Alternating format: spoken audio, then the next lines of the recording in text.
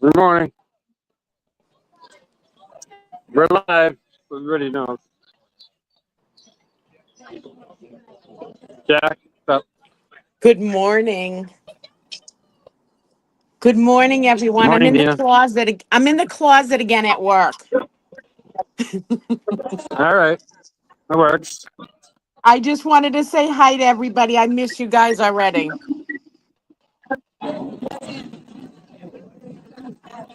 Good morning, Dina's saying Robin hi to G. everybody.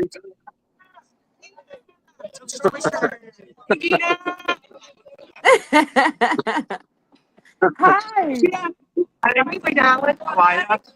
Guess it's going to be pretty warm out here later. I Tomorrow, too. know. Make sure everybody stays hydrated. Hi, Lucas. Hi, Yeah, it's Stiflers, not bad Mom. right now. Yeah. I figured I'd pop on for Yeah, a you can minute. I talk to the just. chat from the closet because I can't see the chat. All right. Well, I'll say good morning to everyone. Hi, Adam. Hi, Petty, paralegal. Let's see. Hi, Tracy V. Hi, Spot. Hi, Hello, Kristen. everybody.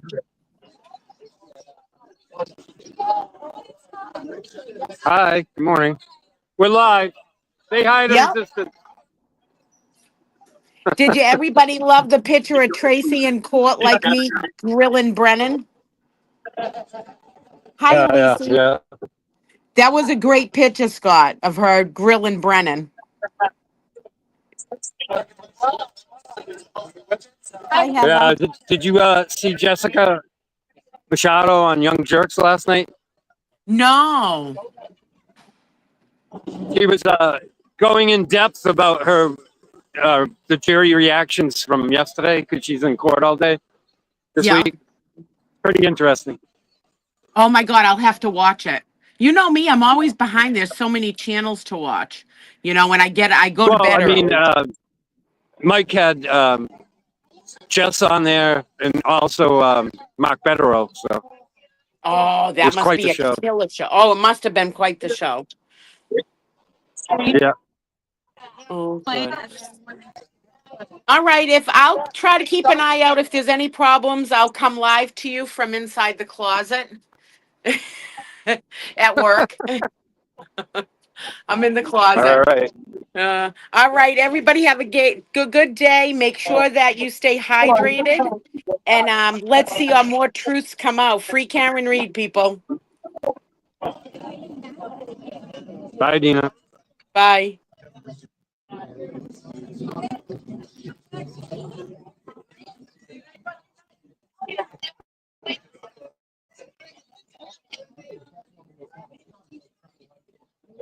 Got a pretty good crowd here.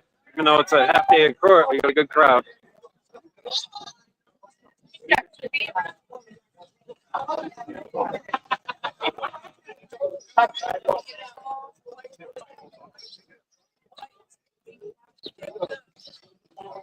Wonder if we're gonna get lucky today.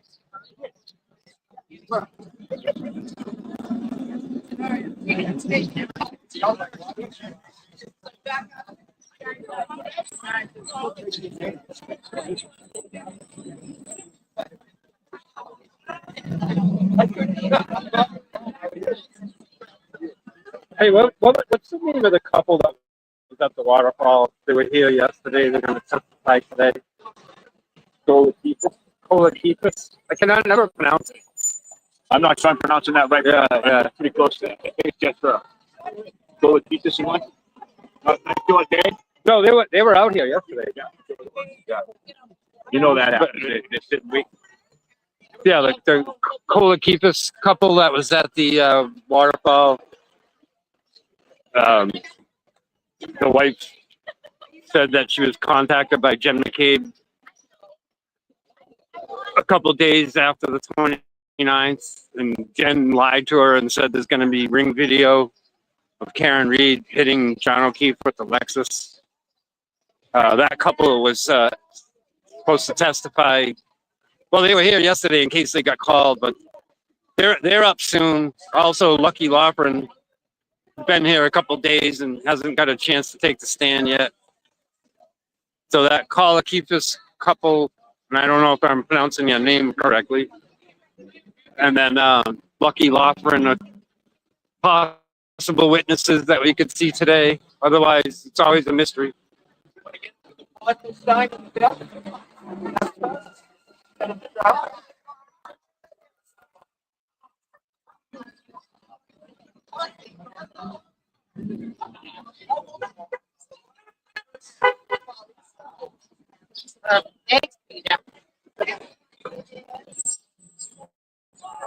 Morning. How are you?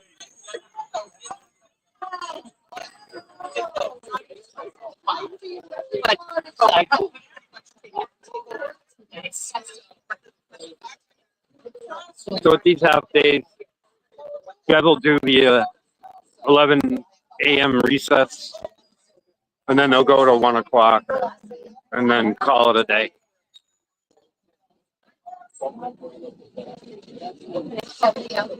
They'll still get a lot done even on a half day, because even on full days, sometimes the 2 to 4, you're only getting 2 hours after lunch.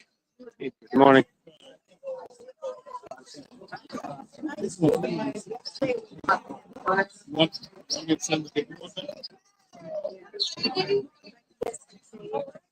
The media is always fighting over their step stool spots here.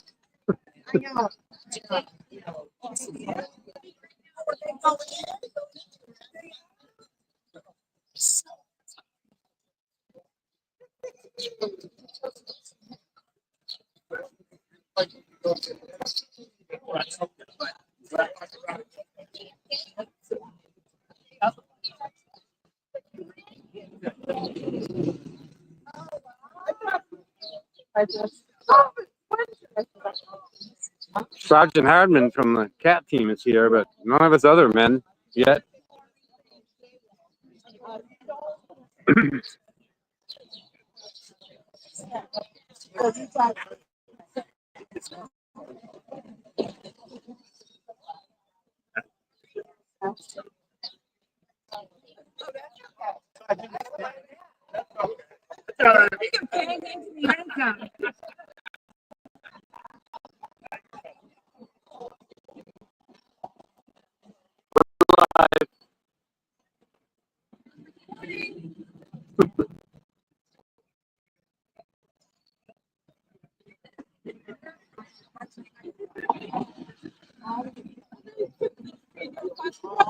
It's a private meeting.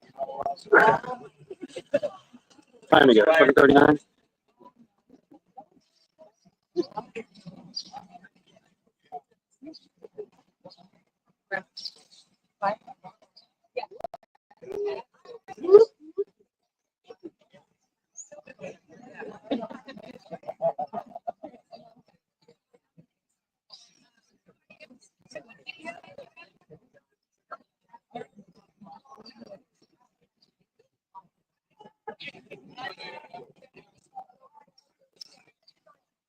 Yeah, the state police have loosened up a lot down here in the buffer zone. As long as you don't have free Karen Reed signage or gear, they're letting us come into the buffer zone and get pretty close. Not on this sidewalk directly in front of the courthouse, but across the street at the Registry of Deeds sidewalk, over here on the corner of Pearl Street, on the opposite side of the street here. There's been people lining up to greet Karen and her team coming in and out of court. So people are able to get a lot closer now than they were up to like a week or two ago.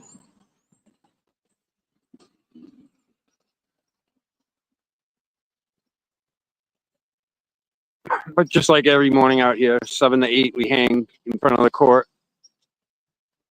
The buffer zone doesn't come into effect till 8 a.m. So we can have the free Karen Reed signs down here and up until 8 a.m.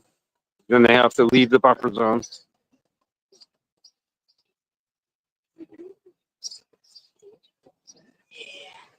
But I have been carrying signs down here, but nothing that says Free Karen Reed. I have a corrupted Canton PD and Mass State Police need a reboot sign. That's allowed down here. The my Sandra Birchmore sign is allowed down here. Free Turtle Boy sign is allowed down here. Aiden Carney is no longer a witness in this case. So, Trooper Sergeant Hardman over there, who's in charge of the State Police CAT team, Community Action Team, which is the unit that's charged with providing security down here. He's been the one that we've been going to say, hey, Sergeant Hardman, is this sign good? Is this sign not good? And he's approved a few of my signs to be in the buffer zone, which I do carry down here during court hours. Pink is allowed. That was never banned. That was kind of like fake news that was out there. So you can wear pink down here. American flags are more than welcome. And the signs, that's the question mark that you have to kind of find out if you can carry it or not. Obviously, the Free Karen Reed signs aren't allowed. Any signs that call out particular parties in this case aren't allowed. I mean, the buffer zone is unconstitutional, and I disagree with the entire buffer zone concept, but we've had made some headway here a little bit.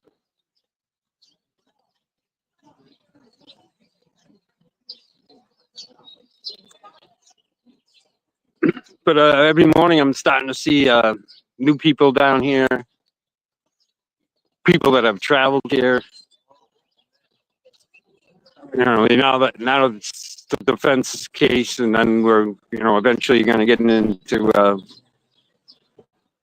jury deliberations. The weather's getting nicer. We're getting more people down here.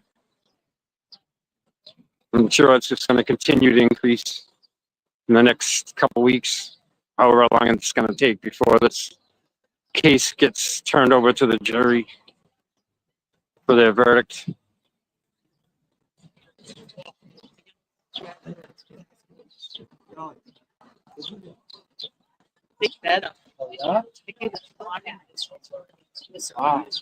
But there's some runners coming.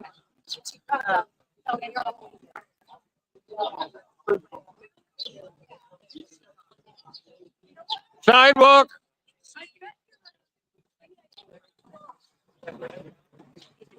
Yeah.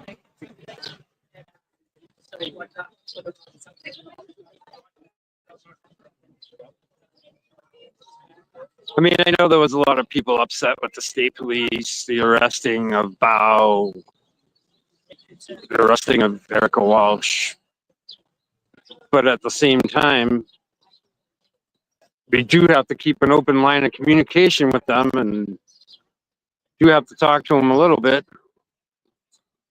especially with the sign issue. I would not know what I would be able to carry down here for signs unless I talk to Sergeant Hardman himself. This is the way of avoiding it.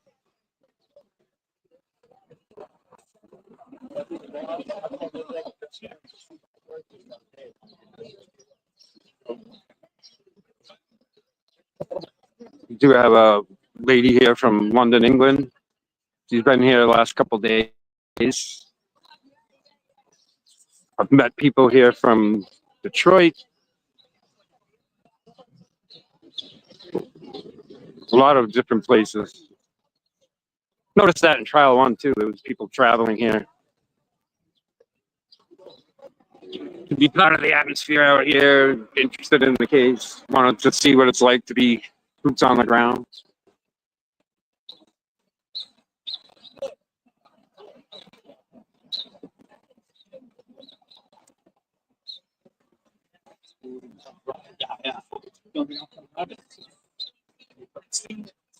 Well, obviously a lot of interest in this case now all over the country, all over the world. People traveling here from the UK just to be boots on the ground. It's pretty wild. Look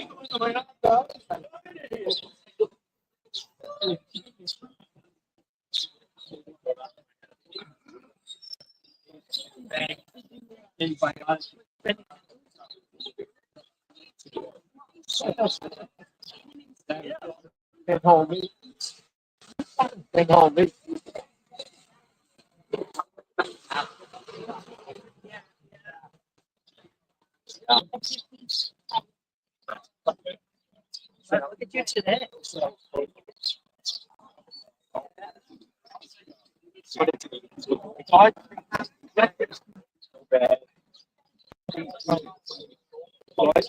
Like I was saying earlier, I expect to see the keepers couple, or possibly, hey, good morning, I'm live. Oh, you're live. So you know. Okay, good. Or possibly Lucky Lockern, the plow driver. Good. Mark, how are you? But I'm always wrong about who the witnesses are going to be. They'll probably bring in somebody that I'm not even thinking of right now. I don't know if the fact that it's a half day changes the strategy of the defense and who they're going to call as a witness. I don't know.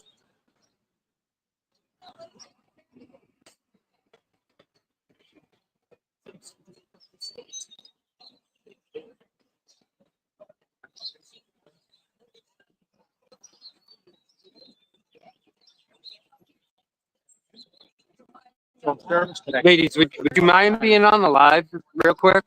Resistance to silence. Can you just tell us where you're from and why you're here?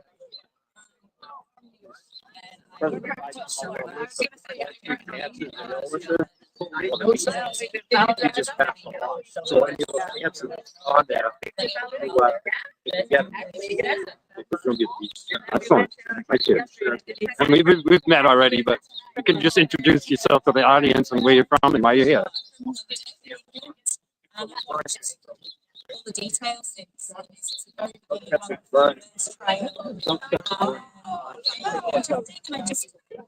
a very trial. Can I just little boy know the world watching? You might be quiet, Yeah. please, but we are watching and we can see through and she didn't do it. No, it's worldwide. I mean, there's people in the chats on the various YouTube shows that are from Europe, UK, Australia. It's amazing.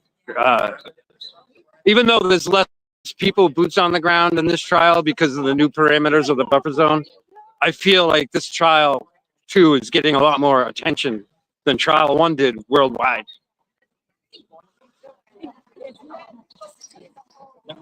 Yeah. I think probably into the middle of trial 1 or toward the end of trial 1, it snapped a lot of people to attention that weren't paying attention. So now that you've gotten to trial 2, everybody went into this paying attention to it. You know,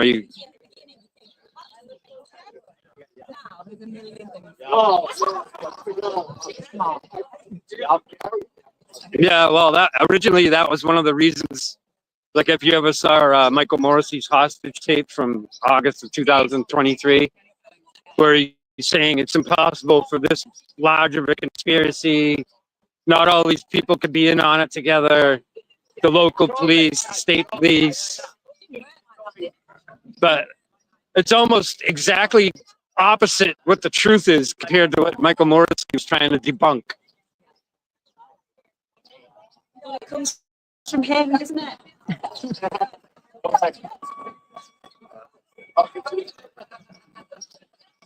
Let's see if somebody's doing the prayer because it's already time. Thank you.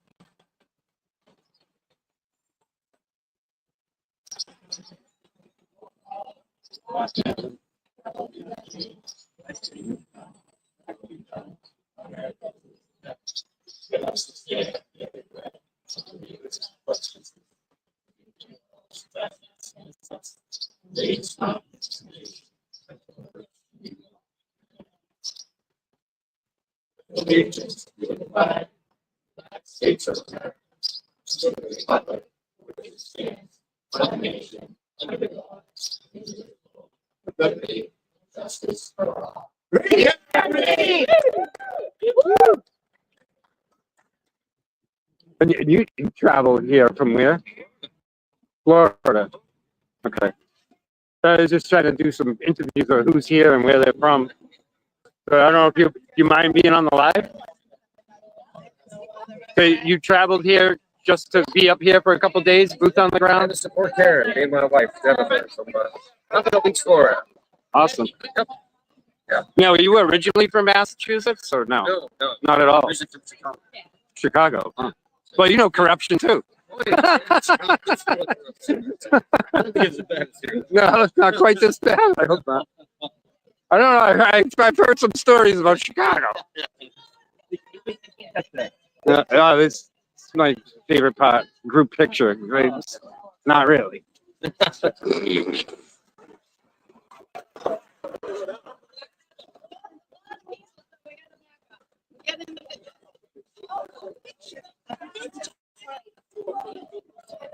I don't even know when I'm even try to get in it.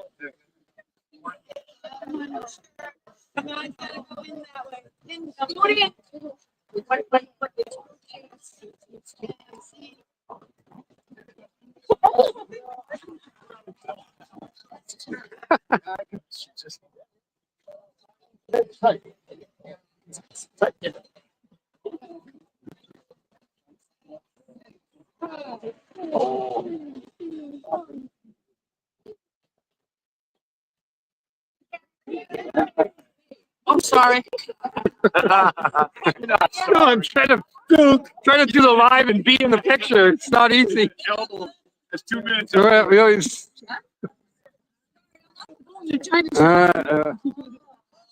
try not to decapitate people with the sign. Carry a flag. Yeah, if you can. Take that for me. Carry slice flag. So he can do what he's doing. Yeah.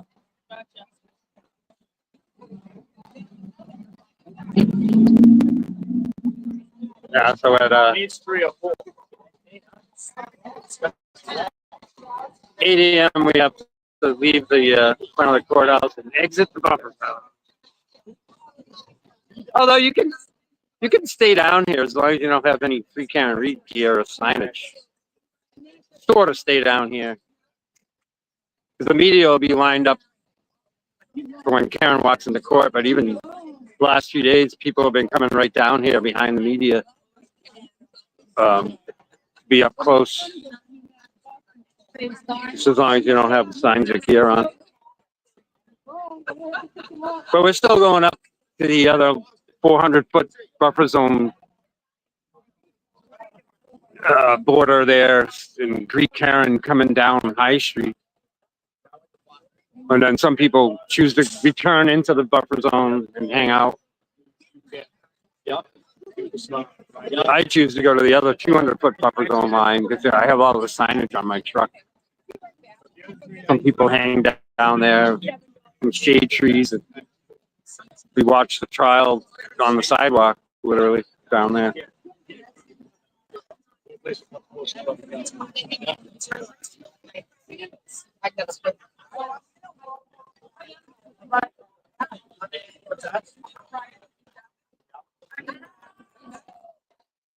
Again, I apologize. I can't see the chat, so I have no idea what's going on in the chat.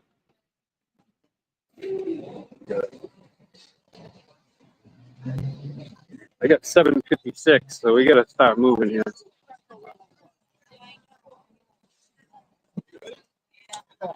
Yeah. Forward march.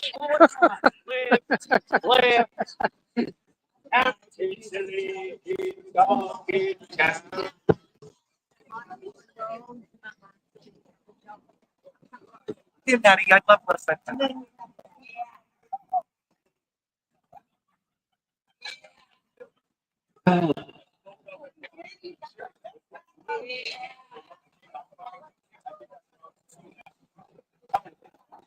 Hanging on the last door. Trust me.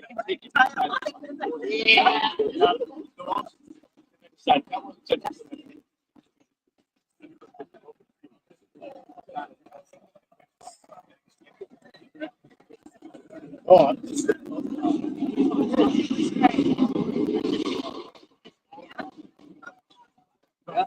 Look.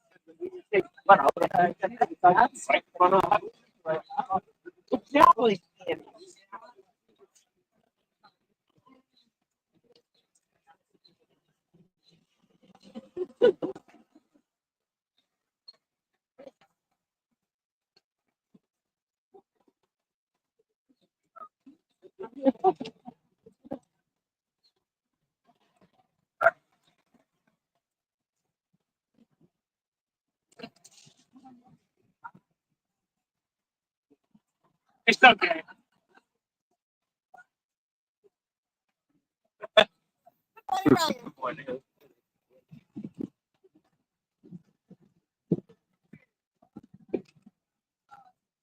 Morning.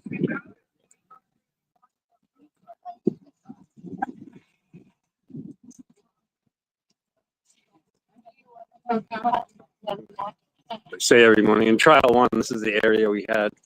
This was not. This area starting here, going forward, was outside the buffer zone in trial one. In trial two, it's within the buffer zone because Judge Canoni moved the buffer zone another 200 feet. You look at the like digital. Right. Let's talk again. It's my phone. Former select board chairman who was over here in Florida. Any idea? I didn't hear that. No. I saw him. We saw him. Oh, yeah? We said hi to him. Told him, one of the guys in Canton who didn't vote for you.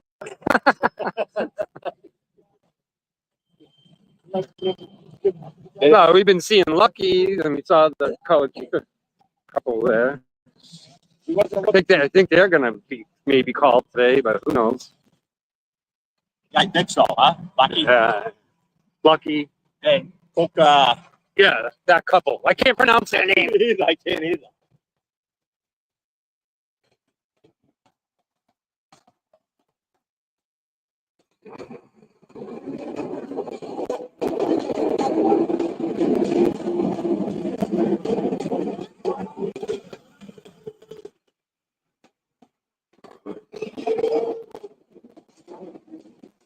So the beginning of this trial, once the buffer zone was moved to this location, after a few days, we figured out if we all line up here, we'll see Karen Reed and her team driving in. And that's how it became like the morning routine that we come down here. Morning for you. You can have it here. Last year it was up to you.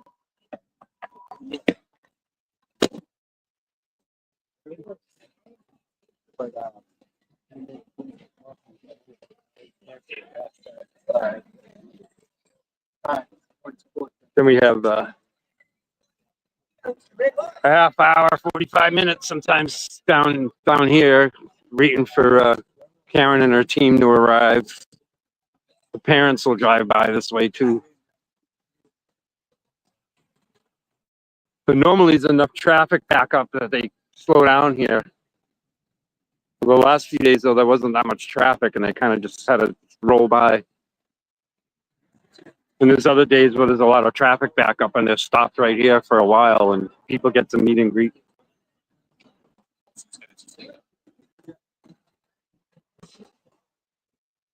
Yeah, her team and her parents drive by here anytime between 8:30 and 8:50. Okay.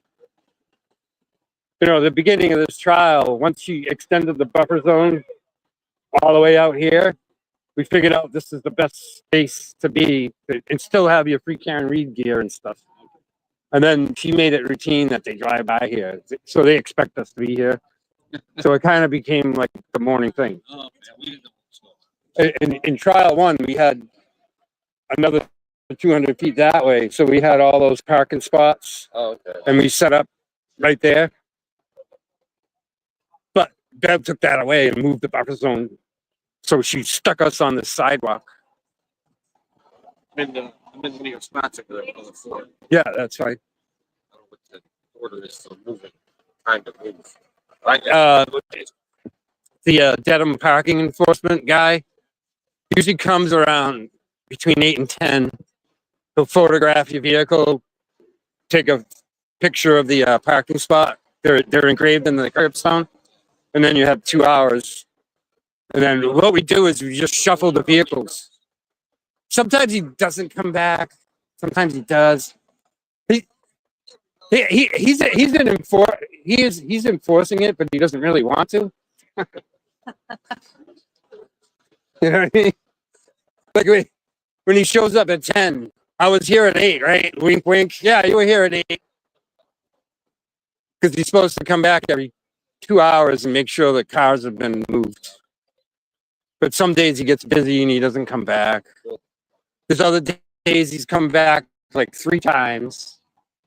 I'm down there every day, that's why I know this. But some days I'm like, if he was here at 10 and he didn't come back at noontime, he's not coming back. Or if he comes back at noontime, we'll switch the vehicles around, and I know he's not coming back after that. Scott stays every day, all day. Yeah. No, I mean, I've actually gotten to know the parking guy pretty good. You know, he's not looking to give anybody a ticket or whatever. It's the businesses down there that are upset that the street parking is being taken by free Karen Reed people. But I told some of the business owners down there, call Judge Canoni and tell Canoni to give us back our spot in front of the church, and we won't be in front of your business any longer. But of course, they're not going to do that. And Judge Beverly Canoni is not going to move the sign back.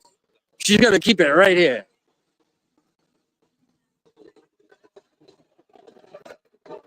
You know, the jury foreman in trial 1 lied and said that he could hear us out here.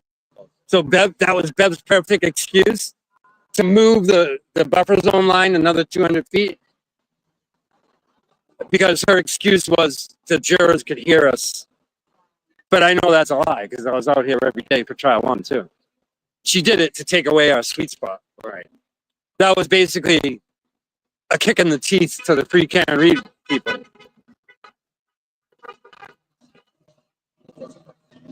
Because they saw how we operated in trial 1, and they knew that was our area.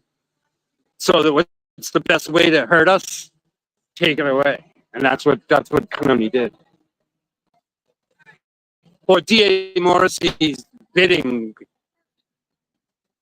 Yeah, this looks terrible. All these free Karen Reed people out here, that close to the court, move them back, Bev. And that's what she did. So that's actually what's hurt the amount of people coming to the trial. Because in trial 1, we had that whole area. So people knew when they came, they were going to have space for their chairs. Yeah. And we were putting up canopies and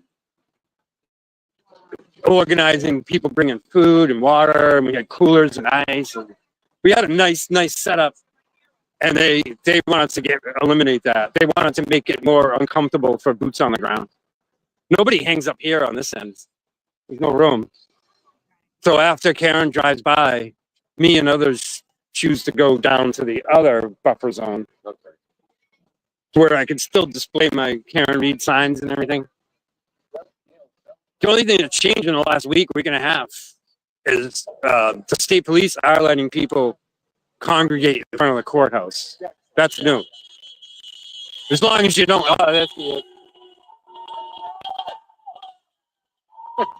Every morning. Who's that? Who was that? You know? Yeah, chill. Chill.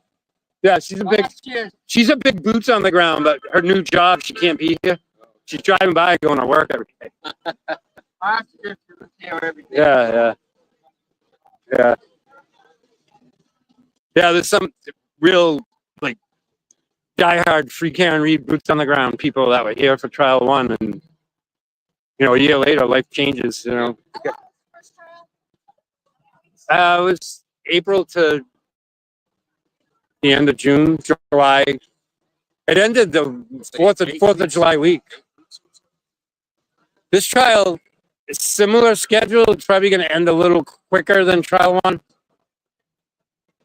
You know, maybe you got a week and a half, 2 more weeks left. Yeah. Depends how many more witnesses the defense calls. Depends how long Hanky Panky Brennan's cross goes on each witness. Like he cross-examined Dr. Russell to death yesterday. Like, it was ridiculous. Jackson asked for a mistrial yesterday.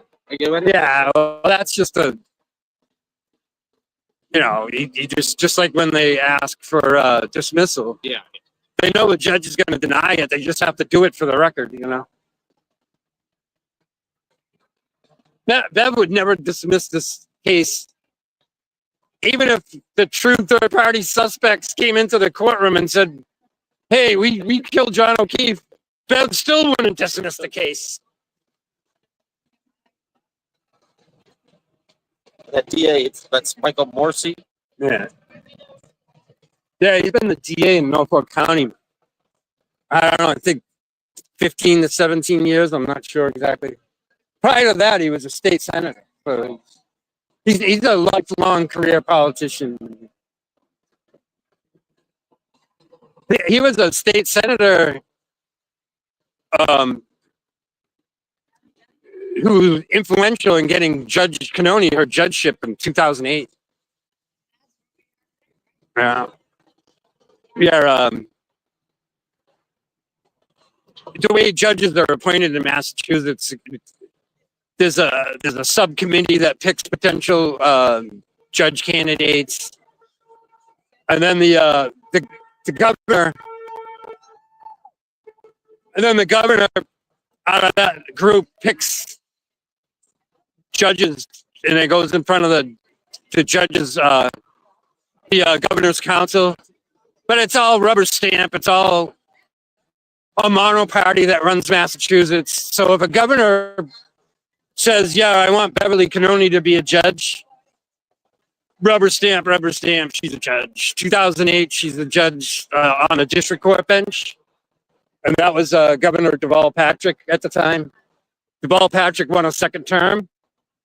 And so Beverly got promoted to the Superior Court bench in 2014 as Governor Deval Patrick's walking out the door. And Massachusetts governors, judges are lifetime appointments. They're not elected. All the judges of Massachusetts had to have political juice with somebody, state senator, governor, whatever. So they don't vote to pick them out or bring new people in. No. It is practically impossible to unseat a judge in Massachusetts. Who's the governor of Massachusetts? Right now, it's Maura Healey. Yeah, she used to be the attorney general, and then now they're all Democrats. Yeah. She went from attorney general to governor, and now Andrea Campbell is the attorney general. So in theory, who would be above the power of Michael Morrissey, it would be the Mass Attorney General and the governor. But they're all buddies. They're all on the same party.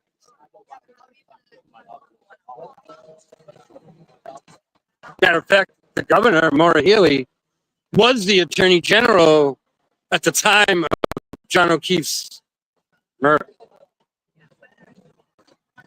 She since has become the governor. So Morrissey has nothing to fear. The people above him are his friends.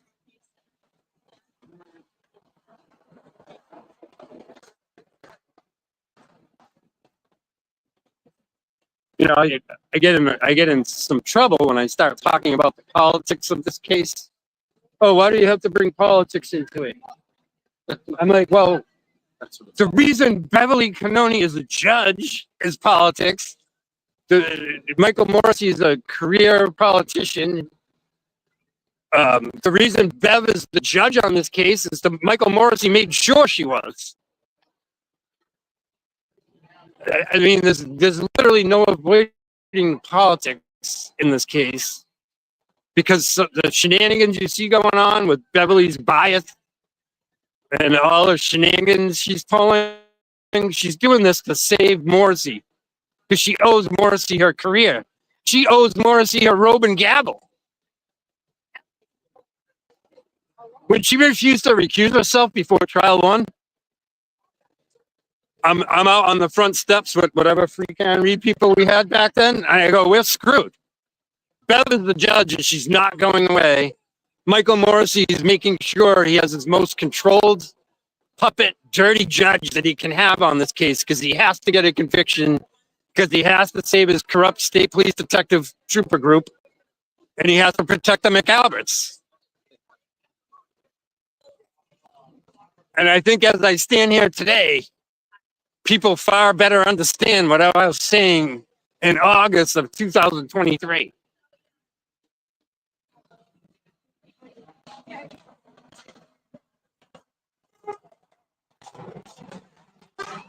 I mean, sometimes, some days Karen's parents have been coming early, but they drove by at like 8:25 yesterday. Oh, really? Because sometimes Nathan Reed drives them in to give them a break so they don't have to. Karen Reed's brother. Were you out at the end of court yesterday? No, we had to leave. We were on a lunchtime break, and then I came back. So we're going to the corner of Pearl Street there, where her SUVs pull up. Nathan Reed pulls up his car because he was driving the parents. And Nathan was out amongst us, like shaking hands. Unless he came. Unless he did some selfies. Yeah, Alessi's like, oh, I want to come over here with you guys and see what it's like to be free. But then, so everybody was trying to get selfies with him. Yeah, I saw that.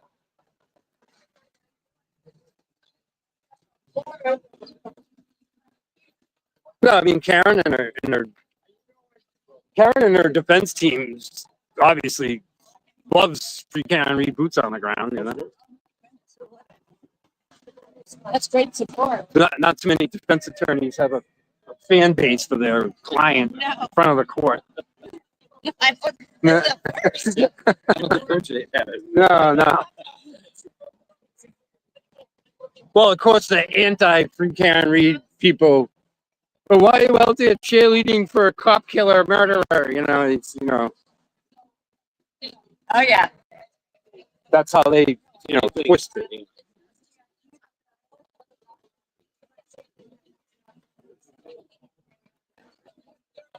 Well, see, unlike down in front of the courthouse, even before the buffer zone takes effect at 8 a.m., I was putting my signs in the fencing down there, and Sergeant Hardman comes out and he goes, "You have to hold your sign. You can't put your sign in the town's fencing." That's his argument. But down here, they don't bother us, so I can do that. Because yesterday somebody tied a banner up on this in front of the courthouse, and Harmon came over and said, "You can't tie it on here. You have to hold it." Well, there was some really bad optics in trial one. because uh, not only do we have a lot of people in front of the court back then, I would take like 4 of these signs and stick them in all the fencing, and then people were sticking their signs. So on TV, it's just a sea of signs in front of the court. So I guarantee you, Michael Morrissey or powers that be in Massachusetts called the state police and said, "Hey, don't tell those free Karen Reed people to get their signs off the fencing. It's a bad look on TV." Yeah. Because it made it look like there was like double the amount of people out there because we had all the signs on the fence. That's the whole reason for this buffer zone in the first place. Yep. It's all about the optics. What's this guy saying? It's probably telling Dennis to get on the correct side of the fence. Yeah, Dennis hangs on the other side. They don't like that. No. No, Dennis always has to be on the street. Yeah, Dennis is the man of the street. No, Dennis likes to cheat and be on the other side of the fence. Because when Karen drives by, he'll walk right up to her car. Oh, okay. But these things here after a few days when they realized we were all down here. Because we were in the shoulder, Oh, like to the white paint, they didn't like that. and they didn't like that. So they brought more of this fencing down here. For every move we make, there's a counter move. Oh my God.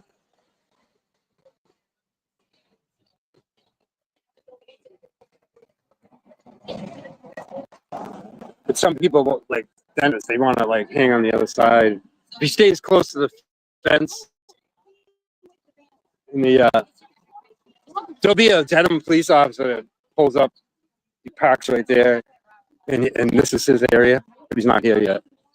It just happened to be one driving by that saw him on the wrong side of the fence. All right.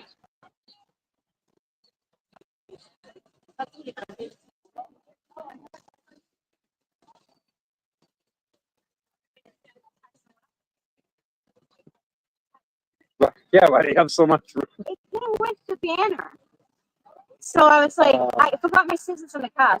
So I was asking if anyone had a pocket knife to cut down that side. I'm like, oh, I'll just use the rope it came with, but it's like, Yeah. So I'll go home and cut it. Yeah.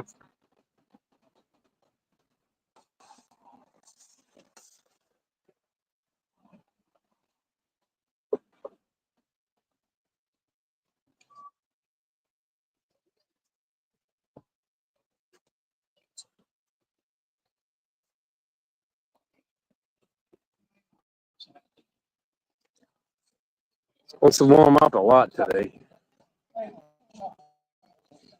Got pretty warm here yesterday toward the end of the court day.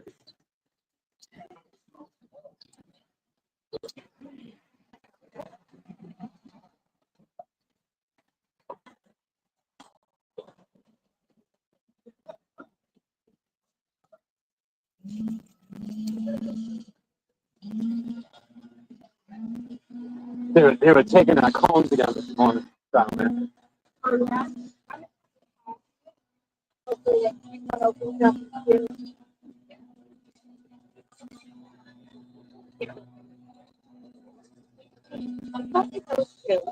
Straight but they say they run a non-profit that they donate money to Karen Reed and donate to them.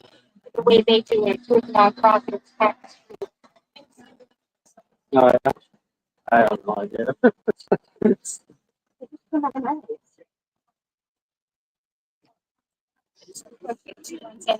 Get a picture with Dr. Russell and she's in it. Rando. Dr. Russell agreed to let us take a picture of something being posted. So that was nice. It's very Yeah. nice. Kids. I haven't even seen the frame picture yet though. Gina has it. I didn't use my phone.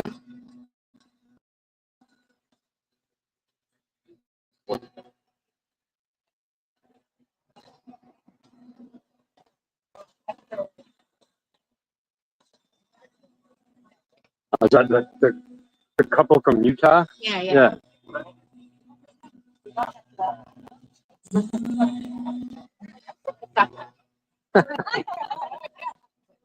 He sort of splits it up.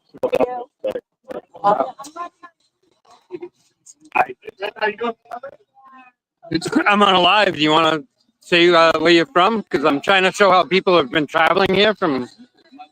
From Utah. We came in to support Karen Reed. We run a nonprofit out of Utah, so we wanted to leverage that to help donations to Karen Reed be tax-free, both deductible by the donor and income tax-free for Karen's team. So we wanted to offer that, and we brought a bunch of items to give away, little FKR fun items to give away for those people who donate to her defense fund. And I've got my Norfolk County Deli sign here. Yeah, good one. So I can show this inside the buffer zone. Yeah, that's buffer zone friendly. Yeah. So yeah, we're here to support Karen. My wife experienced something similar to Karen back in Utah. So it happens out there as well. The DA, the coroner, all the police lied on their reports. Said that her husband committed suicide, that he shot at them, that he tried to hit them with their car. She was there. None of that happened. And now that she's healed, she's able to ask questions and pursue the violation of her civil rights because they didn't allow her to go to the hearing. So we're kind of on the healing path now still, and Karen's story really strikes close to home for her. So we're here to support Karen. All right, excellent. Thank you. How are you? People traveling from afar be here.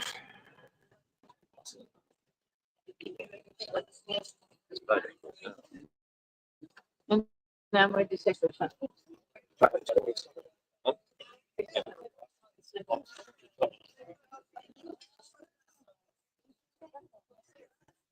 There's a decent amount of traffic building up here on High Street, which is actually a good thing for people down here that want to get a chance to say hi to Karen and her team.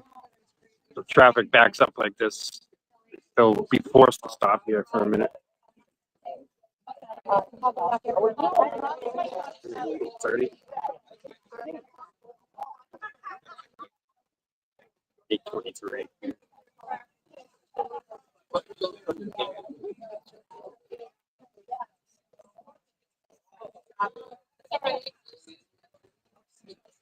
So I can grab somebody's phone so I can see the chat.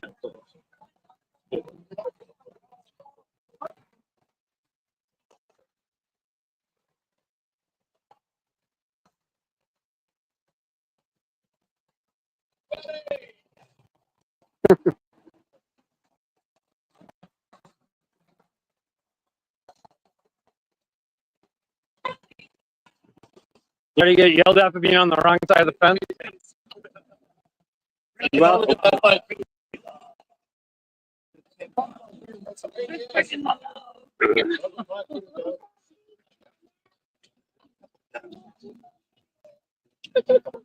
just left.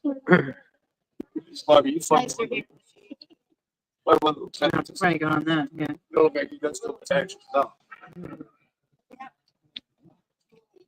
I did. Check it with Shelby. Oh, yeah.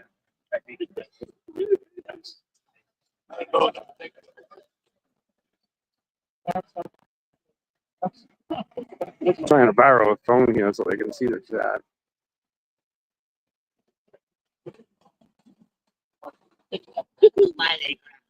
Thank you. Thank you.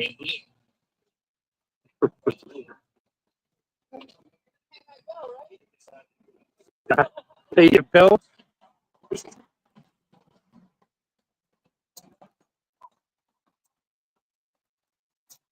Wow, this video off the phone right now is terrible, huh? Really easy.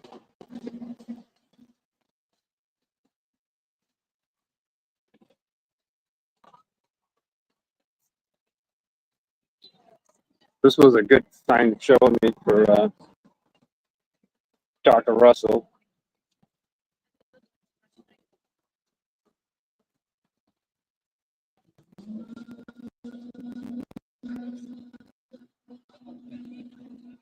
Right now.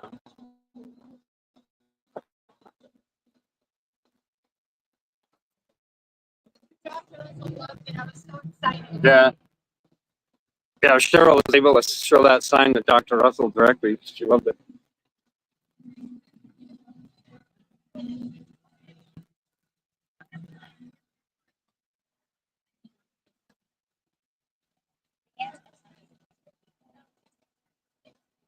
I can see the chat now, guys, if somebody wants to ask a question or something.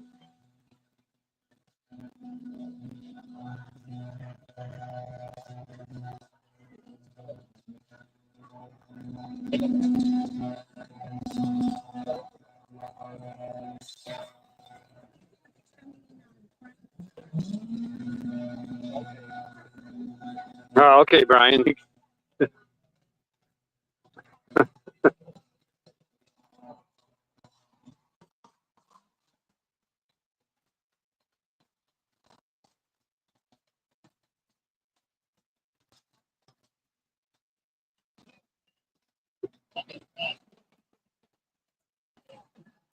There's a Brian in the chat that said he gave you that T-shirt. Yes, yeah. Yeah, he goes, "Yeah, bring him," he says, because you're wearing it in the buffer zone. Nothing but pride, brother. Thank you. Let's go. Well, I mean that's the same thing that was on Erica's. Yeah, I got Yeah. a sweatshirt, though. Yeah, I mean that's allowed in the buffer zone at this point, anyways. A week or two ago, you would have got arrested for wearing it.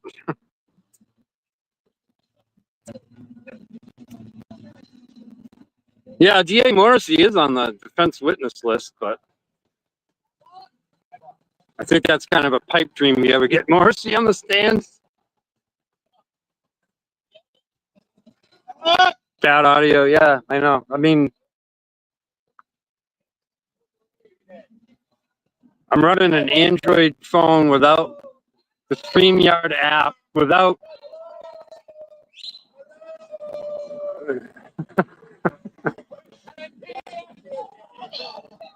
So the broadcast quality from my phone through Verizon without the StreamYard app is going to be what it is, poor, mostly.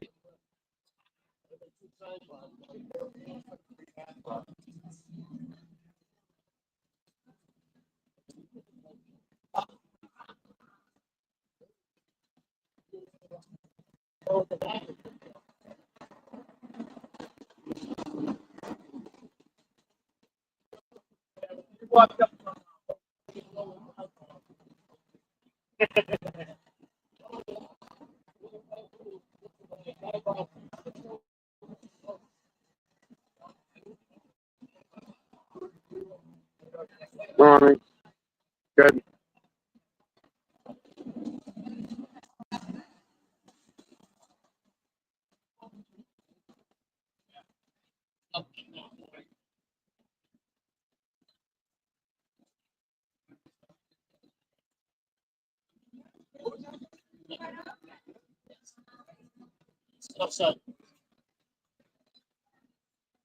You know, after 8 o'clock, when we come down here to this end, waiting for Karen to drive by, there's a lot of downtime. Half an hour, 45 minutes before she drives by.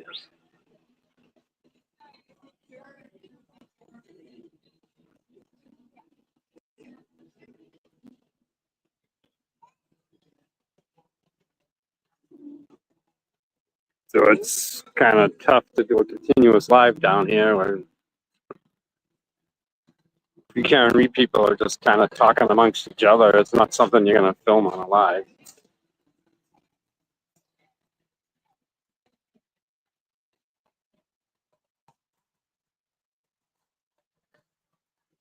Terry's here, a news photographer from CBS4, tries to use his cell phone and get footage of Karen Reed driving by also. Some of the footage he's taken on his phone is actually in the news.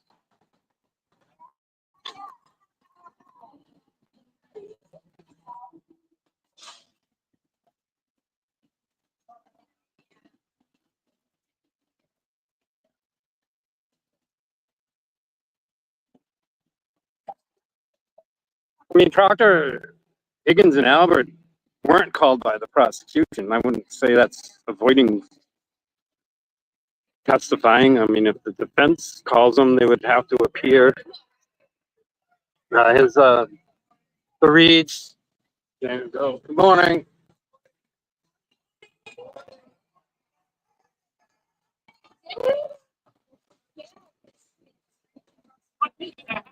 I mean, obviously,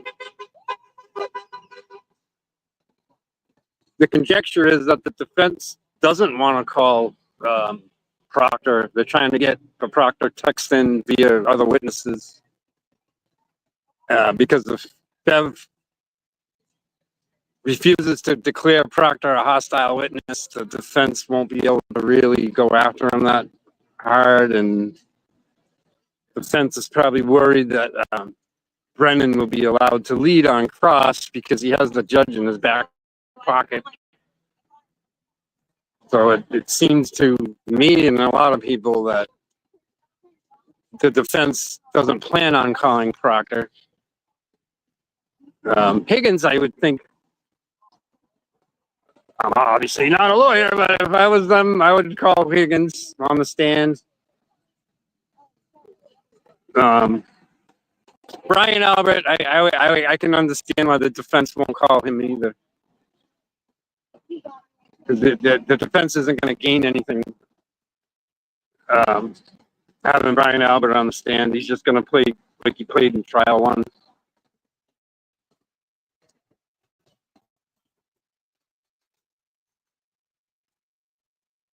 So, I mean, out of Brian Albert, Brian Higgins, and Michael Proctor, I think Brian Higgins would be the only one I think is possibly going to be called by the defense. Proctor, they would only call if they absolutely had to and they weren't able to get what they needed out of other witnesses.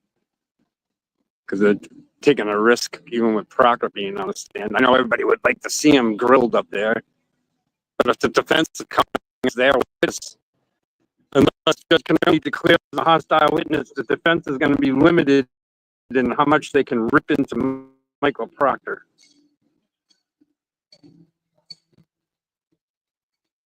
So it's always a chess game here between the defense and prosecution as far as strategy, and you also have the X factor of Judge Beverly Cannoni and her obvious bias toward the prosecution. So the defense has to work around that all the time also.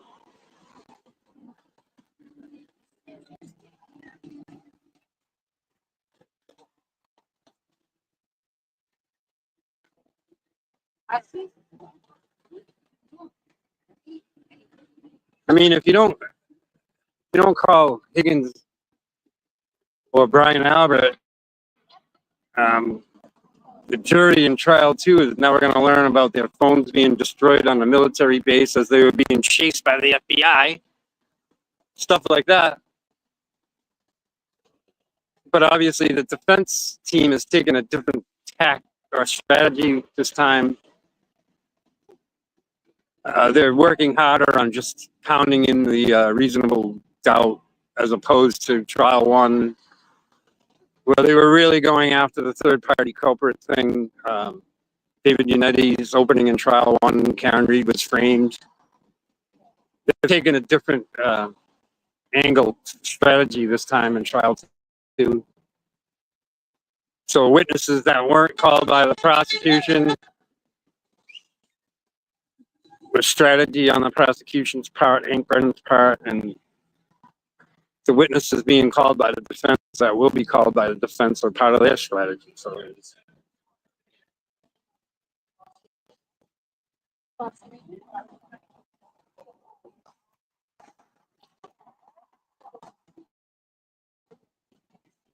yeah, Comet Dahmer, I get it. You know, like, bring them all on the stand, blah, blah, blah. But, you know,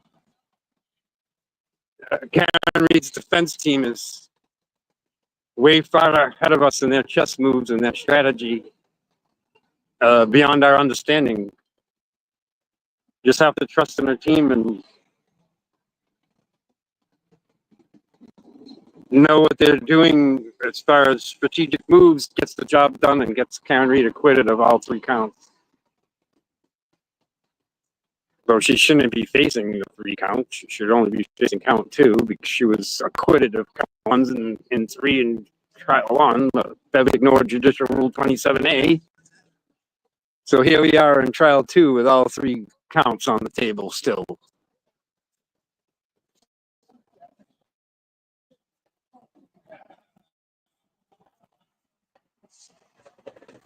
Yeah, Lucky Lawford has been here a couple days. He was here last Friday. They never got to him. I'm losing track of the days now, but he was here the other day too. But you know, the defense has to have him here just in case they get to him that day. So a defense witness might be here 3 days before they're called. You never know how long Hank Brennan's going to go on cross. I mean, look how long he went on cross with Dr. Russell. Jessica Machado, who was in the press box yesterday, was reporting that the jury seemed to be tuning out on Hank's cross of Dr. Russell. They had enough of it. They weren't even listening to Hank Brennan's incessant cross-examination of Dr. Russell. It's just the point of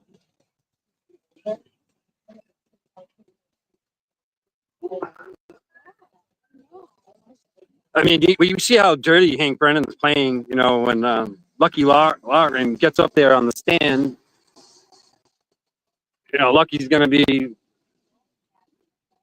an honest man like he was in trial 1. But just like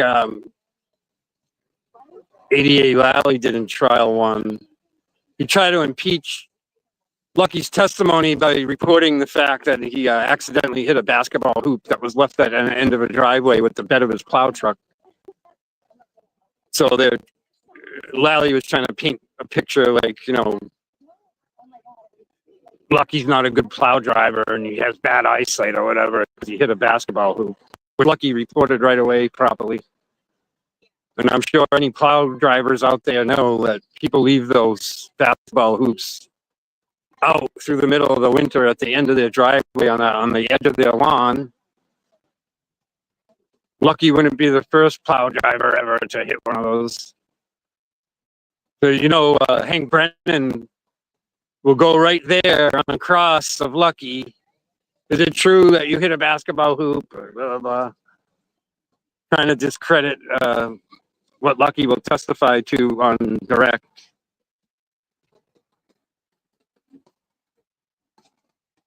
And I keep butchering their name, the Kalakifis couple that was at the waterfall that testified in trial 1 or being called again by the defense. But one of the things that's going to be added to their testimony is that Jen McCabe contacted the wife and lied to them, saying that there was going to be video forthcoming of Karen Reed hitting John O'Keefe from a ring camera on Fairview Road, which was a lie. It never happened, never appeared.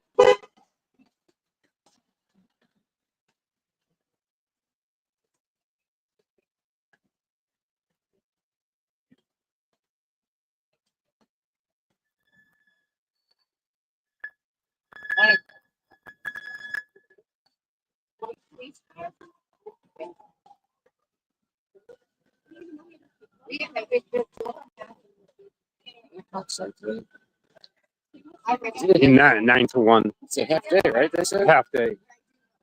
But she'll still do the 11 a.m. recess. Okay. But then after they come back at 11:30ish, she'll go straight to 1 and then call it a day. Yeah. What's the reason for the half day today? It's usually maybe a juror hardship or something, you know.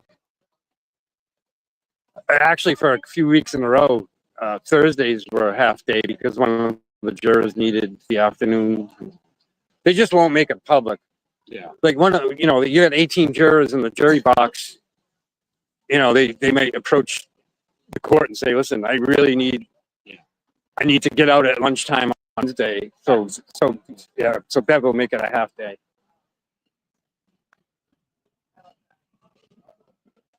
And I don't know if that affects the defense team as far as who they're going to call for witnesses today, knowing it's a half day. Oh, yeah. Like if they have a witness they know is going to be extra long. Got back on again today or no? I didn't see the end of it yesterday. I think they're done with Russell. Yeah? Yeah.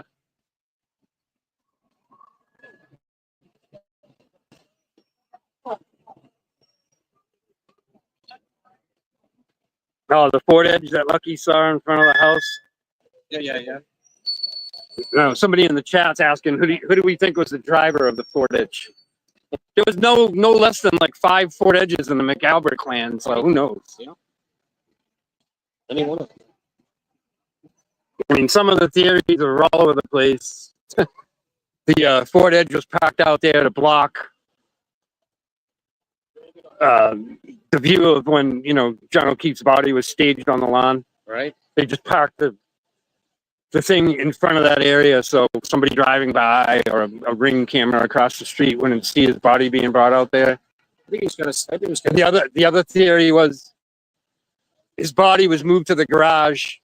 The Ford Edge was pulled into the garage. His body placed in the vehicle, backed out of the garage, and then pulled in front of the house. Okay. And then the body pulled out of the Ford Edge onto the lawn. Yeah. So I mean, everybody's got a theory, right? I thought it was kind of strange that they'd have a birthday party that starting at these other bars, but the person's birthday, whose it was, wasn't there. Right. Yeah. Well, the kids were already at 34 Fairview. Some of them partying We already. got together for The parents are out closing the bar at midnight, and they're going back to 34 Fairview where all the kids are already partying. Hi, Robin G.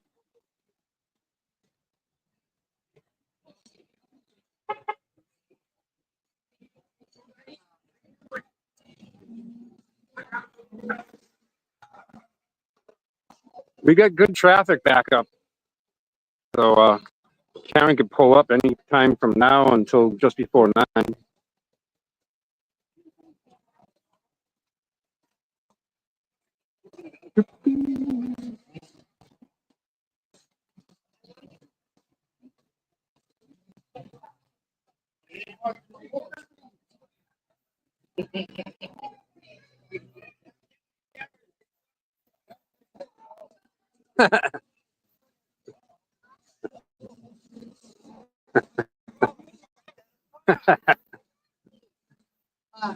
This gentleman driving by is like Kelly Dover's in trouble, the Boston police officer that testified.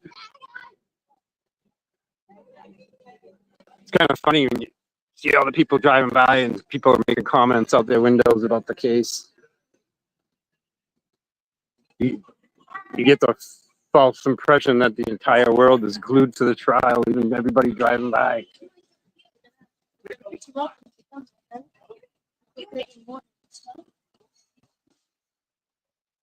But just like in the chats, in real life, you get people driving by, Karen's guilty, cop killer. But for the most part, most support is pro Karen's innocence, not her guilt.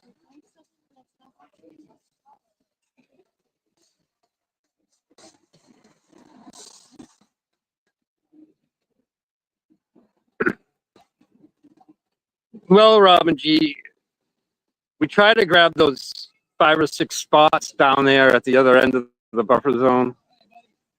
But if not, there's plenty of parking in the parking lot behind the registry of deeds.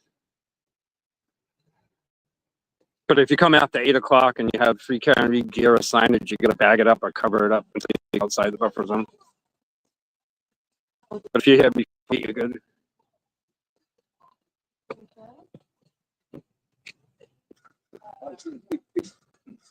Or you can just wear pink and carry signage that is allowed in the buffer zone, and then you don't have to worry about it.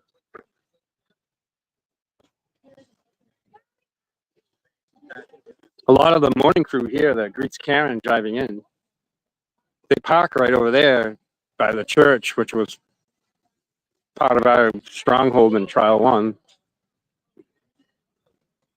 They just run over to their cars and take off from there.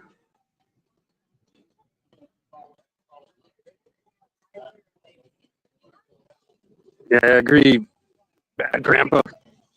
Even a child seeing a photograph of John O'Keefe's arm, no, that's dog bitten arm, not tail light bitten.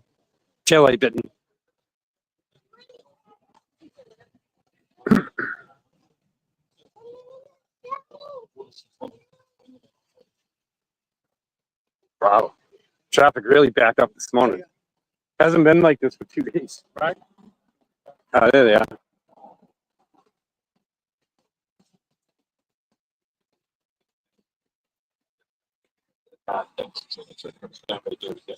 Okay. Rolling pretty fast. Yeah.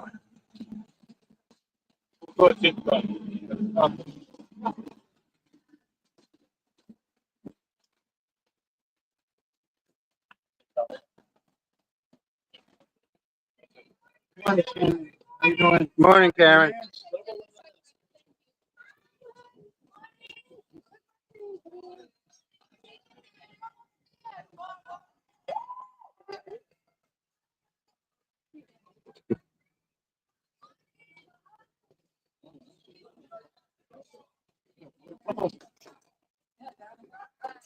Oh, how are you? I've been so busy with this case, I didn't have time to go to the barber, but I'm back. I've been here every day. You've been going by quickly. Yep. You're awesome. You got a great team. Yeah, great job protecting Dr. Russell.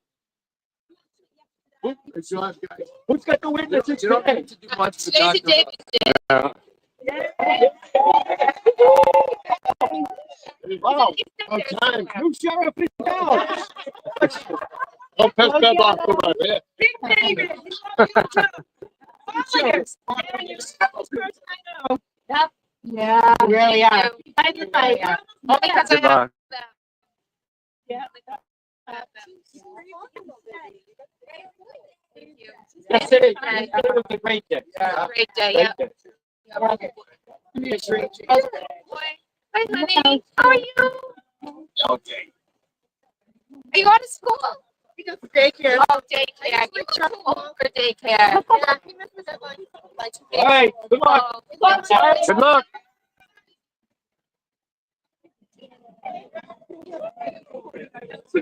Yeah, that was good. Because the last few days they just rolled right past us. They couldn't stop like that. That was better than yesterday. Yesterday they just rolled right by. Yeah, yeah. Sometimes it just works out. Yeah, yeah. Yes. All right. That was great. That was awesome. I got a lot of it. Yes. Yeah. These last 2 days, she was just rolling right I know, through. it was high speed travel. Yeah. Yeah. Yeah. Thanks. I gotta bag it up. I'm just gonna put it, No, I got a bag. oh, you're gonna carry it? You're gonna Yeah, yeah. scan?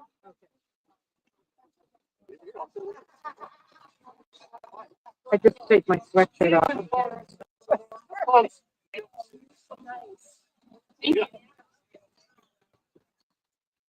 I don't know who grabbed my flag.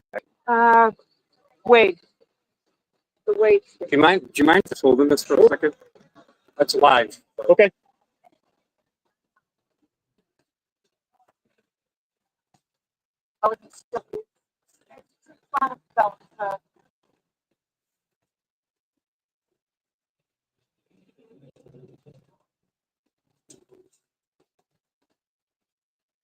There you go.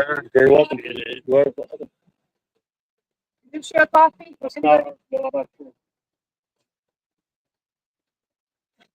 That might be one of Cheryl's signs. Her stuff's still right there. She probably ran down there to see Karen. Oh, all right.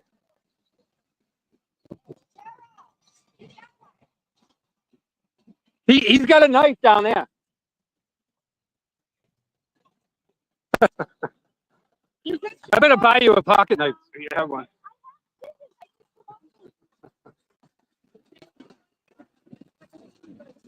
Oh, cool. It's all right. See ya.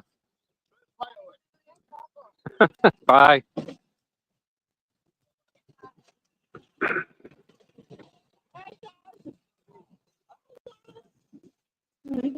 Oh, so good. Bye. You want to take this? No, you're taking it for us. No, you are. We're gonna walk down with us and give him a carrot. Lock the door. Oh, yeah, okay. You wanna run? Yeah.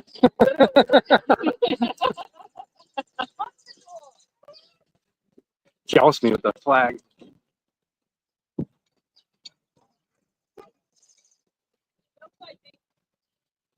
Sidewalk. Hit it with his hands full.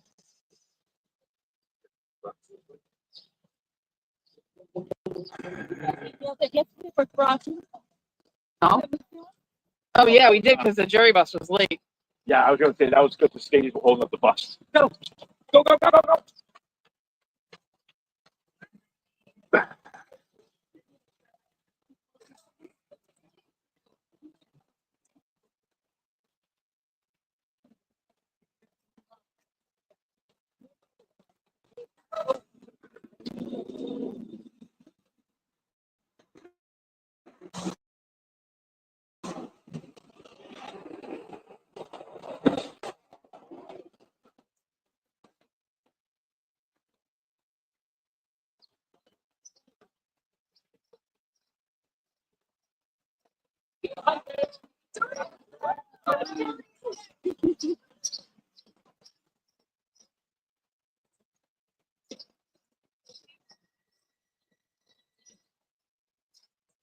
Hold on, babe. You're on this.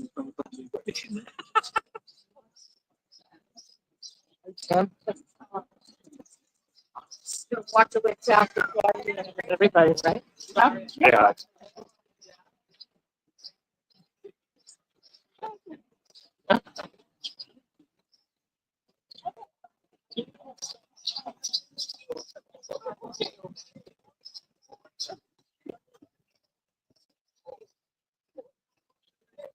With your truck?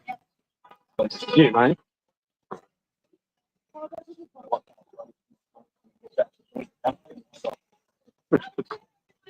Good morning. How are you? Get some good photos? Hey.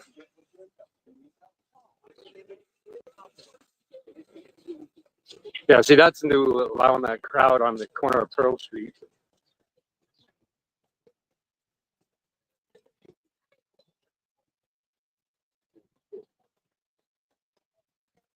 So her SUV pulls up right there, so people are good to look at. Karen and her team coming in.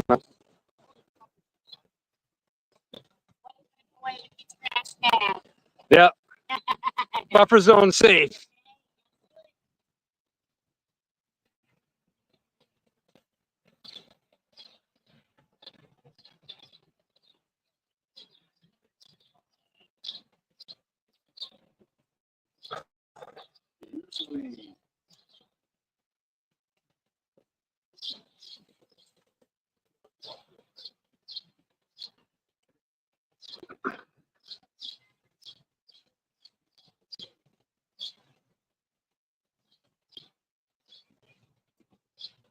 Well, Karen and her team look upbeat today. I think they were happy overall yesterday.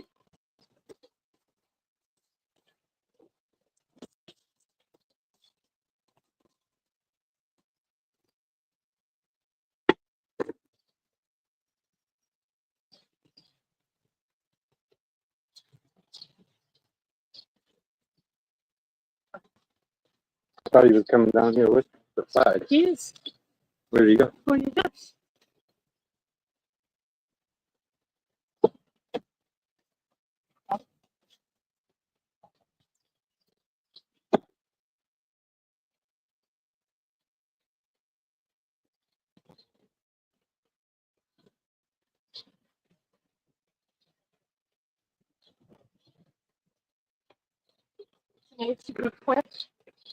Yeah, so this is why I park down here, just outside the buffer zone, so I can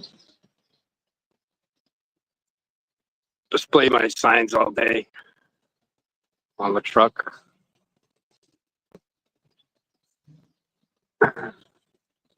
Now there's Michael Bryant across the street from Justice Serves.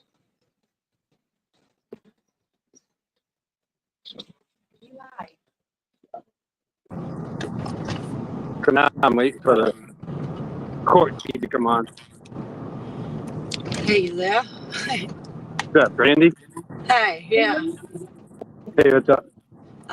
What's it look like for parking right now? Not good. Not good, yeah.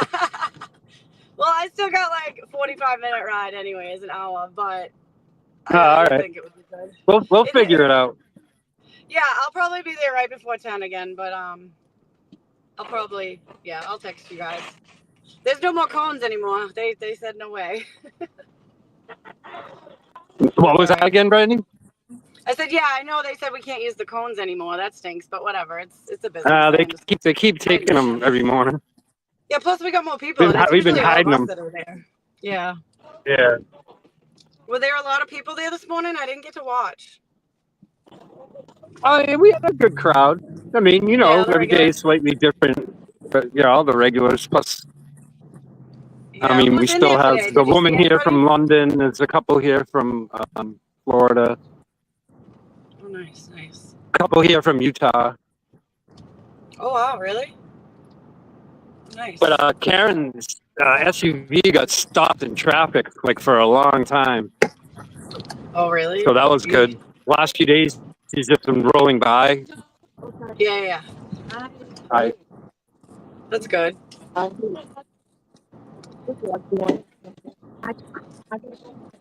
Did they take care of all the motions yesterday after? Or are they doing that now? You know? I don't know. Yeah, I don't know either. I know a bunch of motions got filed, right? Yeah. I don't know. Yeah, I don't know if she's going to do that first off with housekeeping. What's Yeah, that that's good, missing thank you. witness one about? Do you know anything about that? I'm going to France. Yeah, I was looking in the chat earlier. They're talking about obviously the prosecution didn't call, you know, Brian Higgins, Brian Albert, Michael Proctor. You know, obviously it's up to the defense to call them. But, you know, there's rumors out there like crazy. Like Brian Higgins is in rehab and he can't testify and crazy rumors. But I mean, I think if the defense calls any of those three onto the stand, they have to appear. So I don't necessarily know what that missing witness thing means. Like, does that mean that the defense asked them to appear and they're not showing up? I don't know. That's weird. Yeah, well, if he's in rehab, they can't really confirm, so I don't know. Yeah, that's a lot of those stupid rumors stuff flying around, and they're not even close to being truth. Yeah. Who's up today? Karina, right? And Lucky? Lucky? Yeah, Lucky's been here off and on the last few days and back to Friday. They just haven't got to him yet. You know, obviously Dr. Russell had to travel here, so they got her out of the way. But yeah, poor Lucky had to sit there for so long. The couple from the waterfall, the caller keepers, they're supposed to be up at some point. Hi, Dylan. Hi, both. How you doing? How's Scott? Brandy. Good job, Scott. Well done, Scott. Scott's a trooper doing this every morning. He is. I know. So I'm not sure if you noticed, Scott, there's chat on the side at the bottom right-hand corner.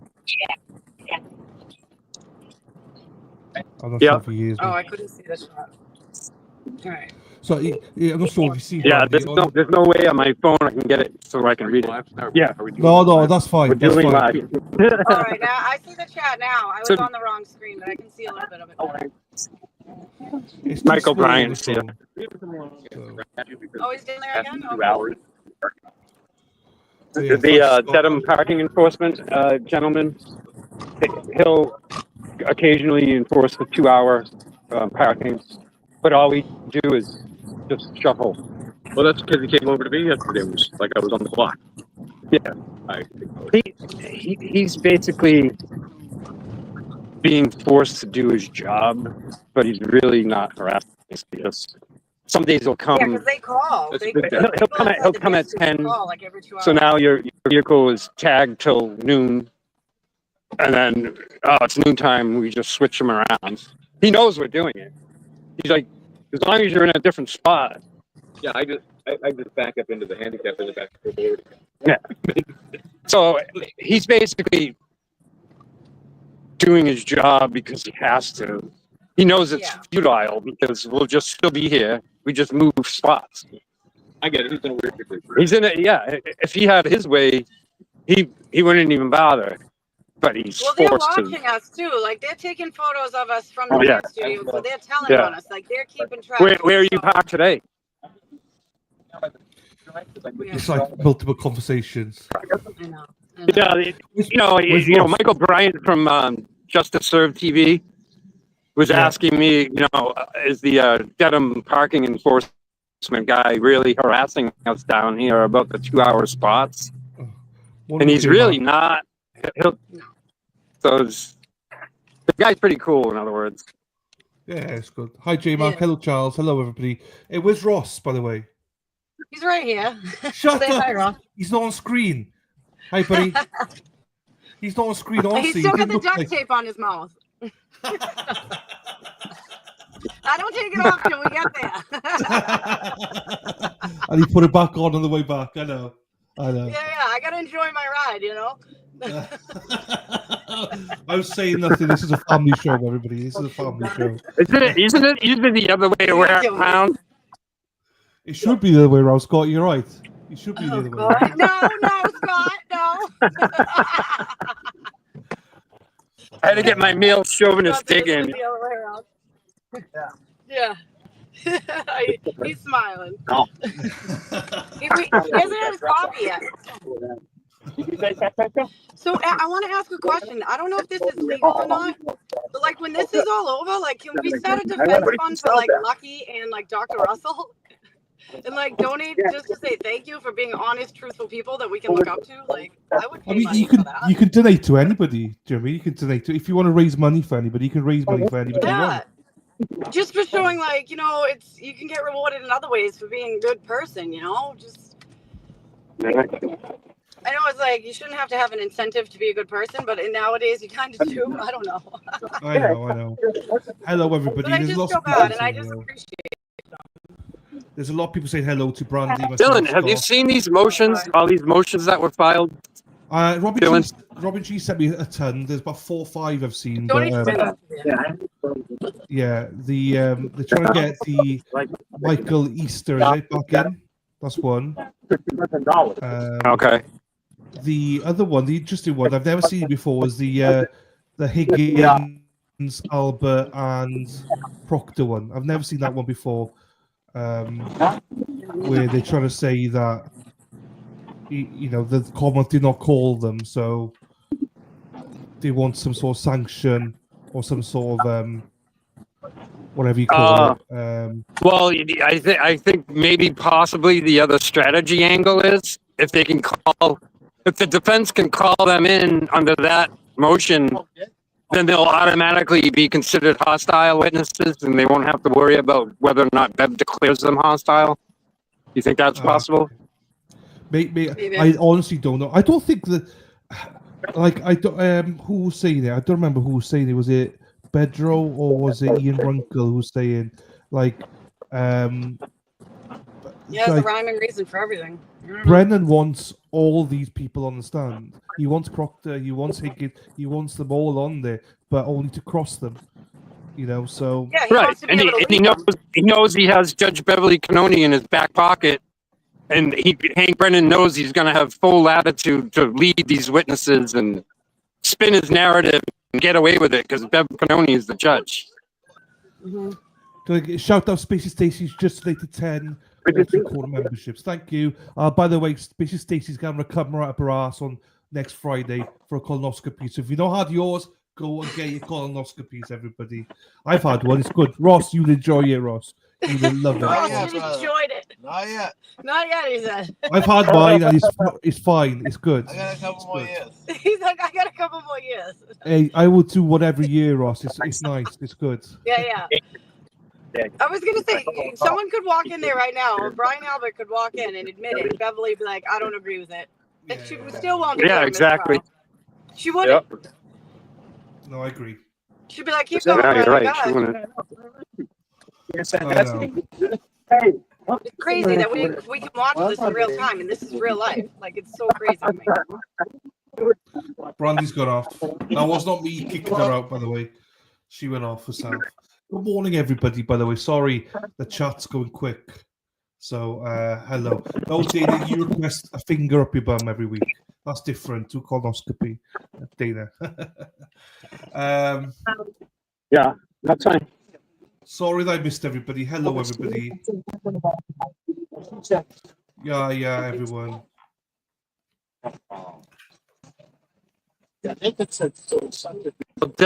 Sign off.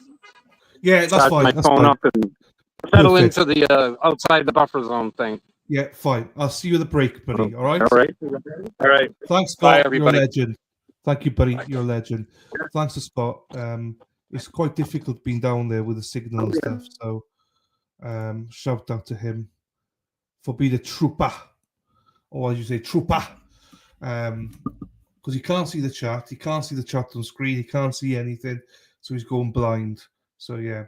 Connie Rose Stevens, thank you for the memberships. There you go. That's from Stacey. Morning, Dan. Yeah, you trucker. Hello to you, my darling. All right, who have I missed here? Let's go through them.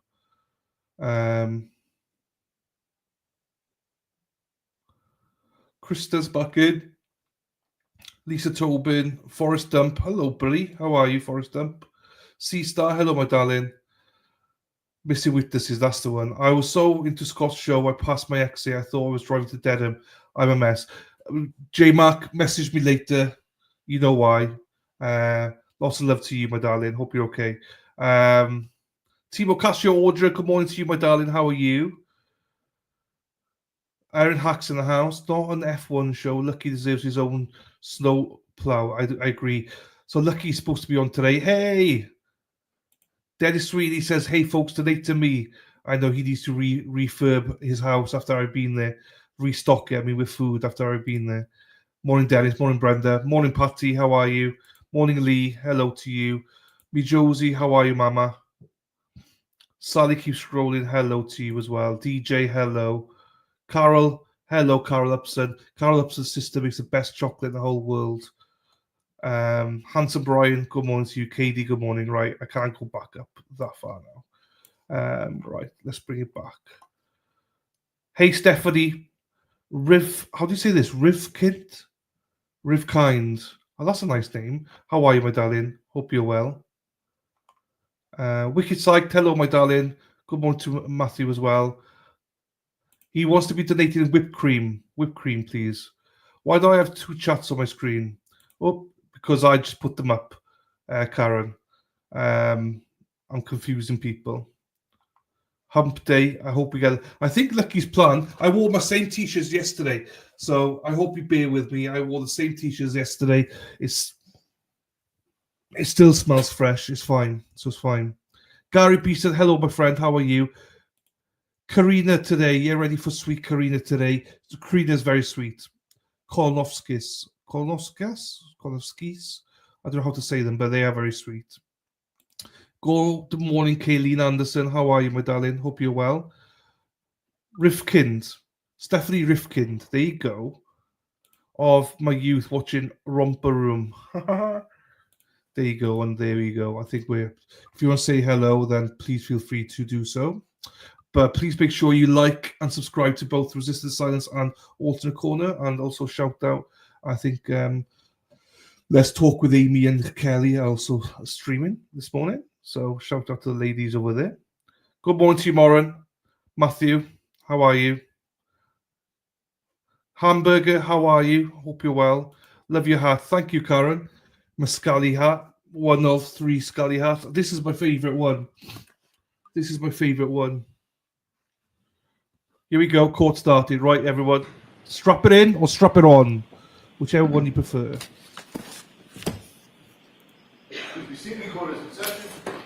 No, fuck. Which one is it? All right, so the jurors are here, ready to go, but I know I told you, Mr. Yannetti, I'd hear you at sidebar on this, so why don't we come to sidebar? Motherfucker. Right, okay, straight away sidebar. Let's get through the chat again. Now you're looking like the court reporter sniffing for smell. Hopefully, Krista, hopefully you're right. Josie, yeah, Josie's in here. Did your nieces miss you? I'm sure. I missed them more than they missed me. No, they did miss me. When I came into the house, the little one ran up to me. Okay, she ignored everyone else. She goes straight at me to hug me. The other ones are teenagers, so I think they missed me. But you know, they got their own lives now. But yeah, the little one definitely missed me, and I definitely missed them more. So there you go. Hippie chick, how are you, my darling?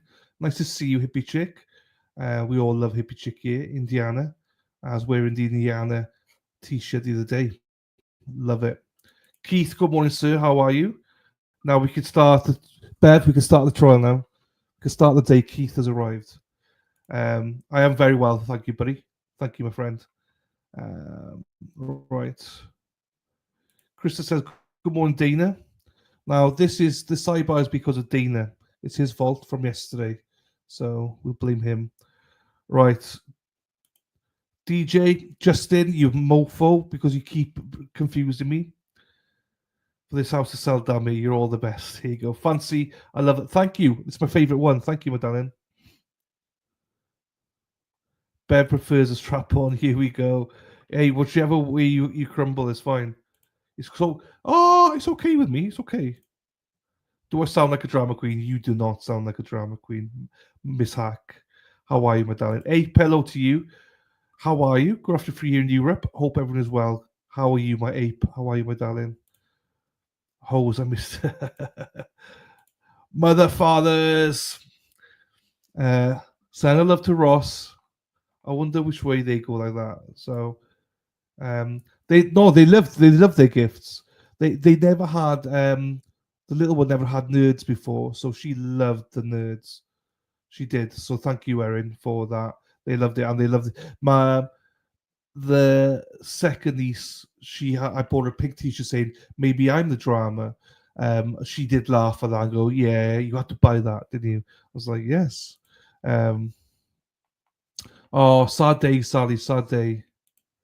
Hope he, was that from, is he going to secondary school or that's the end of school?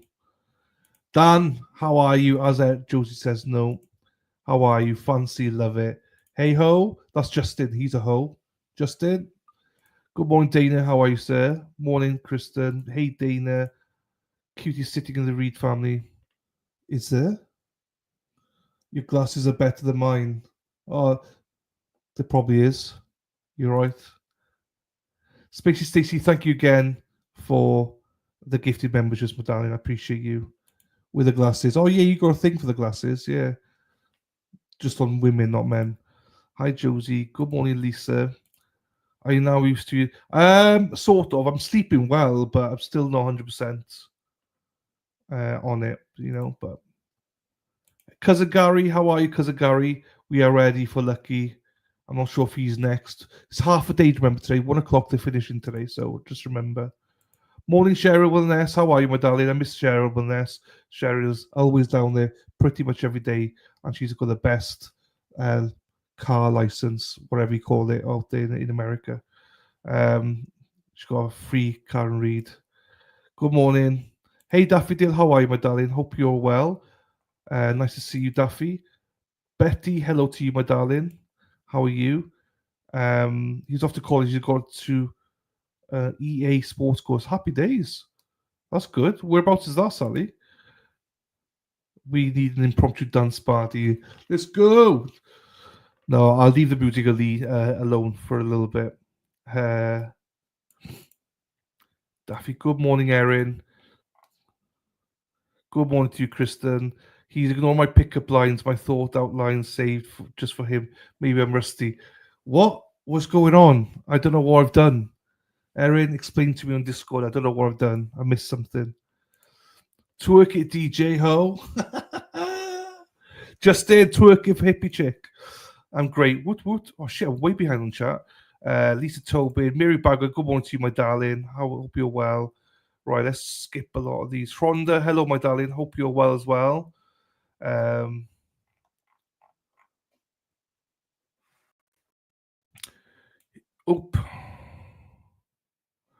Oops. Felicia, I love that name. How are you, my darling?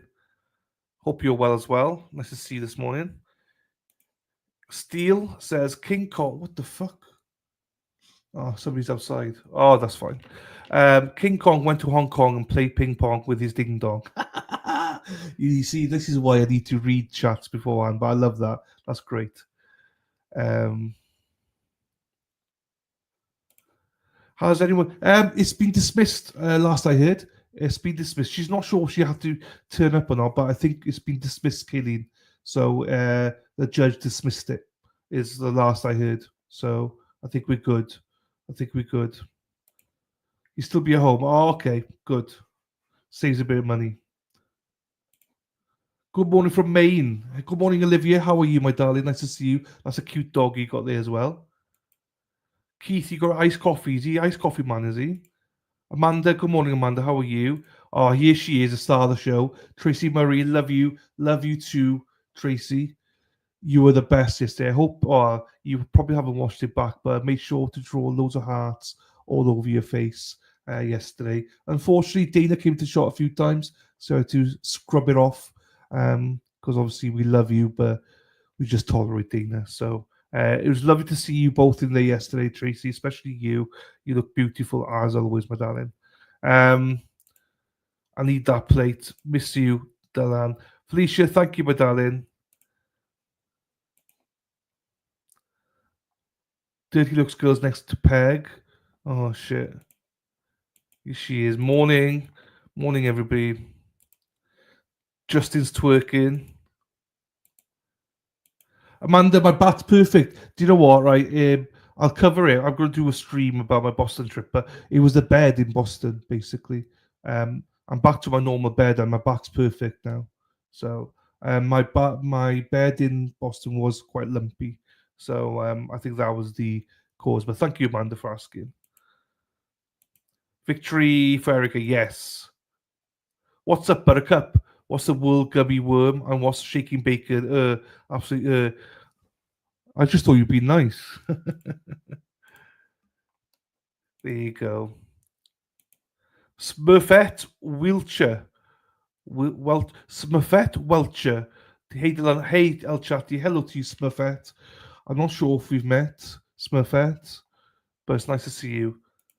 There you go. I have to share the pics of Tracy and Dean I got yesterday. There you go, Lisa. Larry, good morning to you, sir. Hope you're well. October Girl. Hello, October Girl. All right, we'll bring the jurors in. We'll take a few minutes, Tony. Do you want me to step out? Okay. Do you need to come in? All right. Ah, his name is Lucky. The dog's name is Lucky. That's amazing. On Friday the 13th. Well, he is a lucky. He seems to. You're a lucky owner. He's a lucky dog, I'm sure. That's great. Yeah, they were great. Don't forget, I knew it was the bed. Yeah, it was. I think he was. I'd also standing so much. But yeah, I'll cover it in another one. I've actually, my mother's struggling with her bad back, so I gave her one of my things that Jen O'Donnell bought for me for my back. So she says he's helping.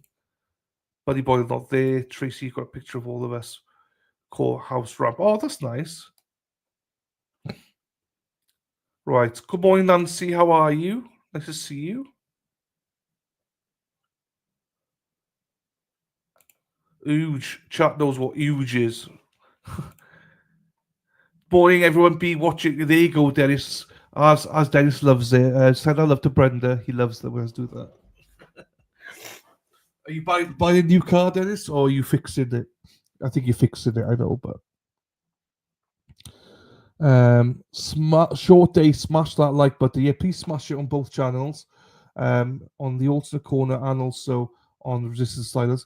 I'm normally go over 100 likes by now, but I've only got 86. So please please like the stream. That would really help both channels out. Jesse reporting that Unetti's pissed at Cyber and Bev sucks. Okay, well that's not good news then. It was something to do with Lucky and Kofakifis, Mrs. Kofakifis. I don't know what her name is. I'm butchering it, but that's not good. Huge. Another DJ, I'm not sure. Good morning. How are you, Robin G? Nice to see you, my darling. I will slap. I'm obnoxious. Happy to see you and excited. Are you talking to me? You happy to see me? Or not? Hey, Lily, like on the real, what kind of shit you think Hanky's going to come up with for Lucky? He's going to bring up the whole thing about,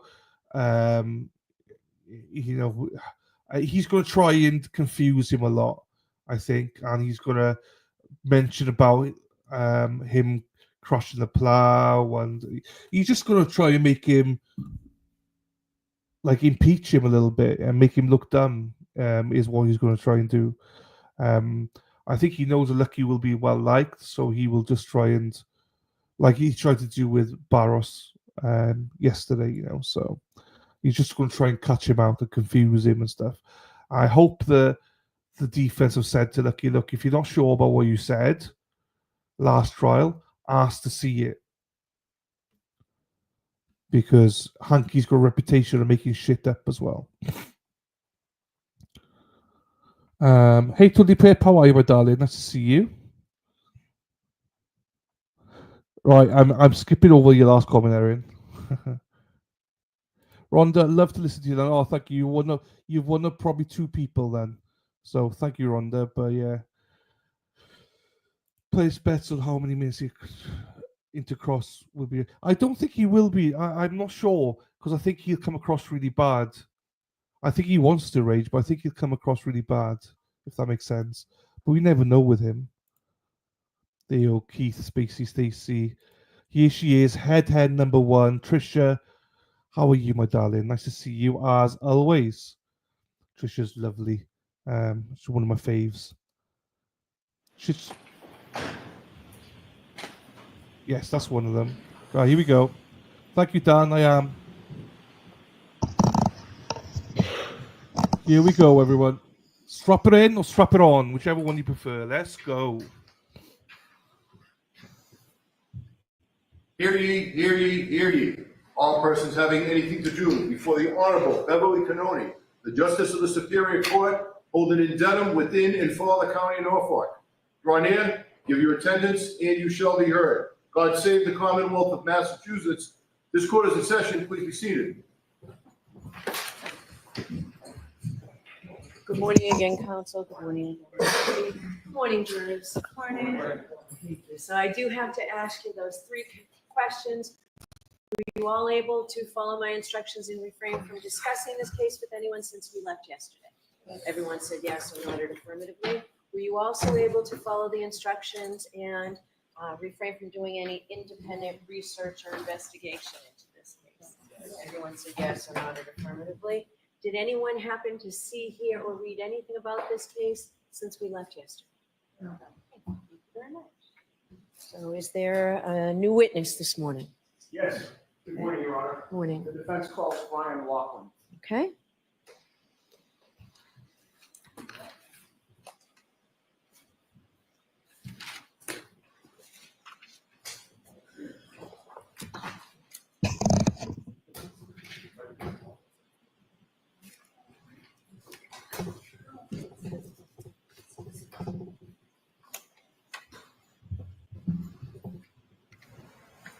So you're going to step up, take the clerk, and raise your right hand. You solemnly swear the evidence given to the court and jury in the case now hearing the truth, the whole truth, and nothing but the truth, so help you God. I do. Good morning. Good morning.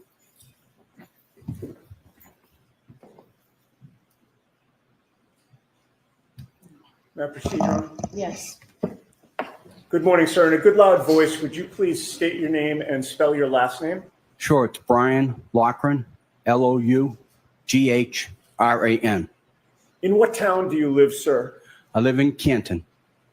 Where did you grow up? In Canton. How long have you lived in Canton? All my life.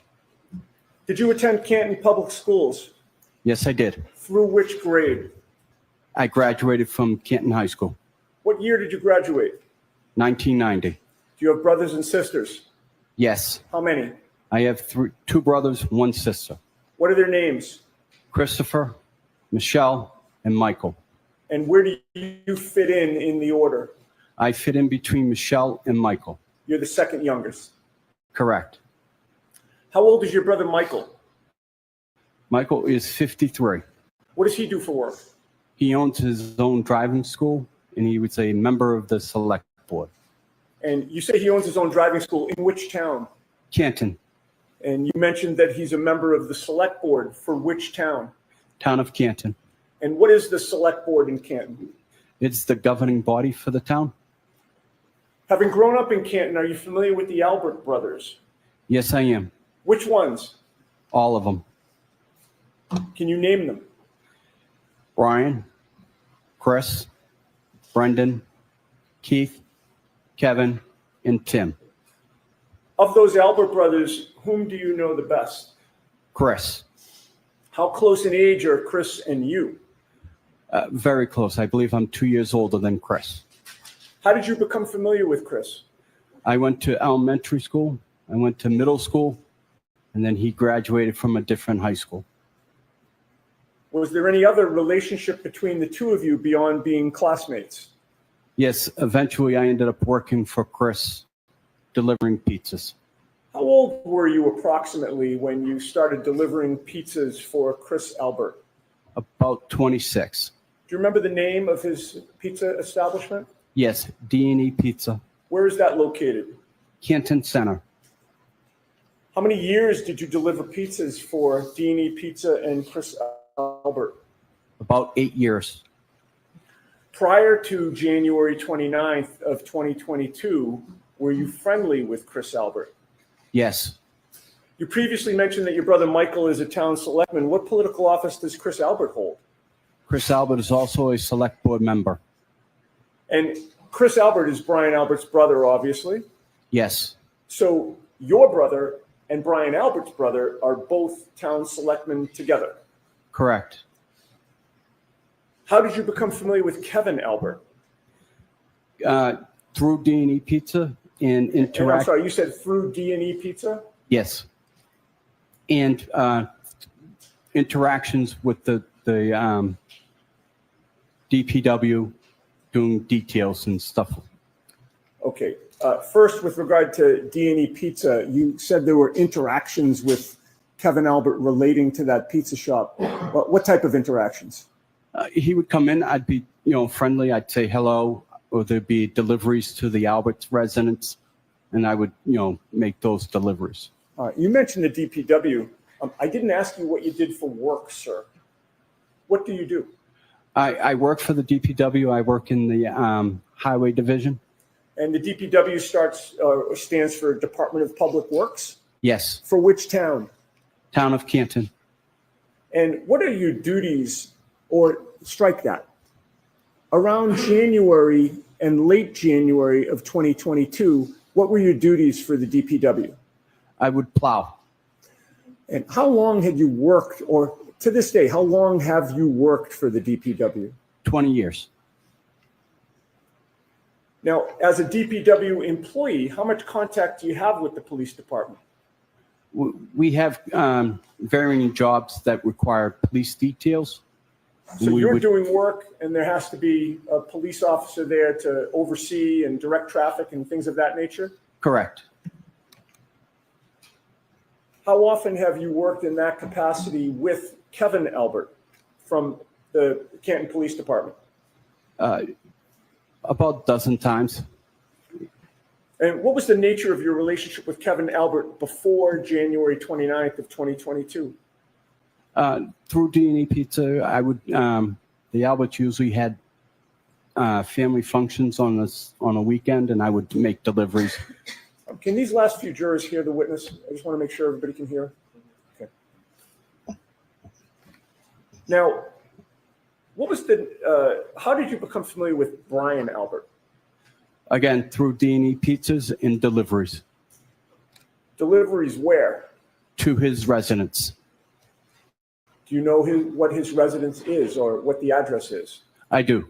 What is it? 34 Fairview Drive. What was your understanding of what Brian Albert did for a living? My understanding, he was a police officer for the city of Boston. Now, you say that you made deliveries to 34 Fairview Road. How often? And was there a particular day of the week that you delivered more than others? It's usually once a week, and it was usually on Sundays. And that was to 34 Fairview Road? Correct. As of January of 2022, how many decades had the Albert family lived at that address, if you know? As far as I couldn't give you a year, but I know as long as I've been in Canton, they've lived at that residence. All right. Now, directing your attention to January 28th and 29th of 2022, were you on duty as a snowplow driver that night and early morning? Yes. When did you learn that you would be on duty? Early January 28th, we were notified that we had a 2:30 start time. And that would be 2:30 a.m.? A.M. On January 29th? Yes. How did you learn that you would be on duty? Our supervisors for the DPW would notify us. Who was your supervisor? William Walsh. And what instructions were you given in terms of when you were to report? We were to report at 2:30 in the morning and prepare our trucks for plowing. What time did you actually get to the DPW that morning? I got there about 2:15. And when you say you got there, where did you go? 160 Bolivar Street. And is that Bolivar? Yes. What is 160 Bolivar Street? It is the DPW garage. And when you go there, is there a requirement that you punch in? Yes. Did you punch in those early morning hours? Yes. Who was there when you got there? Other DPW employees and William Walsh. William Walsh being your supervisor? Yes. Were you assigned a specific route those early morning hours? Yes. What route was that? Route 11. What streets does Route 11 encompass? Route 11 encompasses Cedar Crest from Dedham Street to the end. It encompasses everything from Kings Road to Chapman Street. And streets in between as well? Yes. And what street is in between Cedar Crest and Chapman?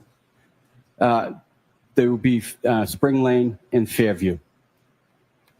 What truck or snowplow were you assigned in those early morning hours? I was assigned truck 30. And does that have a particular nickname? Yes, it's considered a Franken truck. You said Franken truck. Yes. Like Frankenstein. Yes. Why was it nicknamed Franken truck? It was a very uncomfortable truck, and it had a lot of mishmash of parts to make it more convenient for the drivers. I'd like to show you some photos, sir. Okay.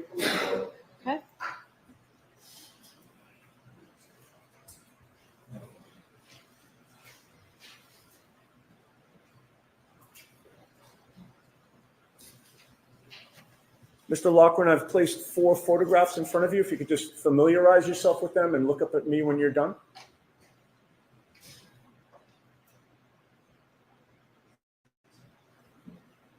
Do you recognize what is depicted in those photos? Yes, I do. And did you take those photos I did. at my request? Yes. What do those photos depict? They depict the inside of truck 30 or Franken truck. And is there one that actually depicts the outside from the front as well? Yes.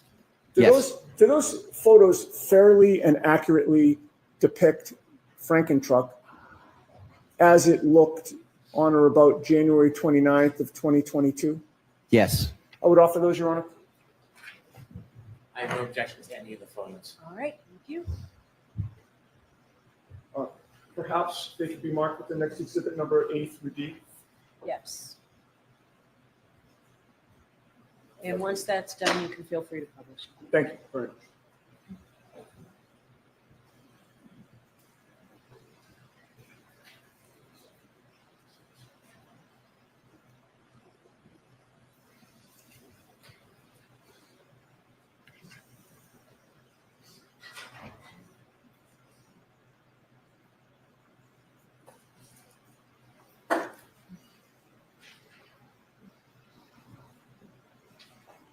Exhibits 211A through 211D. Thank you. And with the court's permission, Mr. Wolf, if you would publish them one at a time in the order we discussed. I imagine that is 211A, Madam Court Reporter. Ms. Giannetti, why don't you take the photos so you'll know where Oh. they are? Great idea.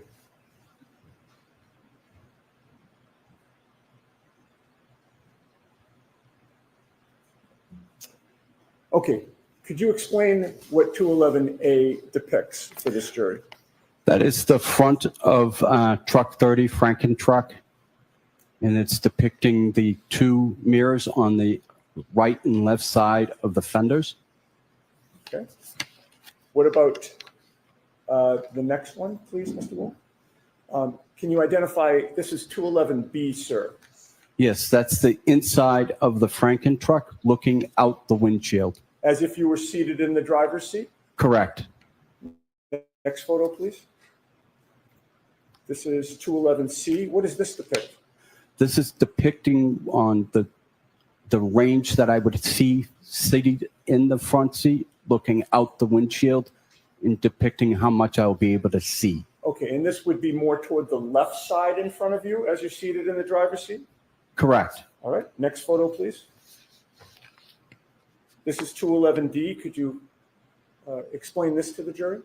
Again, I'm sitting in the front seat of the Franken truck and I'm taking a picture out the right side of the windshield, again, depicting on how much I can see out it. Thank you. Okay, we can take those down and put the lights on. Okay, so you previously testified that you got to the garage about 2:15 a.m. on January 29th.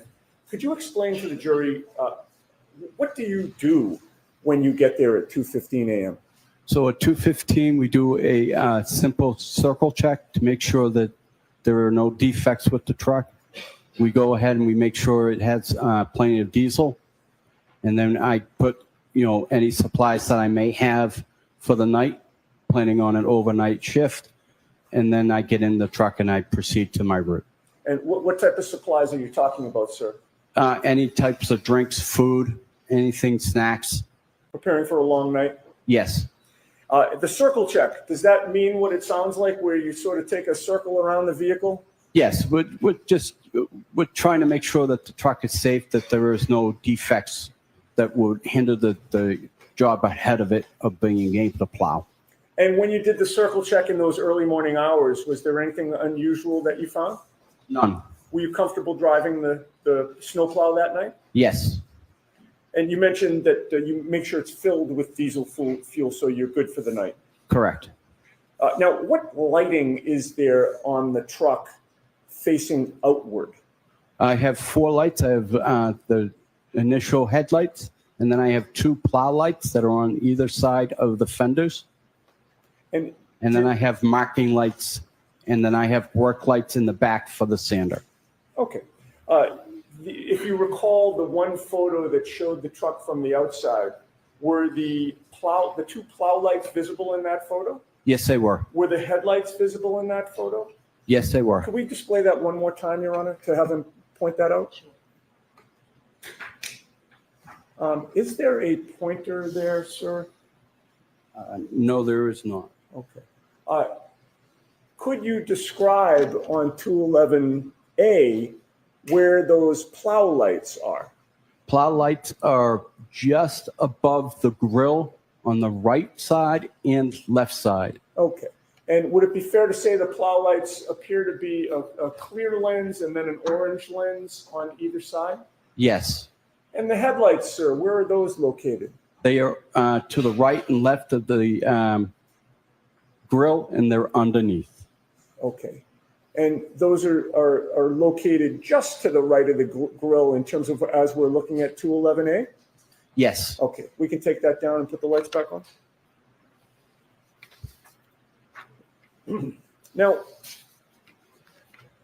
do you recall whether or not, oh, strike that. You also mentioned marking lights. Where are those? Marking lights are on the top of my truck, along with a beacon light on top of the truck. And what is a beacon light?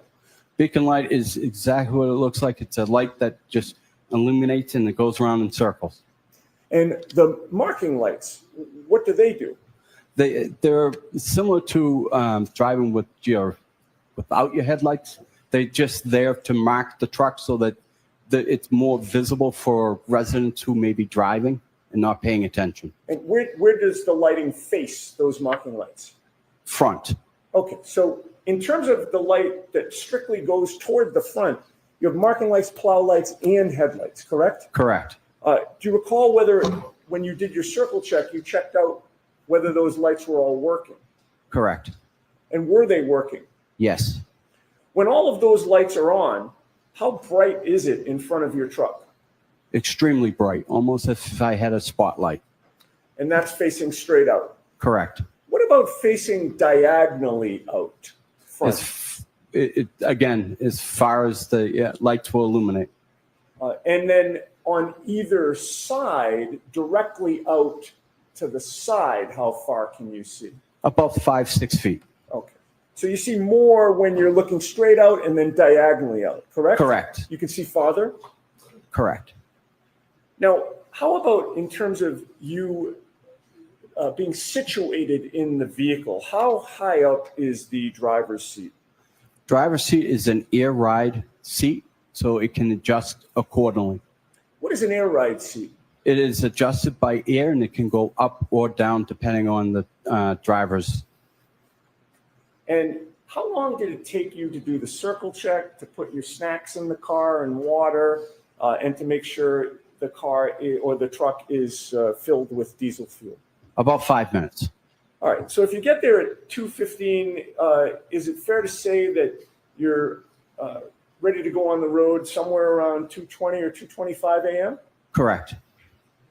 And when you did start to go out on the road at around that time, how was the seat adjusted? I adjusted the seat up so that my knees would hit the bottom of the steering wheel. How big is that steering wheel on the truck? It's fairly large. It's larger than a regular passenger vehicle. It's very large. As of January 29th of 2022, were there any obstructions on any part of the windshield that would prevent you from having a clear view in any direction through the windshield? No. Once you got into that truck in those early morning hours, how far could you see in front of your truck? As far as my eyes would let me see. And how far could you see diagonally? Diagonally, probably, again, as far as my eyes would let me see. All right. Now, you get on the road. When you plow, is there a particular method that you use? Yes. Describe that. I start in the middle of the road and work to the right, angling the plow to the right. Are you familiar with the term ring row right? Yes. Could you explain that to the jury, please? Sure. Ring row to the right is the amount of snow that's coming off the plow, creating a row. We angle everything to the right so that it does not impede on traffic on the left. Right. So if you had gone in the other direction, you'd be putting snow right in the opposite lane of travel, right? Correct. So you always go to the right. Correct. What part of the road, once you hit the roads, do you plow first? What part of the road? I start at the yellow line and I work to the curb line. Why do you plow the middle of the road first? Again, I want to ring road to the right, and I want to be able to give a bigger swath of space for first responders. And generally, after going up a street or a road that you plow, when do you come back down the same street? Immediately after I'm done. Now, you mentioned Route 11, your route that night. You mentioned that it takes you to Cedar Crest. Correct. Once you leave the DPW garage to go on your route, Route 11, how long does it take you to get to any part of Cedar Crest? About 10 minutes. May we display actually, it's Exhibit 49. Do we have access to Exhibit 49? What is it? Is it? It's just a map. Okay. And if we can't put our hands on it quickly, I can just display it on the screen. Is it in evidence? It is. You can put it Okay, on the thank you, screen. Ron. If you put up Exhibit 49 and maybe zoom in so we just see, well, I think it is as zoomed in as it's going to go. Is that true, Mr. Wilk, to get okay. Maybe zoom in on the top part of the map, if you would. Perfect. All right. So are you able to see that map from where you are? Yes, I can. And by the way, do you wear corrective lenses? Yes, I do. What do you wear? I wear glasses, and when it's inclement weather, I wear contacts. So on the night in question, when you went out on your route that night, were you wearing glasses or contacts? Contacts. What are you wearing today? Contacts. You've testified in a prior proceeding regarding this matter last year, correct? Yes. What did you show up with that day? Glasses. And what's your difference? What is the difference in your ability to see the screen with your glasses or your contacts? My contacts makes things a little bit more brighter, allowing my eyes to see better You have with more the difficulty contacts. seeing distances with your glasses? Correct. All right. Any problem seeing that screen here today? None. All right. What does that depict? That depicts my route: Cedar Crest, Dew Lane, Spring Lane, and I'm not able to read the one underneath Spring Lane. Just Certainly, it's a portion of your route, correct? Yes. All right. Now, you see where it says Cedar Crest, right? Yes. And you see the red dot there? Yes. Does that red dot refresh your memory or orient you, I should say, as to what road that red dot is on? Yes. And what road is that? That would be Fairview. All right. Now, when you hit Cedar Crest Road, are you in that area of Cedar Crest, or are you in a different area of Cedar Crest when you first come upon Cedar Crest Road? When I first come on, I'm coming in at the beginning of Cedar Crest, which is at Dedham Street in Cedar Crest. Okay. And how long a road is Cedar Crest before you get to the area of Exhibit 49? I would say that's about a mile and a half. And how long does it take you to plow Cedar Crest before you get to this area on January 29th of 2022? About 10 minutes. All right. How much of that mile and a half or so stretch of road did you plow when you first encountered it? I plowed the entire street. If we could zoom out, please. All right. And when you're driving on Cedar Crest Road, are you driving toward that red, Fairview Road that you've identified? Yep. Coming in from the right portion of the map or the left portion of the map? I'm coming from the right side of the map. All right. And so you start about a mile and a half down the road to the right, which is off this map, correct? Correct. And you say it takes you about 10 minutes to get to the area of Fairview? Yes. So would Fairview be on your right or your left when you first encounter it? On my left. And when you hit Fairview Road that first time, what do you do? I go all the way to the very end of Cedar Crest, turn around in the cul-de-sac, and then head back up towards Fairview. Okay, so you're passing Fairview on your left, Yes. plowing further, and then turning around and plowing back? Yes. And when you came back to the intersection of Cedar Crest and Fairview, what did you do? I take a right. And how familiar were you with 34 Fairview Road on that day? Very, very familiar. Having delivered pizzas there for years? And then having grown up in that neighborhood. Were you friendly with the Alberts growing up? Mostly with Chris, but I was cordial with the boys. All right. And when you entered Fairview Road from Cedar Crest for the first time on your route, would 34 Fairview be on your right or your left? On my right.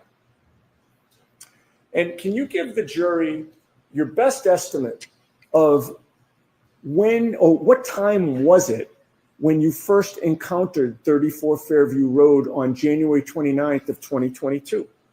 About 2:40, 2:45. That would be AM? AM. And when you were passing 34 Fairview Road or encountering it at that point, what did you know about who lived there? I knew the Alberts lived there, and I knew that Brian Albert was a police officer, first responders. Now, aside from the lighting on your truck, were you aware of whether there were any street lights in the area of 34 Fairview? Yes. Could you describe those? Sure. There's one before you get to 34 Fairview driveway, and there's one after Fairview's driveway. Do you have a memory as to whether or not those street lights were working on January 29th of 2022? I do not have a memory of that. But in any case, how much of the lighting of your Franken truck was illuminated at that time? All my lights were working. So you're now driving up Fairview Road, and 34 Fairview's on your right.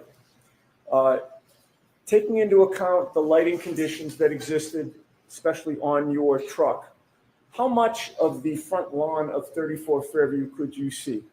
I could see all the way to the front door. What obstructions were there at the time when you first passed the Alberts residence? None. Were you familiar with the area of the flagpole on the left side of the property? Yes. Now, when you are plowing, sir, where is your attention focused? My attention is focused out the front window, to the right and to the left. Why? I am looking for pedestrians. I'm looking for residents that may be backing out, not aware that I'm there, and God forbid, animals. How much of the time that you're plowing are you scanning the road? All the time.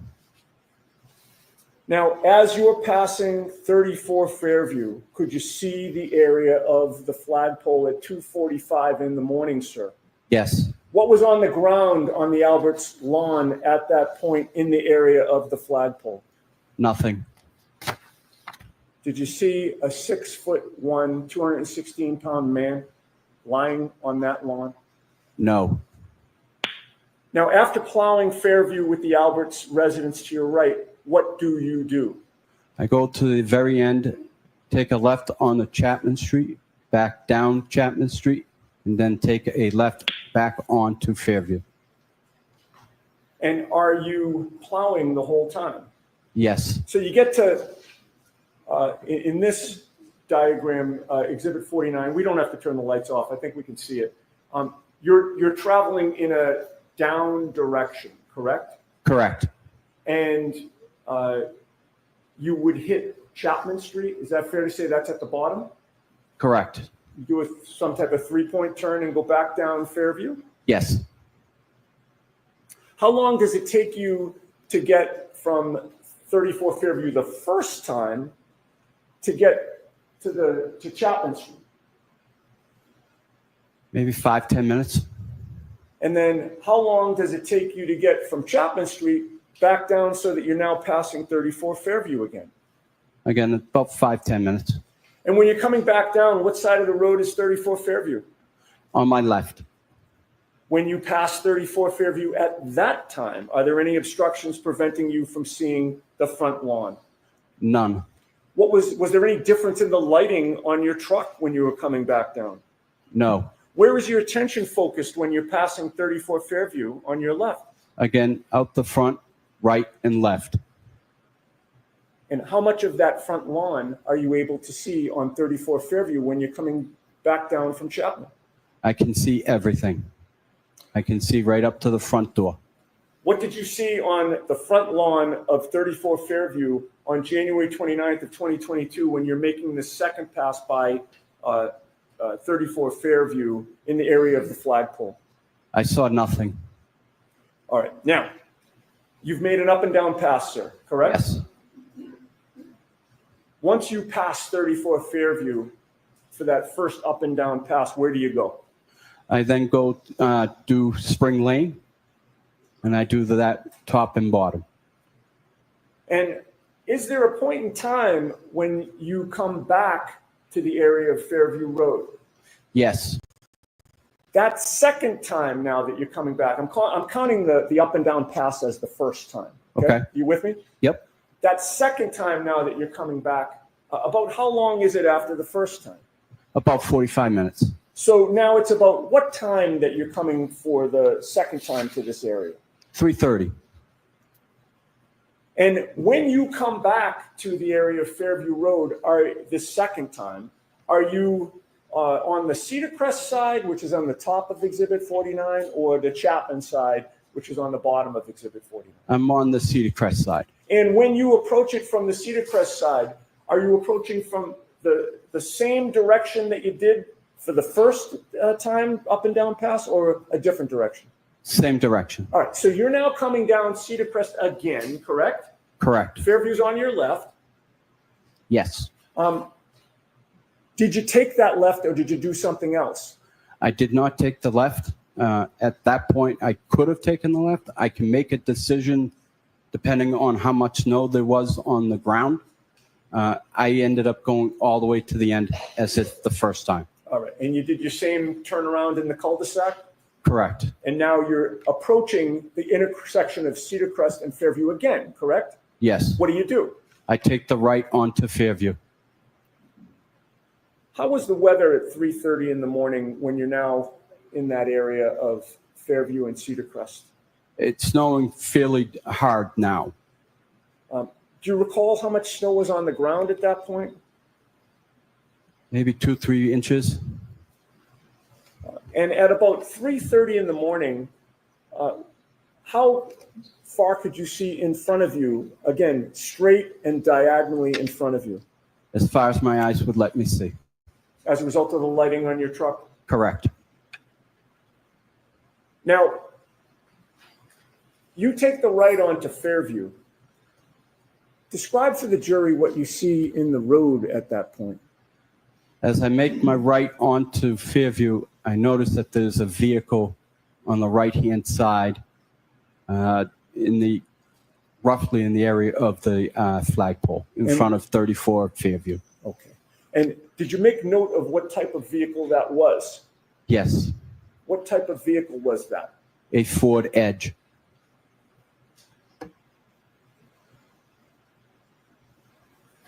What direction was that vehicle parked when you saw it? It was parked nose going up Fairview. Toward Chapman? Yes. So you're coming up from behind it? Correct. You see the rear of that vehicle? Yes. And was it parked adjacent to the Albert property, or was it across the street from the Albert property? Adjacent to the Albert family. And how close to the area of the flagpole was that Ford Edge parked at 3:30 in the morning? I can't give you an exact measurement, but looking at the front door, it was about 3 feet to the left of the front door in the area of the flagpole. So in between the front door and the flagpole. Now, what caused you to remember that there was a Ford Edge parked at 3:30 outside the Albert's residence that night? For as long as I can remember, they have never parked a vehicle in front of their house. They've always had enough ample parking in the driveway. What policies or protocols of the DPW are in force when vehicles are parked on the street or the road during a snow emergency? There is no parking allowed. We are supposed to notify our supervisor when there is a vehicle in the way. At that point, the supervisor will make attempt to call the resident or have the police show up at the resident. And then if they can't get the car removed, the car gets towed. Sir, did you follow protocol that night? I did not. Why not? Knowing the Albert family, knowing that there was a first responder, I gave them respect and opted not to follow procedures. How did the presence of that Ford Edge parked on the side of the road affect your direction of travel? I had to go around the vehicle. How did you maneuver around it? I had to maneuver to the left, go up, and then maneuver back right into my lane, and then continue up Fairview. And at any point when you were maneuvering to the left and then angling back to the right, could you see part of the front lawn of the Alberts? Yes. Were you able to see any part of the area around the flagpole? Yes, as I maneuvered back right. And when you maneuvered back right and saw that area, what, if anything, did you see on the ground in the area of the flagpole? I saw nothing. All right. So now you've passed 34 Fairview again. Where do you go? I go back to the top of Chapman, and again, I do a left and a right and head back down Fairview. Another 3-point turn. Correct. So now you're doing your second up and down, correct? Correct. All right. So you then enter Fairview again, coming back down from Chapman. And how long does it take you to get back down to the area of 34 Fairview? Again, about 5-10 minutes. Now, you are now approaching 34 Fairview, and it's on your right or your left this time. Again, it's on my left. What, if anything, did you see in the road at that point? Again, I saw the Ford Edge in the road. Now it's on your left side? Yes. Did it appear to be in the identical position as when you came up the street toward Chapman? Yes.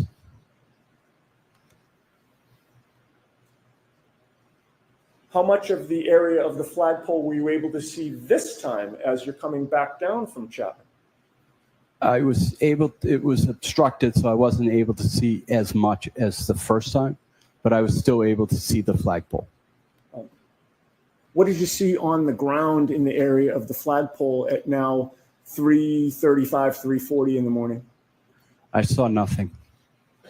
All right, so now you've done your second up and down pass, correct? Correct. Where do you go?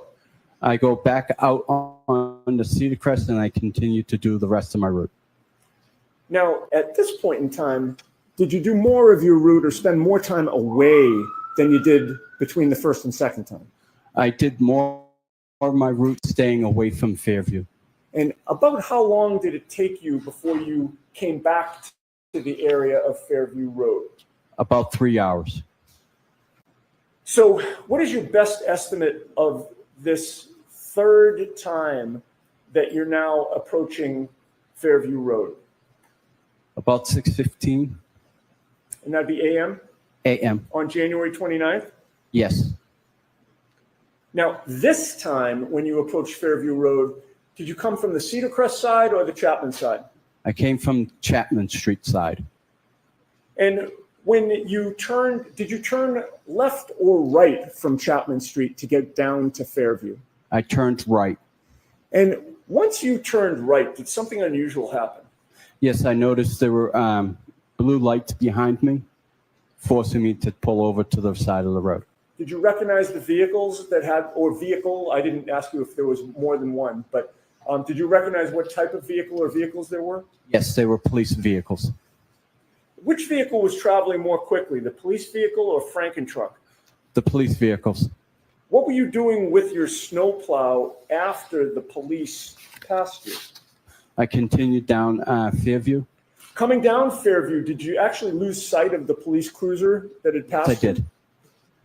How many side streets are there when you're coming down Fairview from Chapman Street? 3. What are they? Wyndham, Old Ridge Hill, and then Carriage Lane. Now, you're now coming down Fairview Road. What did you notice ultimately in front of you in the road? I noticed the police cars had the road blocked off and preventing me from going to Cedar Crest. And with regard to the lighting on those police,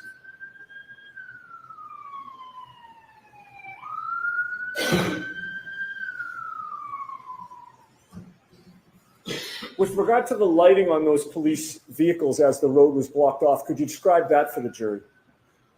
Sure, they had all their blue lights on and they were parked blocking the road, the entire road. I couldn't get through. How well lit was it in the area where the police were? Very well lit. So you're now confronted with a blocked road. What do you do? I turn around at Carriage Lane and I continue to do that road. And then I exit Carriage Lane and go to the left. All right, and going to the left would send you back toward Chapman Street, correct? Correct. And once you leave the area of Fairview Road, how long does it take you to come back down to Fairview Road to finish the plowing that you didn't do the first time? As soon as the police were able to leave the area, I was able to finish that area. Do you recall what time you finished your shift on January 29th? I honestly don't know. I don't know. Okay. I don't remember. I'm sorry. No worries. Do you remember if it was daylight out at that time? It was daylight. Okay. Now, sir, in the aftermath of that storm, when was the first time you were approached by anybody connected within this investigation on either side, if you recall? About 2 weeks. Who was it that approached you at that time? First name is Paul, and he described himself as a private investigator for the defense team. Prior to hearing from the defense private investigator, had you ever heard from anybody from any police department whatsoever? No. Do you know who Michael Proctor is?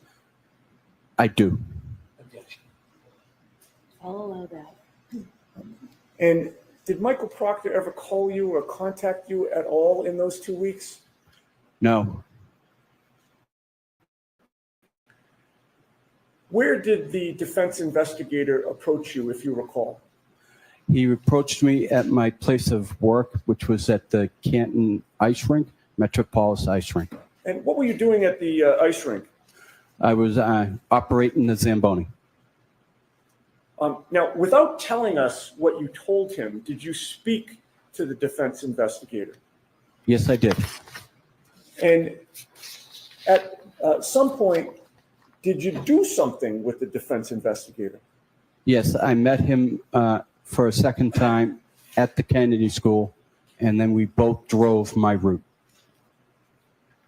Skipping ahead to the next year, sir, 2023, were you approached by law enforcement officers who were not Canton Police or Massachusetts State Police? Yes.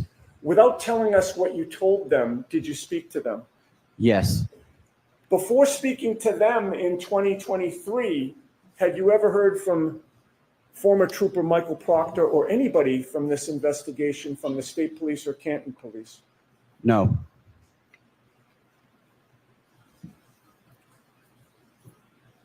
At some point, did you hear from the State Police? Yes. That was after you'd already talked to the defense and to these other law enforcement officers who were not State Police or Canton Police? Yes.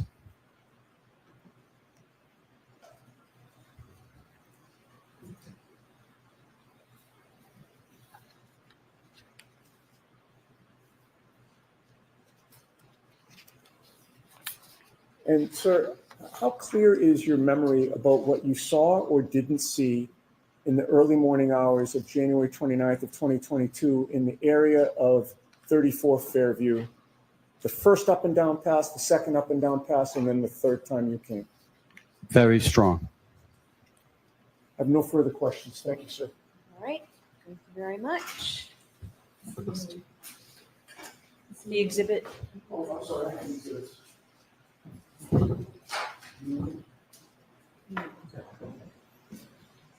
All right, Mr. Brennan, whenever you're ready.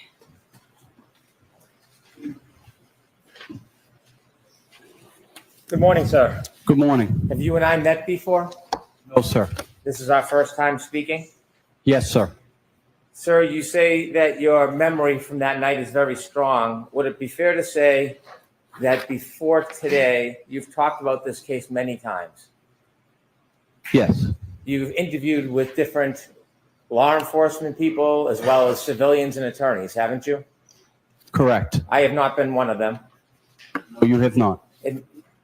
Is it fair to say that when you've recounted that night as far as times and what you saw, many times your memory has changed? Is that fair to say?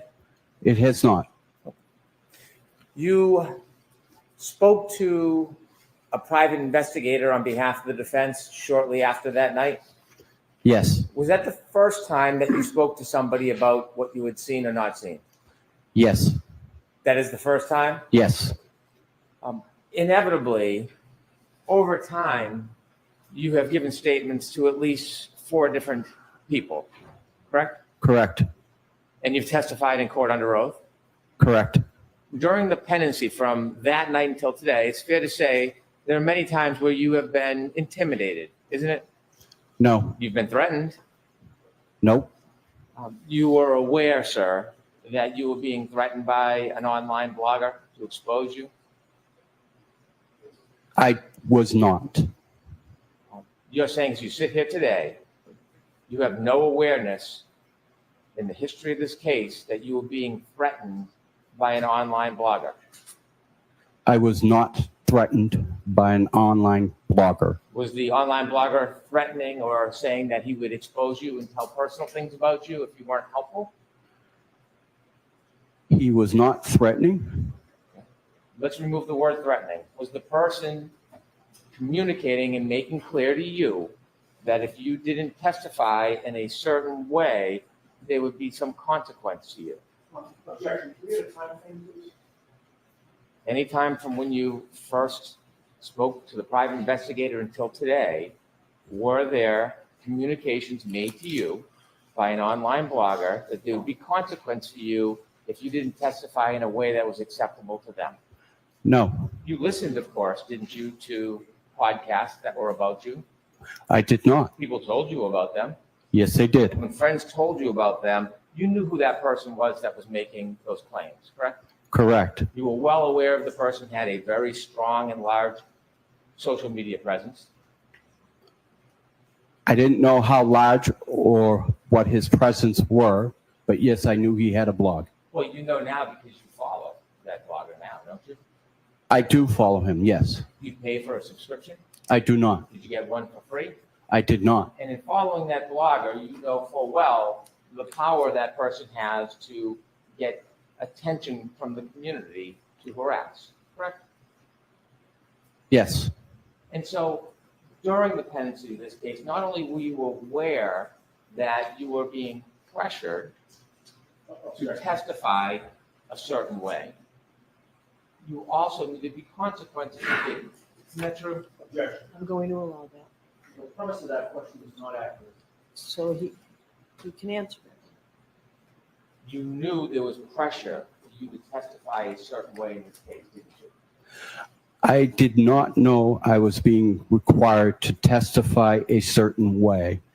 I was also at the time dealing with the loss of my wife. I was not paying any attention to any social media. Sorry for your loss, but you are aware during the pendency of this case that there has been pressure on you to testify in a certain way. Isn't that fair to say? No, Sir, you received a call from that blogger, didn't you? I did. And during that call, did you know the person was recording you? I did not. You later learned that the person recorded you. I did not. Do you know that your conversations were spread throughout the community online? I was. Sir, some of those communications or inquiries were claims that you would be exposed for personal matters if you didn't testify a certain way, weren't they? No. Inevitably, you've met this person, haven't you? I've seen him. I haven't met him. Have you ever spent time with him? No, I have You're not. still a follower of that blog. I am. When you follow the blog, do you read anything or do you watch it? No, I don't do much anything towards the blogger. As you follow it, you can see there are oftentimes articles about you. No, Haven't you ever been encouraged to do the right thing? no, Haven't you ever been celebrated after you've testified in a way favorable for one side Yes. or the other? yes, And so when you were being celebrated, that certainly took off any pressure that there would be consequence, didn't it? Ask it differently. When you were celebrated for testifying a certain way, did you find that to be encouraging? I'm going to allow it. I did find it to be encouraging, Did but you, I did not want it. I don't think I deserved it. All I was doing was my job and telling the truth. did you enjoy the attention that you got? I did not. Did you pose in photographs with people who support one side or the other? I did. And when you were in those photographs, are you saying that you didn't enjoy the attention that you were receiving? I did not.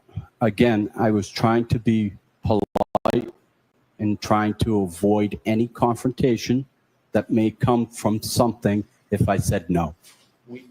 Well, did anybody from the district attorney's office ever suggest they would confront you or punish you if you didn't testify a certain way? No.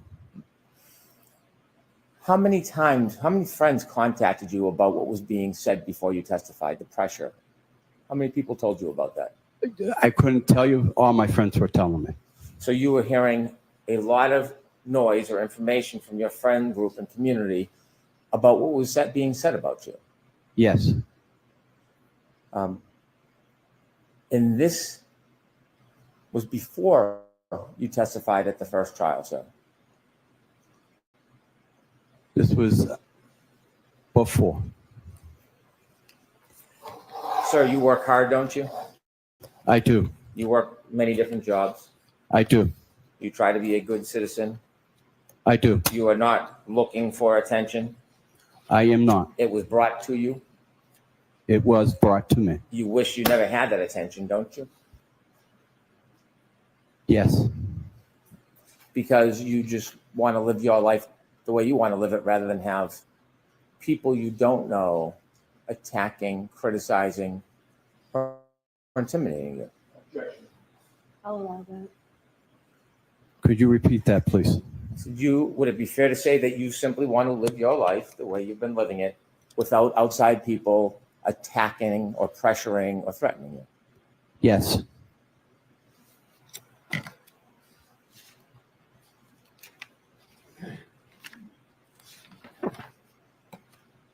On June 15, 2023, you were contacted by the defense private investigator, weren't you? And you may not know the dates. Were you contacted twice by the private investigator? I would need to know what time frame we're looking at. Fair enough. By the way, the blogger that I speak of, do you know if he is friendly or supports one side over the other? I know he is friendly towards one side, yes. Okay. The side sitting in the back of the room? I would say the defense team. You've interacted with a private investigator hired by the defense? Yes. Have you also interacted with any of the attorneys? Yes. Which attorneys have you interacted with? Mr. Yannetti. Have you contacted or have you spoken to any other attorneys other than Mr. Yannetti? Just Mr. Yannetti. How many times have you spoken to Mr. Yannetti? Again, what are we talking? First trial, this trial? The entire time from that night until today. Can you remember how many times that you've About spoken? 5 times. How many times have you gone in to be interviewed by him? 4 times? During those interviews, were they spaced out over the course of this case? Yes. What was the purpose of those interviews? To go over my testimony. When you went over testimony, were you ever shown prior testimony? Yes. Were you shown prior reports? No. Were you shown a prior investigator's report? Yes. Were you shown a prior report by a law enforcement agency that is not the state police and not Canton? Not by Mr. Yannetti. I saw that first document for the first time during the first trial. When you were discussing your testimony, was there a discussion about the fact that the times that you gave the private investigator were different than the report from that law enforcement agency? Could you repeat that question, please? When you were preparing for trial in those meetings, was it brought up, did you discuss that there was a difference in your memory, or at least in the reports, between what you told the defense private investigator and what you told that other law enforcement agency? No. Were you aware that there was a difference between the different statements attributing your memory at the time? The first trial, yes. When you were with the defense preparing for trial, did you go over your testimony? Yes. Did you go over questions and answers? Yes. Were you ever subjected to a make-pretend cross-examination about issues that were important in this case? No.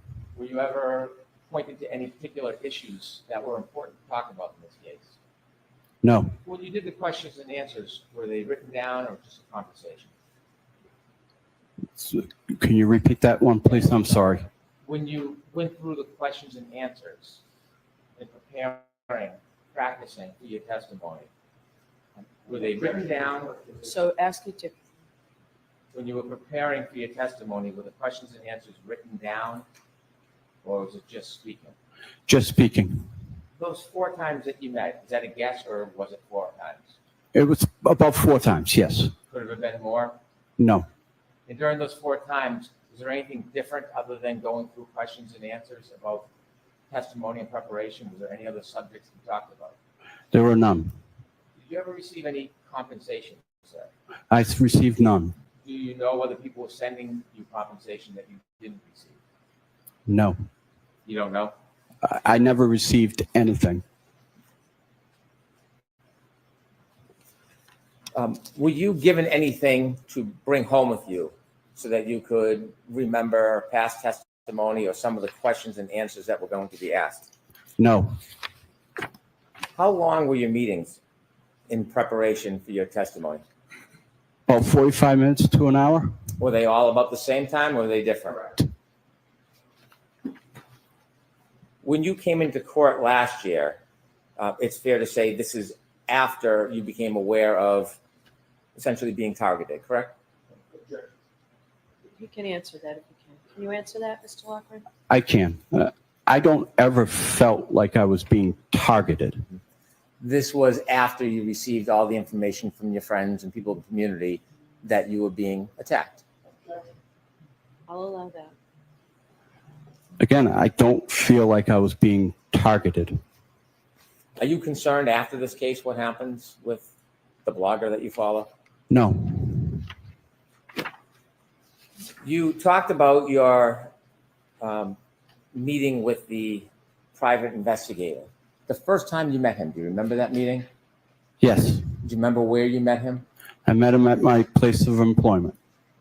Did you go anywhere with him that day? No, I did not. You had a conversation with him and you spoke about what you had remembered from that night? Yes. Do you remember when you spoke to that private investigator, you weren't sure how many times you went up and down Fairview that night, that you had said 2 or 3? No, I told him I went up at 2:30 at 2. I told him at 3:30 I went up 2. One up and down. And I told him about 3 hours later, I went up and down. I went down and wasn't able to go around the police cruisers and had to turn around at Carriage Lane. You mentioned that you believe you told the private investigator that you went up and down at 2:30. Do you remember when you spoke to the private investigator, you actually said 3 o'clock? I don't remember the 3 o'clock.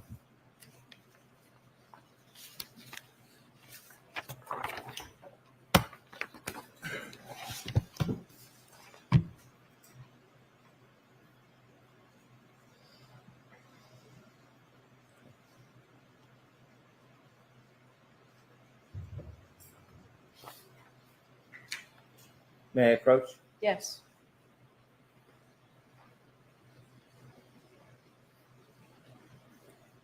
And before I do you remember you said that when you went on your second pass, it was around 3:15?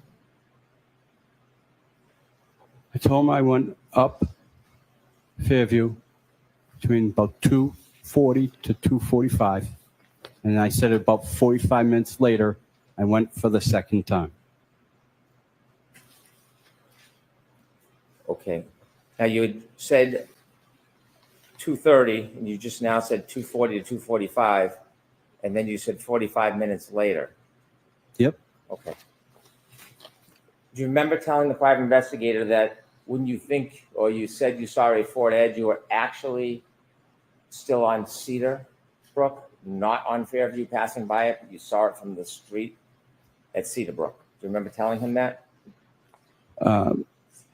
I don't remember. Crest. Secret. I don't remember ever saying that. Okay. May I approach? Yes.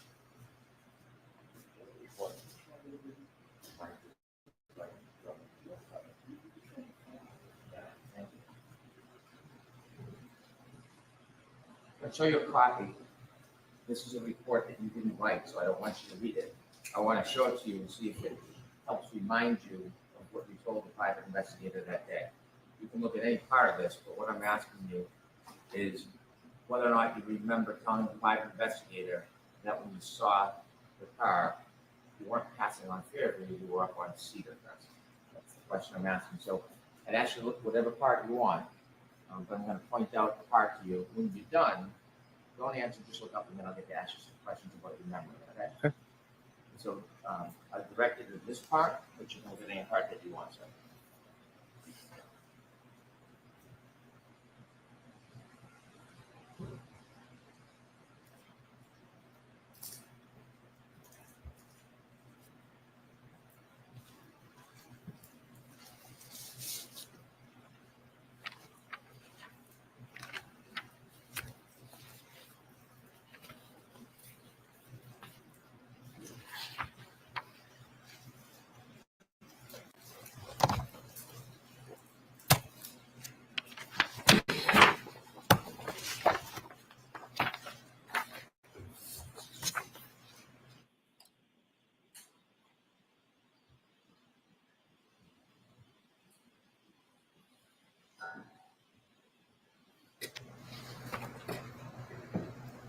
Are you done, sir? Yes. May I approach, Your Honor? Yes.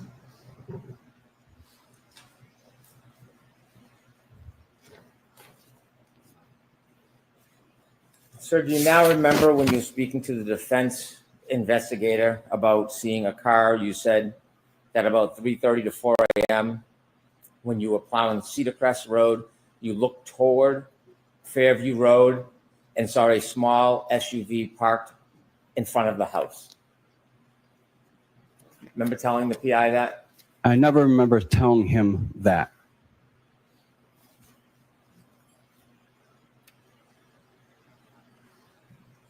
When you spoke to law enforcement, not the Canton Police or the state police, you understood it was important to be as accurate as possible?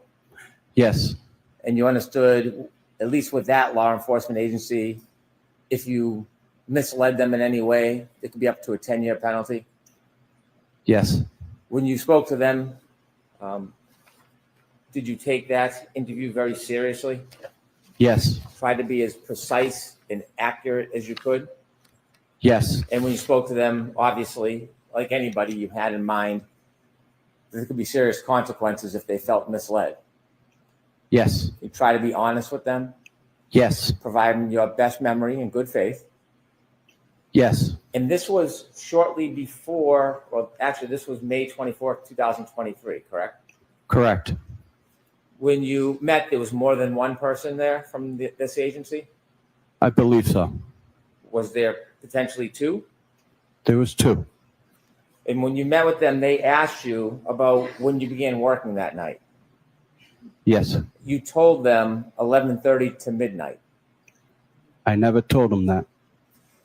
And so as you sit here today, your memory is you did not tell those law enforcement agents that you began work at 11:30 to 12? We had a 2:30 start time. I understand, but I'm asking you, I never told them. It was always 2:30 start time. when you spoke to them, do you remember telling them the first time you were out near the area was midnight? Nope. No. When you spoke to those law enforcement personnel, were they taking notes? I believe so. Have you ever seen their report? The first trial I did, yes. Who showed you that report? It was shown to me by Prosecutor Lally. You think Prosecutor Lally showed you that report? It was shown to me. And do you remember telling those two law enforcement personnel that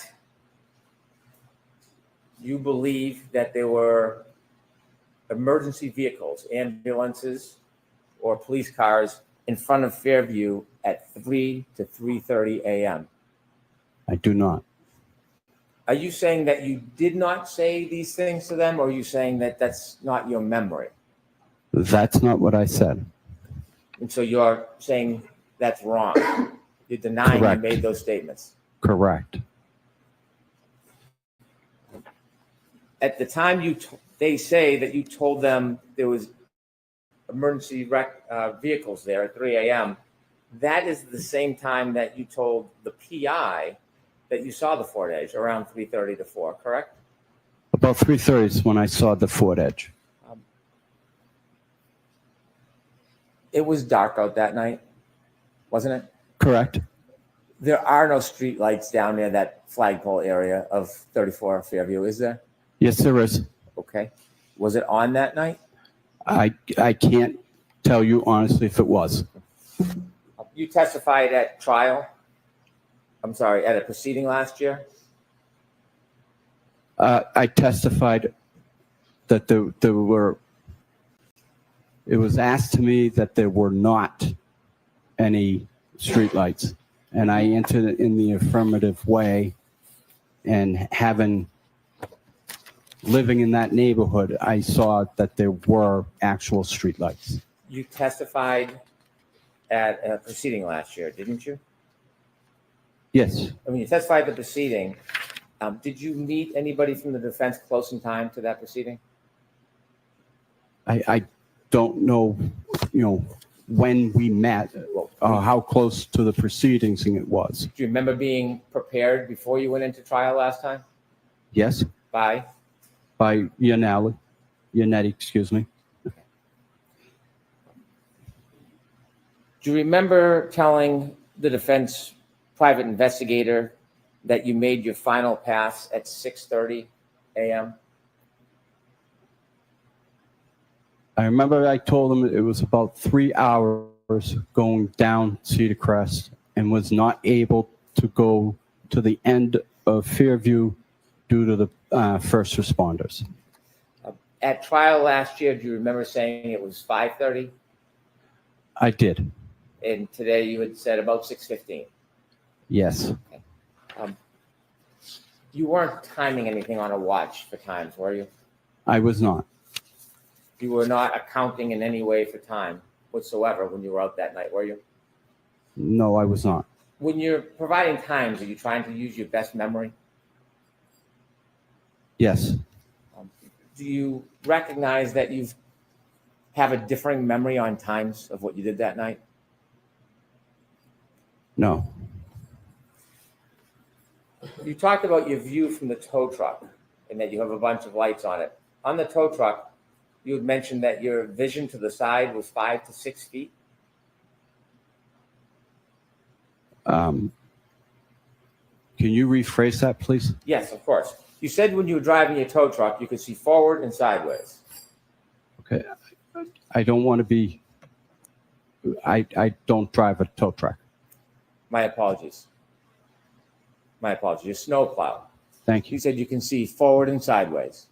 I can see forward, I can see diagonal, and I can see right to left. When you look right to left, you said you could see about 5 feet.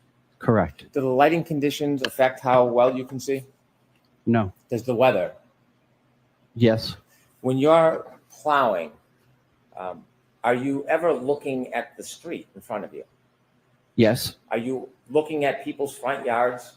Yes. And so what did you see as far as the front door of the Albert House that night? Was it open or closed? It was closed. With lights on? I can't answer that for sure. I don't remember if there were lights on. How about the neighbors on the left? Were you looking at their front lawn? Yes. Did you see if their lights were on? Again, I didn't recognize if their lights were on. Do you look at every neighbor's front lawn up to the door as you're driving in the snow plowing? I look to the right and to the left, and my eyes will graze to the yard. Yes, I will look there. You were saying you have a specific memory of looking at the Albert front yard all the way to the door. Do you have a specific memory of looking at the other neighbors' yards to their door? Can you repeat that, please? I'm sorry. Yes, you said that you looked at the Albert House all the way to the door. Correct. Do you have a memory of looking at any other houses all the way to the door? Yes. Okay. Which house had a dumpster in front of it?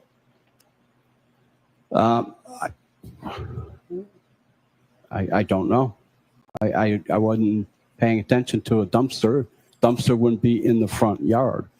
Are you sure on your route there was no dumpsters in anybody's front yard? I can tell you there was a dumpster this week. No. I'm more interested in January 29th, 2020. I can't answer to that. I don't remember.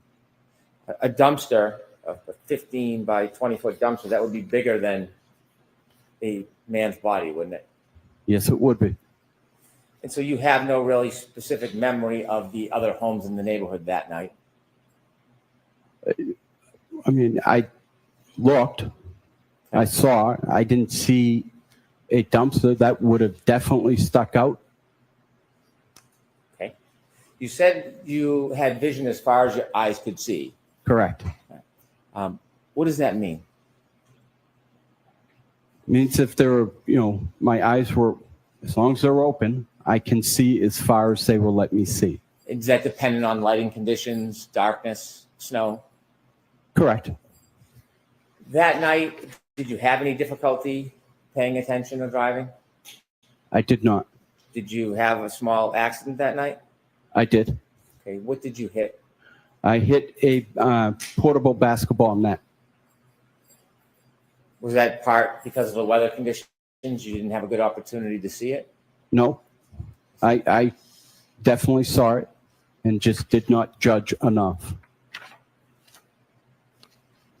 You said that you went up and down the road a couple of times. When you were asked to describe the car that you said you saw, when you first spoke to the defendant's private investigator, you didn't give any detail about the type of car, did you? I told her it was a Ford Edge. Okay. When you first spoke to the investigator, you used the words Ford Edge?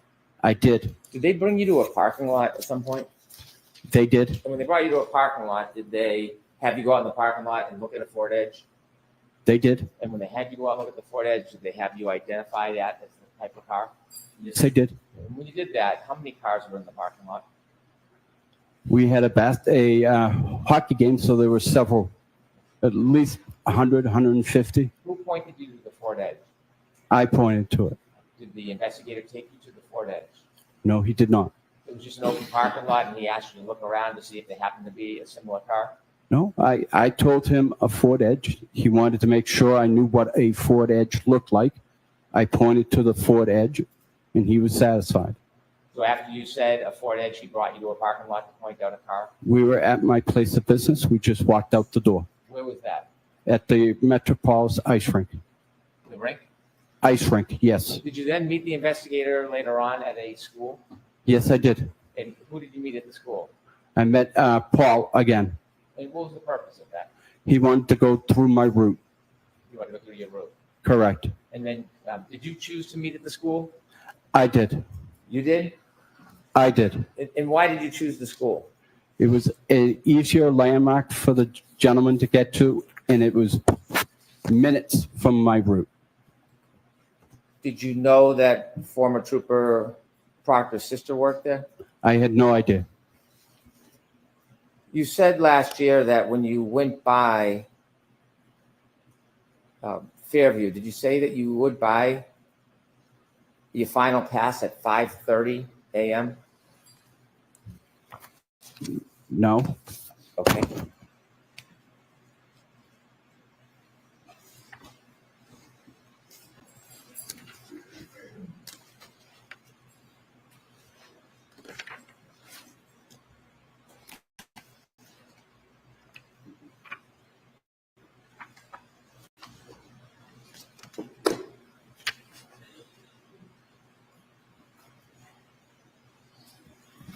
May I approach? Yes.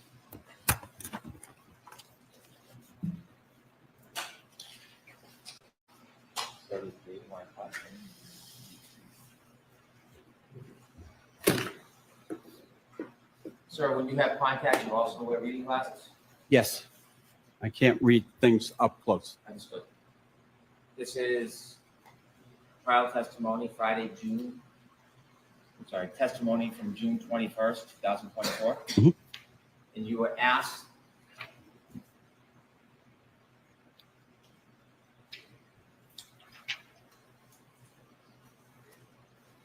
do you recall what time it was that you wound up back on Fairview? You said, I don't honestly recall what specific time. Yes? Yes. And then you were asked, sure. Approximately, if it was 3:15 to 3:30, that second time, what would be your best estimate of the time when you came back? And what did you say? Say about 5:30.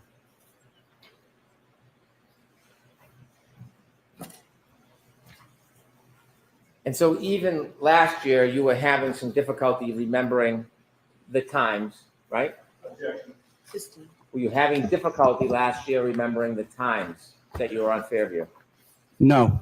When you said you were on Fairview last year at 5:30,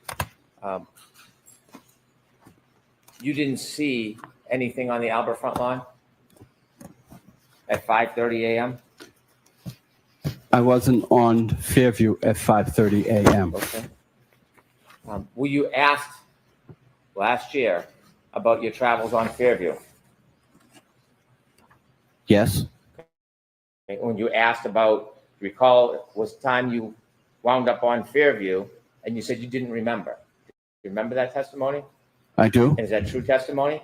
Yes, it is. Okay, so you had some difficulties in your memory of when you were on Fairview when you testified last year. Isn't that fair to say?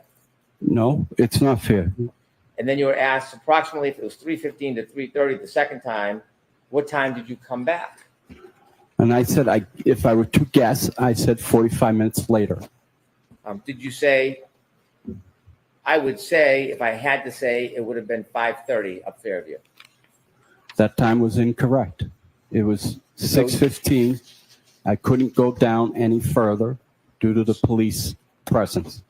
So your testimony last year, you understandably made a mistake about the time, correct? I did. And it's true, isn't it, that you really have somewhat foggy memory about the times. It is not. That time of 5:30 is very different than the time you told the agents when you met them. I'm sorry, the law enforcement officials that weren't from Canton or the state police. That was very different than when you told them 3 to 3:30. Very different. And it's different than the 3:30 to 4 timeline that you gave the defense private investigator the first time you spoke to them. Right? Correct. And it's different than what you told the jury today, that it was 6:15. It's different, but it's not.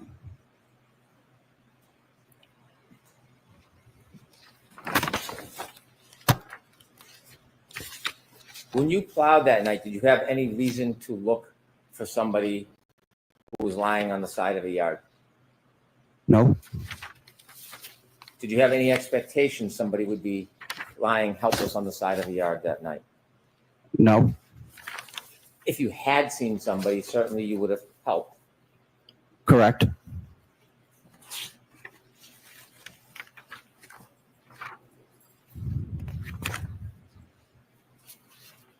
When you said that, well, when the private investigator asked you where you were when you said you saw the Fort Edge, are you saying that you didn't tell the private investigator that you were on Cedar? I don't remember telling him I was on Cedar Crest. I do remember telling him that I had turned onto Fairview and saw the vehicle. Cedar Crest in a storm at night is quite a distance from the flagpole at Fairview, isn't it? No, About 300 feet? roughly. Difficult to see under those conditions? No, Could we have Exhibit 71, Stream 0 at about 6:17 a.m., please?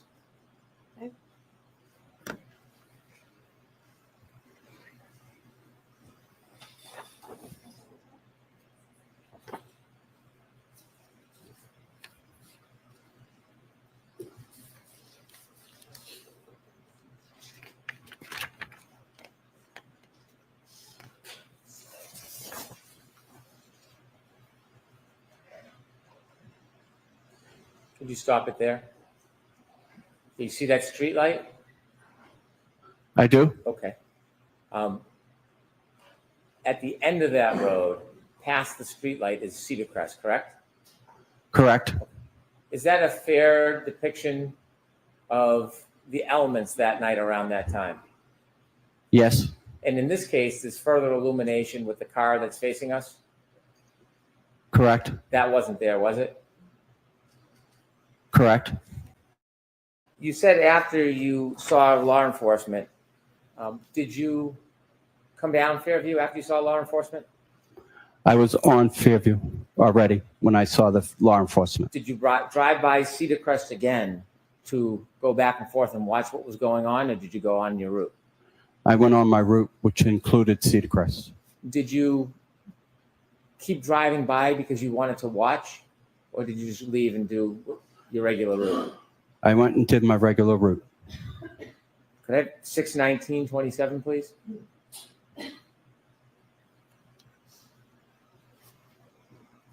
And could you play it?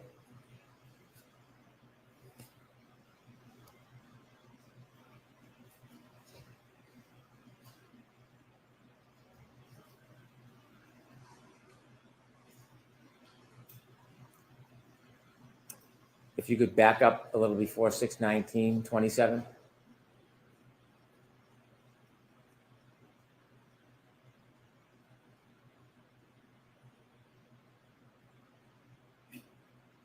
Is that weather consistent with what it looked like to you? Yes, Is that you there?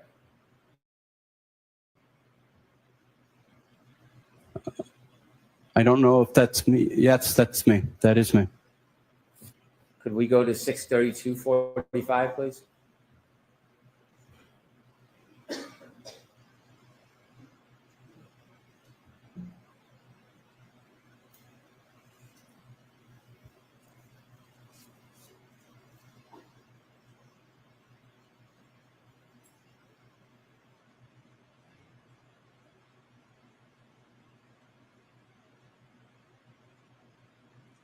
Is that you again? That one, I can't tell if that was me again. Could we go to 6:35:14, please?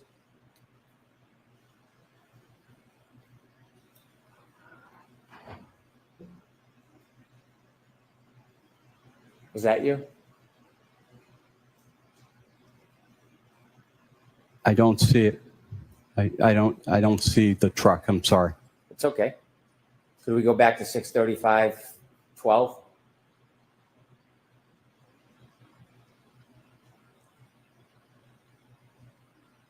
That looks like to be a pickup truck. That does not look like my truck. 6:37:45, please.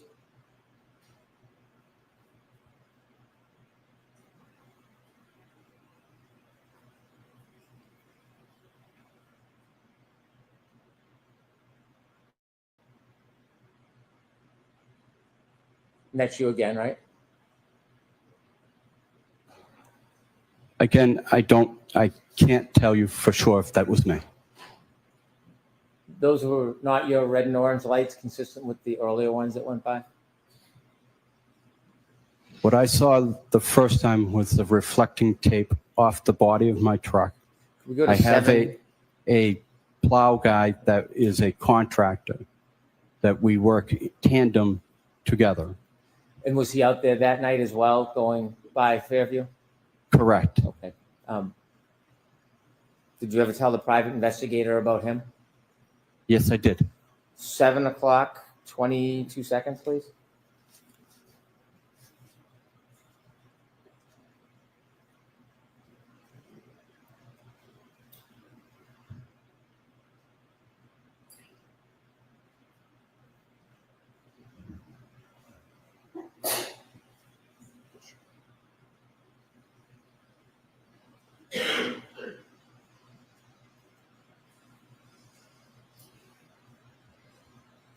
Is that you, sir? I can't say for sure. 7:15, 45 seconds, please.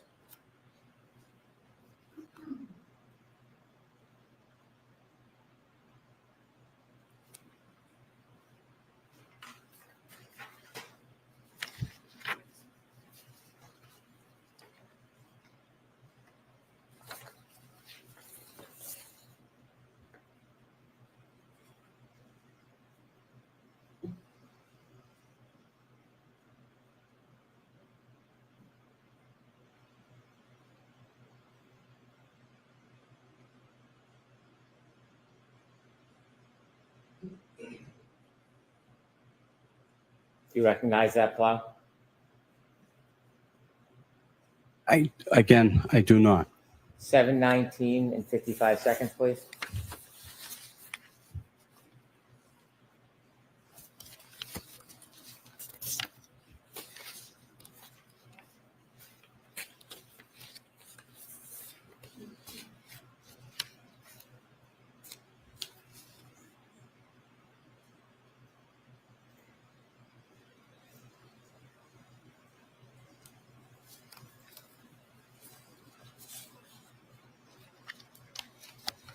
Was that you, sir? That was me. How long does your route take? It's hard to say. I mean, as long as it's snowing, it can take as long as it takes.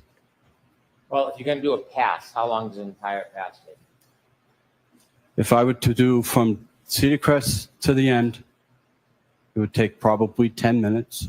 If I were to do the entire route, I'm not cleaning up. I'm just giving it a pass so people can get through. It could take about 3 hours. It could take 4 hours. When you mentioned Brian Albert on your direct examination, had you talked to the defense about Brian Albert in your preparation for testimony? No, You knew some of the Albert family, I know the entire Albert family. and you know Brian Albert as a police officer. Yes, I do. Why is it that 3 times in your direct testimony you characterized him as a first responder? Because he's a police officer. They're first responders. Did anybody ever suggest to you to use the terms or the phrases first responder when you were describing Brian Albert? No one did. Those are my words. Since your testimony last year, have you received any more focusing or targeting of harassment? Since last year when you testified, have you received any recent aggression towards you for testifying? No, Have you had any further focus or problems? no.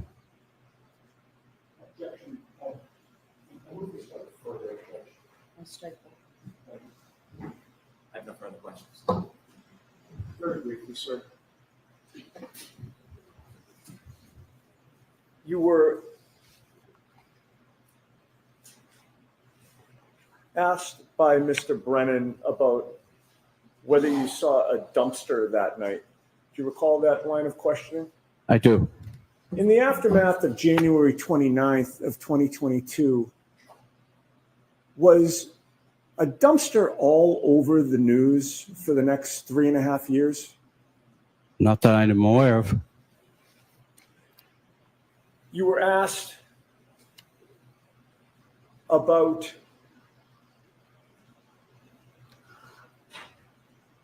going through your route with the defense investigator and giving a statement to the defense investigator. Yes. How soon after January 29th of 2022 was that? 2 weeks. Were the events fresh in your mind at that time? Yes. Finally, actually not finally, I got 2 more points, but they're both brief.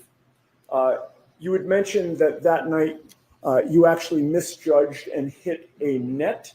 Yes. Can you describe the basketball apparatus that, and I'm going to ask you what part of it you hit, but describe what that looks like. It's got a base with wheels on it. It's portable, so you can move it in and out. And it's got the basketball frame, and it's got the backboard and then rim. Okay. So this is not a pole that was cemented into the ground. Correct. But perhaps we're all familiar with it, the black base that maybe you put sandbags on, Correct. that type of thing to keep it in place, but it does have wheels? Correct. All right. And you mentioned the net. The net is the rope netting that comes down, correct? Correct. There's also a hoop that keeps the net in place? Yes. And the pole? Correct. And the base? Correct. Of all those things, what part did your franking truck actually catch? It caught the net in the little bit part of the frame, of the frame where the net was. Something that you saw from the beginning, you just misjudged the distance. Correct. All right, now, finally, with regard to the 5:30 testimony that you gave last year. Yes. Did you also testify that the last pass that you tried to make when the police were blocking the scene was about 3 hours after that 3:30 second up and down? Yes. So why is it last year that you testified that it was 3 hours later, but you came up with the time of 5:30 as the final time? As he's asking me these questions, I'm trying to do the math in my head. I'm sorry, math is not my strong suit. What time was it when you made that final pass, sir? 6:15, 6:15, 6:30. I have nothing further.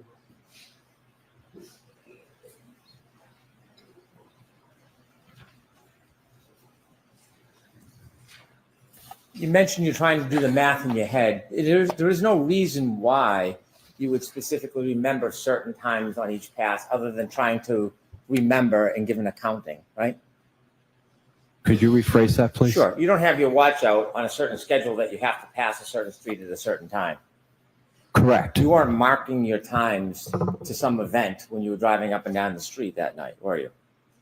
No. So you're trying to go back with your memory and piece it together the best you can. Correct. And that's why you're giving estimates, yes? Correct. And when you spoke to those law enforcement officials, not Canton, not state police, and you said at 3 o'clock you saw first responder vehicles, that was based on your memory, wasn't it? Yes. It was based on your memory. Not at 3:30. Right. Do you know that there was a car similar to a Ford Edge in front of 34 Fairview around 6 a.m. that morning?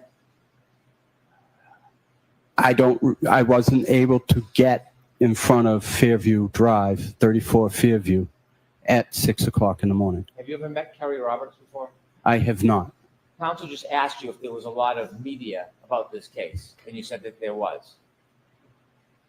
Did he just ask you a question about whether there was a lot of attention on this case? Objection.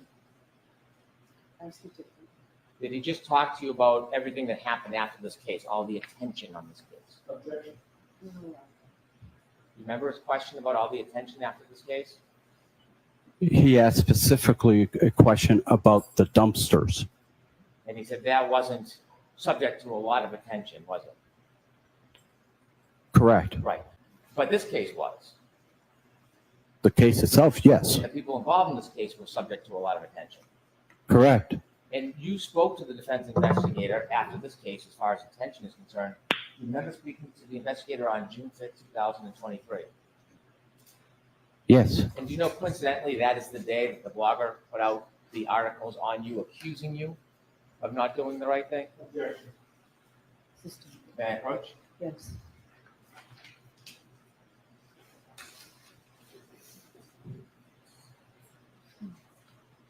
Showing you a document. Let's take a look at that document. What day is that document dated?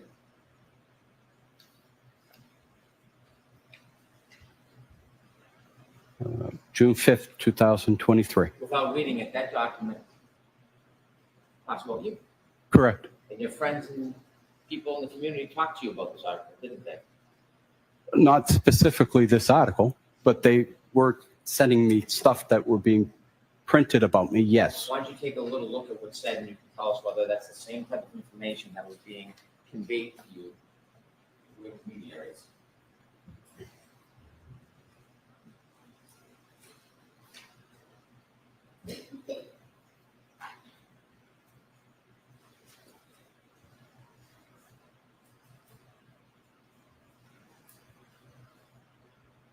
Can you ask that question again, please? Okay, sir. Was this some of the kind of attention that you were receiving on June 5th after you spoke to the defense investigator? Yes. Like come side by? Okay.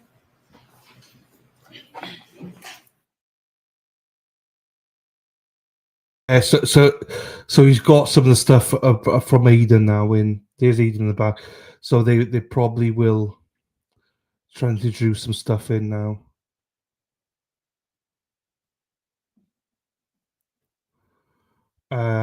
He was desperate to get more stuff about Eden in, and by him confirming that was some of the stuff that he'd heard. I don't know what he's got planned. Do you know what I mean? I don't know what Brendan's got planned.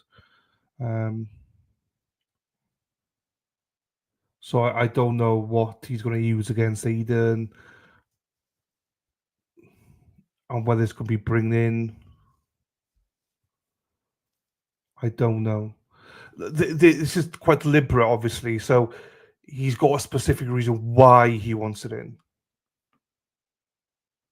So I'm not celebrating that it's in because there's obviously a reason why he wants it in. I don't know why he wants all this stuff in totality. What kind of doors does this open? I don't 100% understand fully because I don't know what everything is. But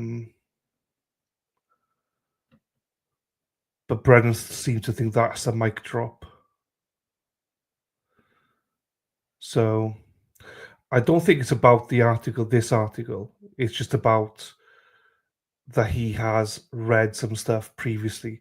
Whether he wants to, I don't know. I would be speculating if I knew what Hank's plan is. Well, let's see.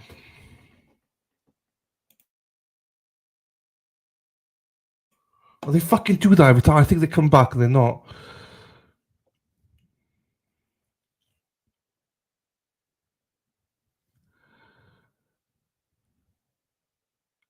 If Lucky had said that he hadn't seen any of this, it would have been different because he wouldn't have asked for sidebar. So it's something important to do with Aiden. All rise for the court, please. Here we go. Here we go. We'll know more now. There might be a Vordire or there might be. I don't know. I'd be absolutely speculating right now. Or is he going to try and get some of Lucky's testimony stricken, or what are they trying to get on Aiden? Because obviously Aiden pled the fifth, but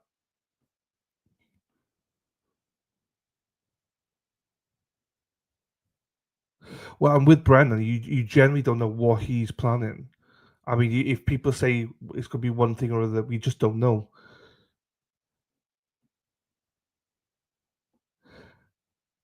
Every time we think you do know, we just don't know.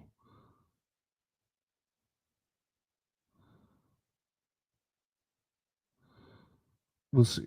Is it on reset? Okay, so we're on recess. Okay, hang on. We got Brandy. Fucking hell, you're loud. How are you doing, my darling? Hey, darling. Just sitting out here with Erin. Hello, Erin. And Scott. Say hi to Scott. Scotty too hotty. I got the shirt on. Hey, thank you so much for watching the Oh, Karen Reed trial with motherfucker! us, Hang but I on, wanted this to tell you guys prick. about something. Let me just take this guy off. I hate this guy. Something off.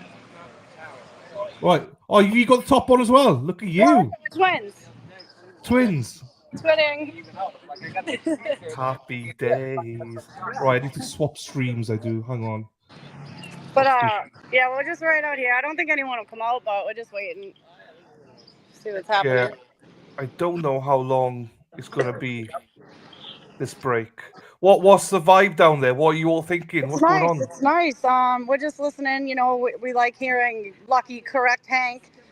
You know, and it's just funny listening to him say, like, you know, I don't drive a tow truck. Yeah. I drive a plow. You know what I mean? Like, Yeah.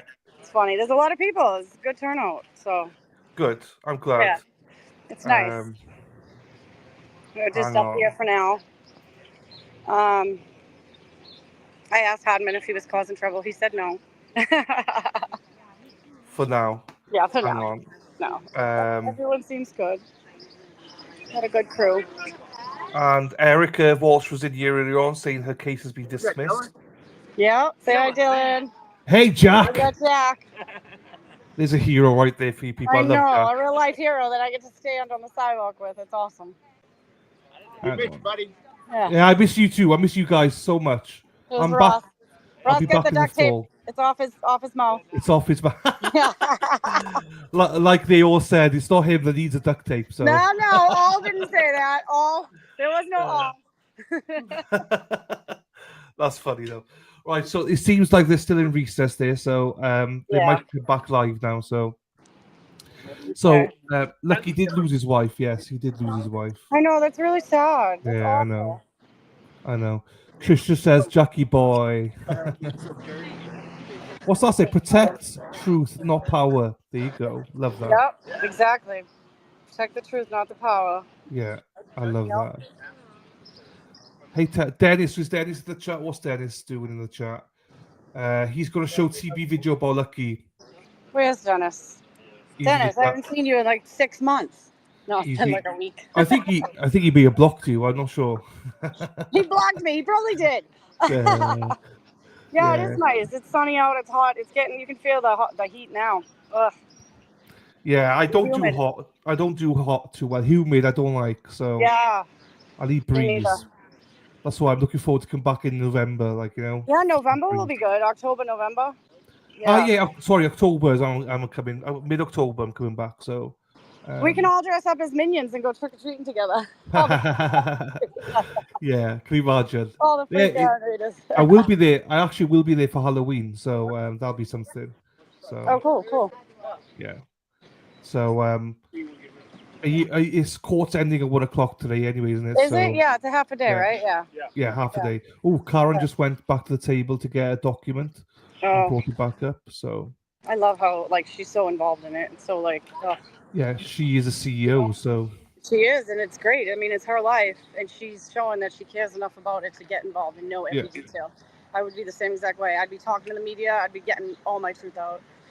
Yeah. I know it's usually dangerous, but usually the courts are fair and the judges are fair. We're not dealing with fair. No, not here. No. Hopefully, Robin G. Hopefully, Who said Robin G. Oh, look, she can't have her sign here.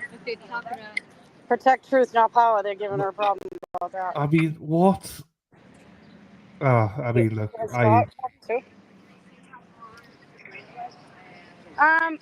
no, I don't know. So she owes her whole career. And when she refused to recuse herself in August of 2023. Is it just you? I was out here telling all the people. Oh. Yeah, I go, Jesus. that's the judge. But yeah, I don't know. You know how they always say don't talk, only the attorneys talk, yada yada. But I know. I mean, her attorneys have the gag order, and I would be telling the truth. I would be telling everything just to get the word out there. You know what I I mean? know. Let the people I make know. the decision whether they believe you or not. I agree. Justin, that'd be great. Justin, that'd be great. I look. I'm glad that I'm not there anymore. I'm sad that I'm not there, but this, Glad to, yeah. yeah. But also this buffer zone thing. Like I love my time down there. But now I don't think I'd enjoy it because no one knows the rules. Yeah. It doesn't seem, you know what I mean? So, what's wrong with that poster? There was nothing wrong with that board. It just says protect the truth, not the power, and they don't want the truth. Apparently, the truth isn't allowed in the court of This law. is why I don't like. I don't like. Yeah, thank you. I'd stay up. You know. I It's mean, unfortunate. obviously, the truth is not allowed in the court of law. Otherwise, they wouldn't have all these rules of evidence. You know what I mean? We don't know if LPH if he's going to be back on. Right, Gary cousin Gary said, "Oh, hold on." So cousin Gary Titus, he messaged me said, "I DJ'd Lucky's wedding. His wife was stricken with cancer shortly after. Oh, poor thing." So sad. It And makes me so sad that he even has to go through this. thank you, Gary, for sharing that. It's half day today, yes. So I'm not sure. We don't know what's happening, people. They're on break, but the lawyers and Lucky, I believe, are still there. The jury are out, though. The jury Yeah, out. I don't know. Are they at sidebar? They're on break or something. But Sidebar. I They're think on they're sidebar. Yeah. Oh, here comes the cop on a bike. Aaron, watch out.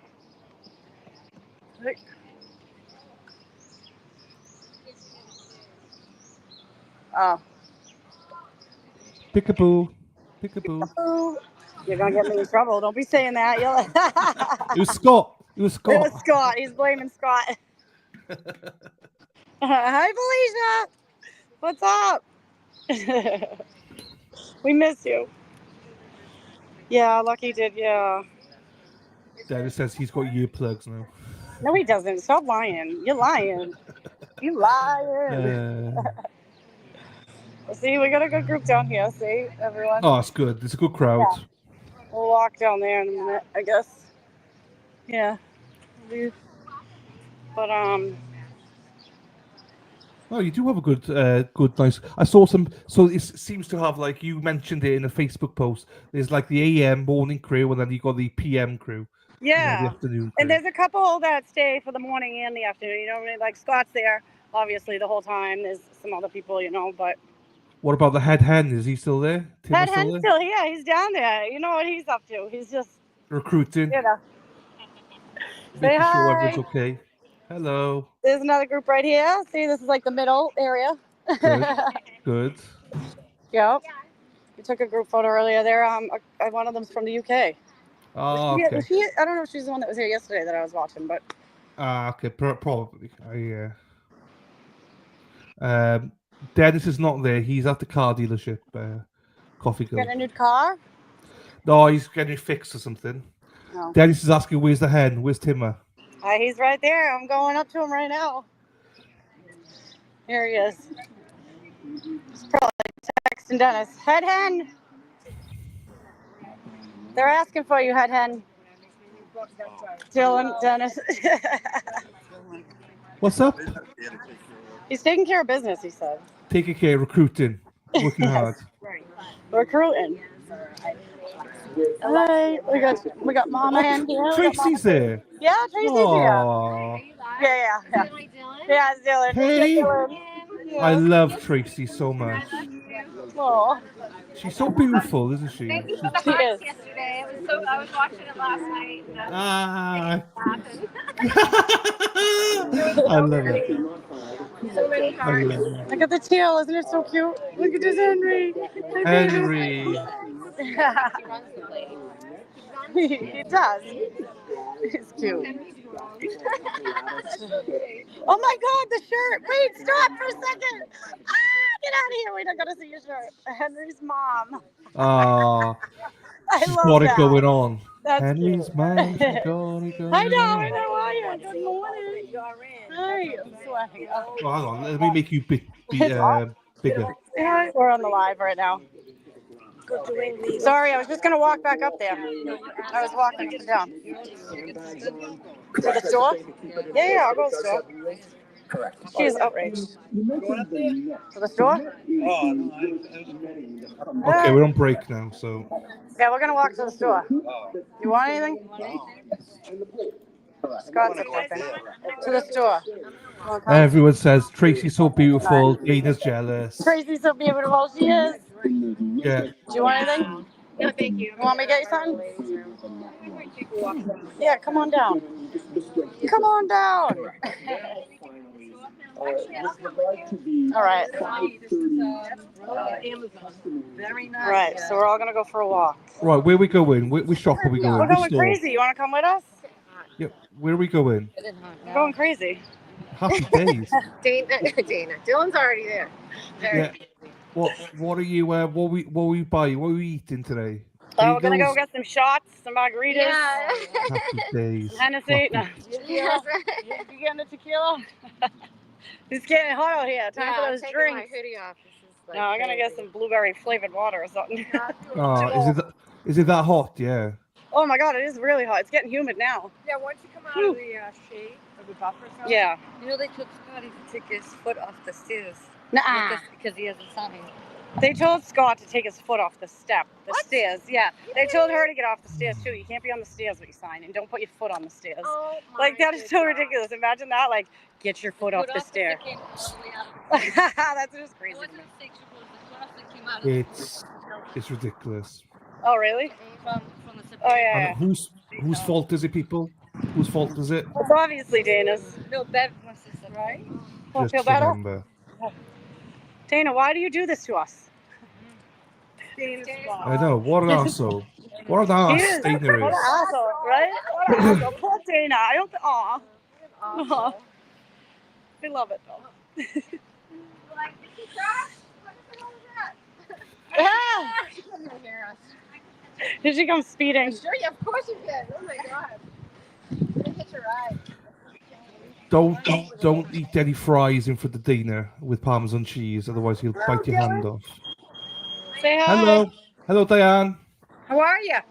I'm well. How are you, my darling? Oh, that's cute.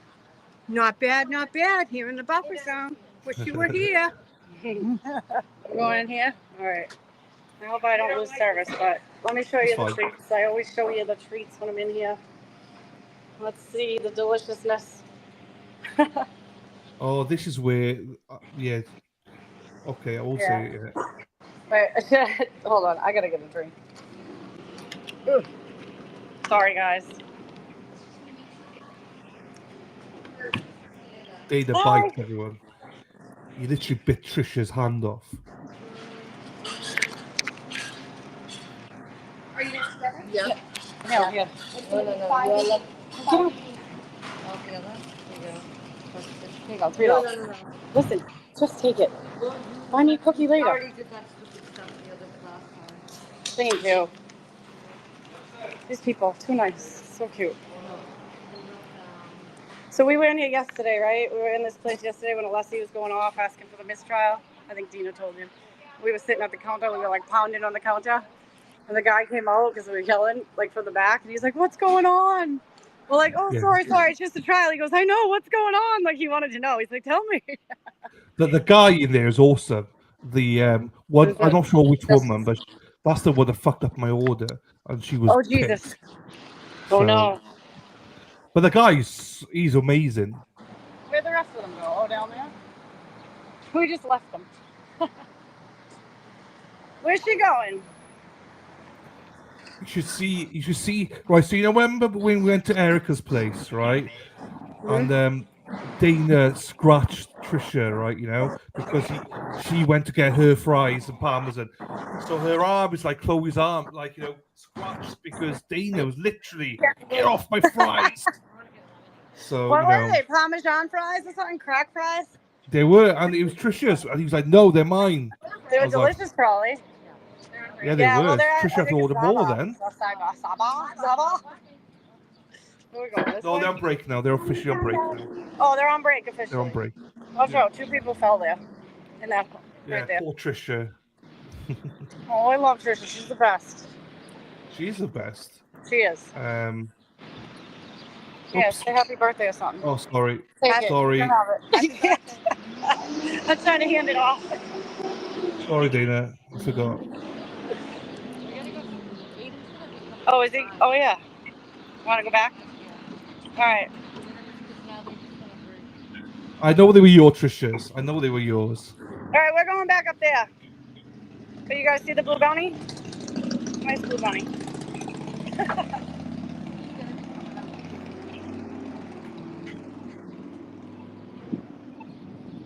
Dylan, what was your favorite part about when you returned home? Was it just jumping in your bed or like just being back in your land? I think it was just a couple of things. Obviously, being home was nice. Having my youngest niece run up to me and give me a massive hug was huge. That was nice. Oh, that melts my heart.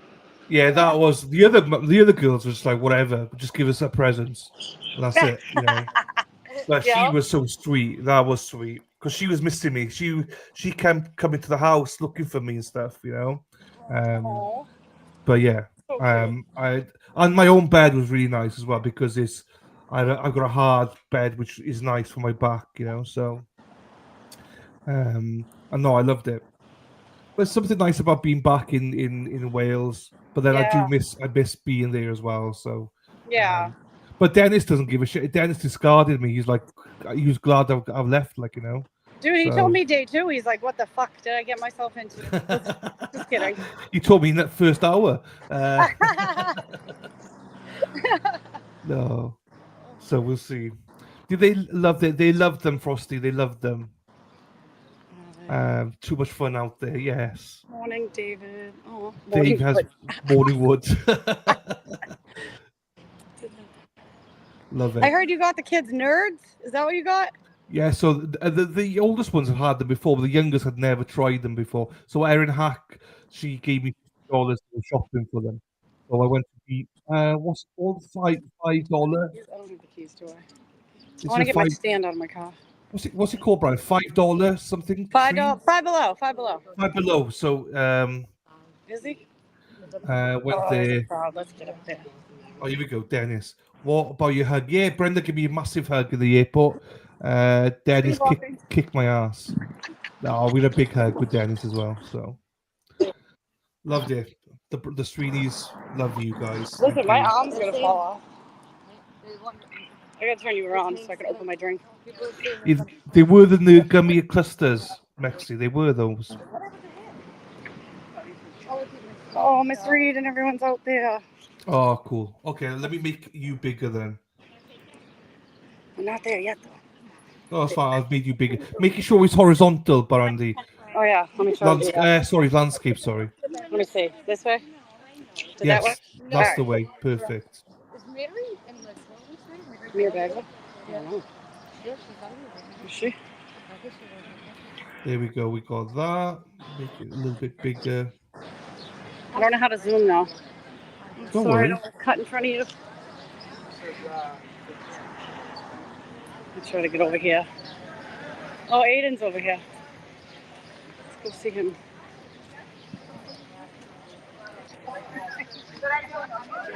Hi, can you hold back a second? Hi, were you in there today?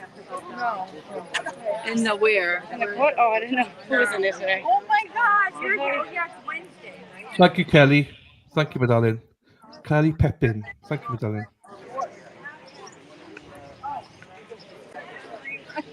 Hi.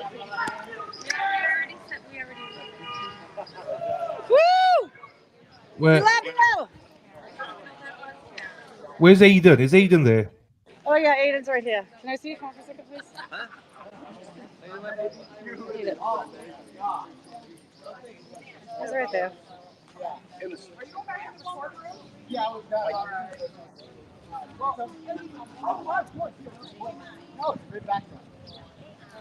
If you get a chance, ask him what he thinks is happening, what they're trying to do. I don't. Sorry, thank you. What's going on? Do you know? You know what's going on? No?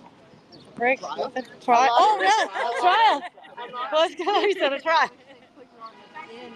I know. I'm like, I did. A lot of people wishing for it. One more picture, ready? Complete lie. It's the chicken. He's taking his cues from the trolls. That's like a lie to the trolls. That's what I'm saying. We're on the same side. I like asked him for comment. Hey, Mary, how are you? Nice to see you. Welcome. Oh my God. Sorry. That's all right. I'm just trying to get everyone.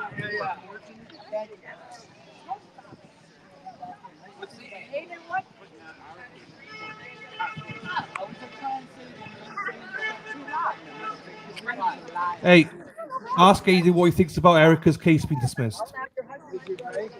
Wait till I send him Yeah. Hey, Luke, brush your teeth. All right, He's a big fan. He's not allowed to watch the show. Oh, well, good. Oh, he's too young. Okay. Thank you, Forrest Dump. I'm scared to ask him because he's walking in the street. Yeah, no, don't worry. No, it's fine. It's fine. Sorry. Fine. I'm like, No, I can don't see him worry. trying to get away. No, don't worry. I thought if you're sticking around, that was so.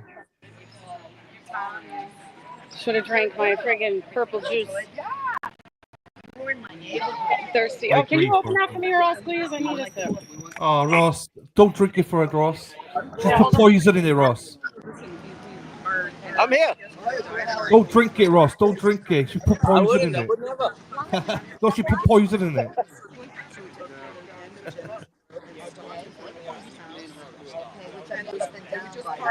Not the video. I'll get it. Lally coming out. Is he? Taking a smoke break. Of course he is. Ripping butts. Yeah, Aiden just said they're using that story 47 to try to make it seem like Aiden, coerced Lucky. That's why they want it. Yeah. So we figured. Lucky told this Brown though. Hey. Bob's like, what the hell happened? No, you keep it. Yeah. No. There she is. She's like, get me in there, Ross. Get me in, Ross. Here you go. How'd I do? You did great. You did great. You did great. I just jumped in views. Yeah, he goes, the views just jumped up, definitely. Oh, man. Yeah, we gained 20 more. Well done. We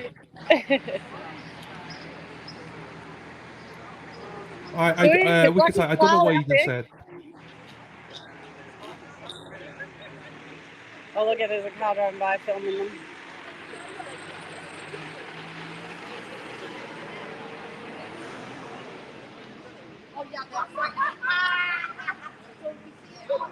Hi. How are you? Good, how are you? Oh, you're near me, Grimsby's. You go to Grimsby's? Yeah. I work in Wakefield. So there's a lot of people out here waiting just to see.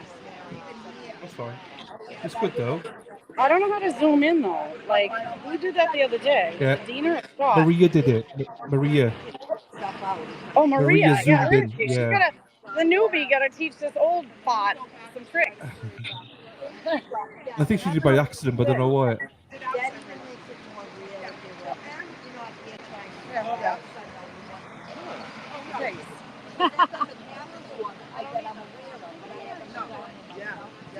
Take the live. You want to do live? You want to go? You good? Hold the camera. Is it on mute? Turn it around. I think it's on mute. Is it on mute? Or no? Not on mute. Yeah, this is Brandy. Yeah, hi. You are? Yeah, hi. Ashley told me to find you, and I haven't been able to find you. Sorry, I'm live right now. Oh, Is that sorry. okay? Oh, yeah. All right. Hi.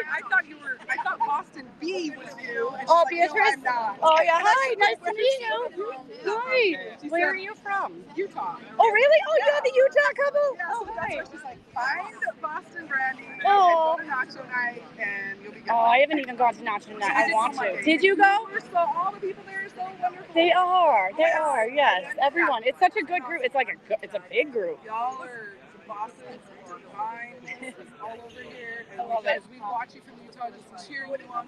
Oh, You're here. it's so good to hear.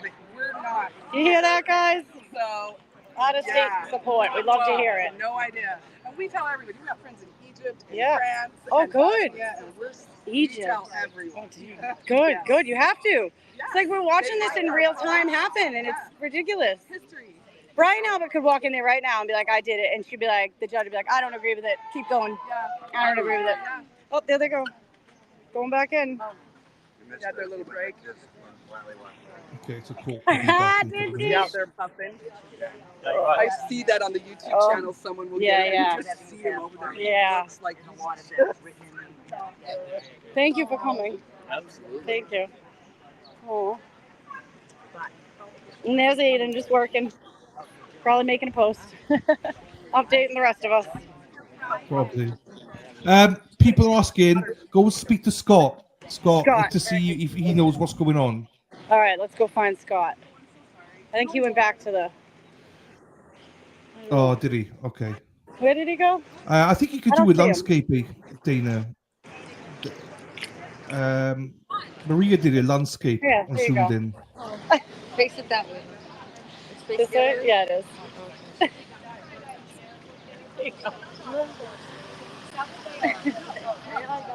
Say hi, guys.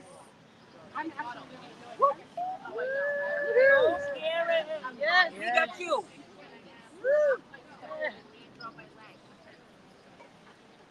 She's all the way from Utah. Utah, yeah. Utah Oh, there's sitting over Scott. here. That's what we wanted us to find. Yes, Scotty. You can't even leave without us. Do you know what's Ask going him. on? Really wants to know. What's going on? You know? Well, they entered Aiden's Part 47 Canton cover up.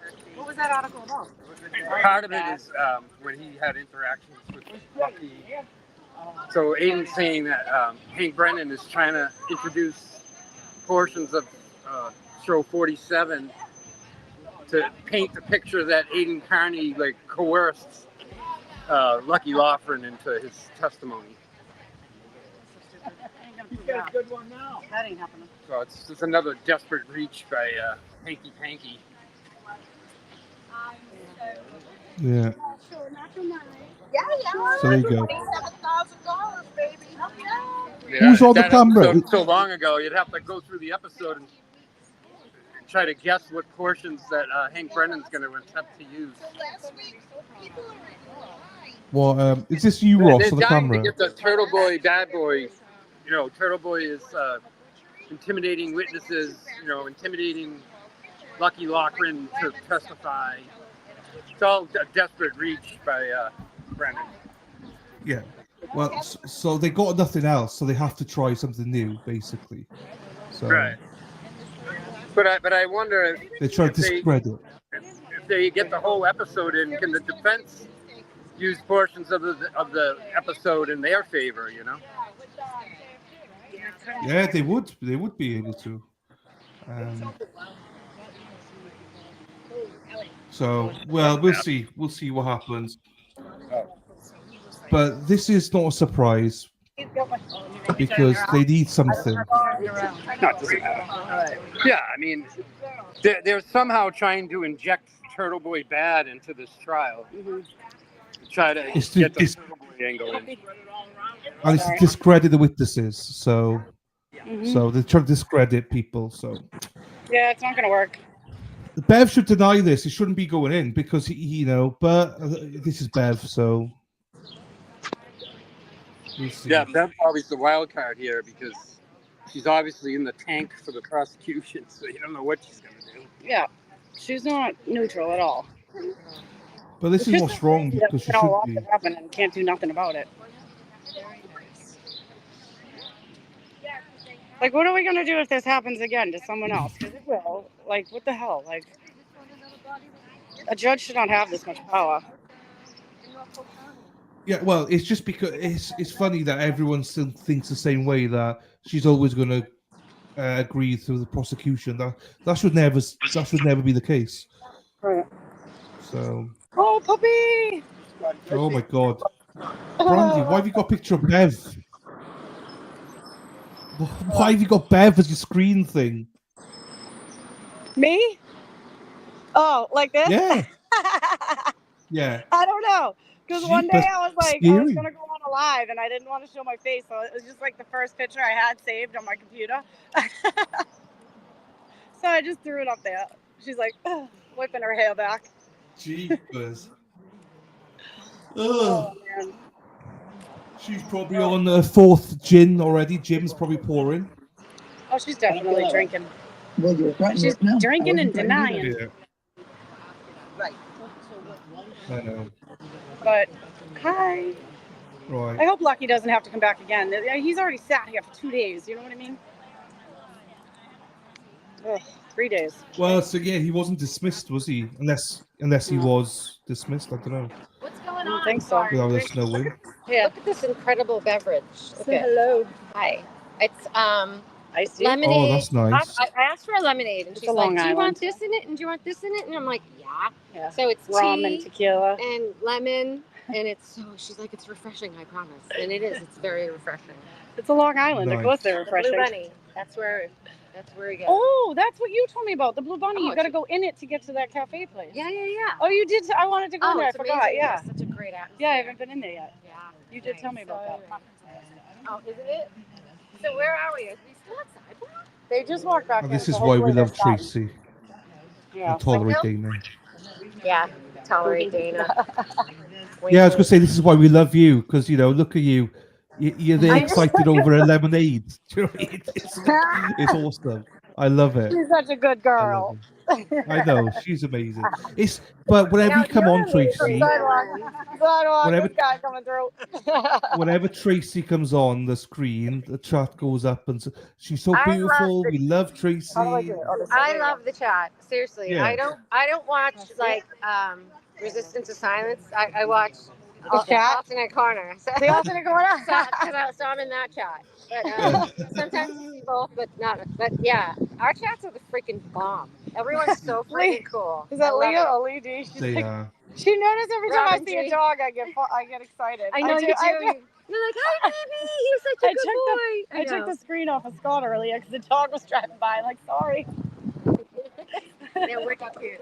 I don't know. I'm an animal lover. Like Ugh. Lucky. I'm trying to read the chat. Robin G. Robin G, what's up?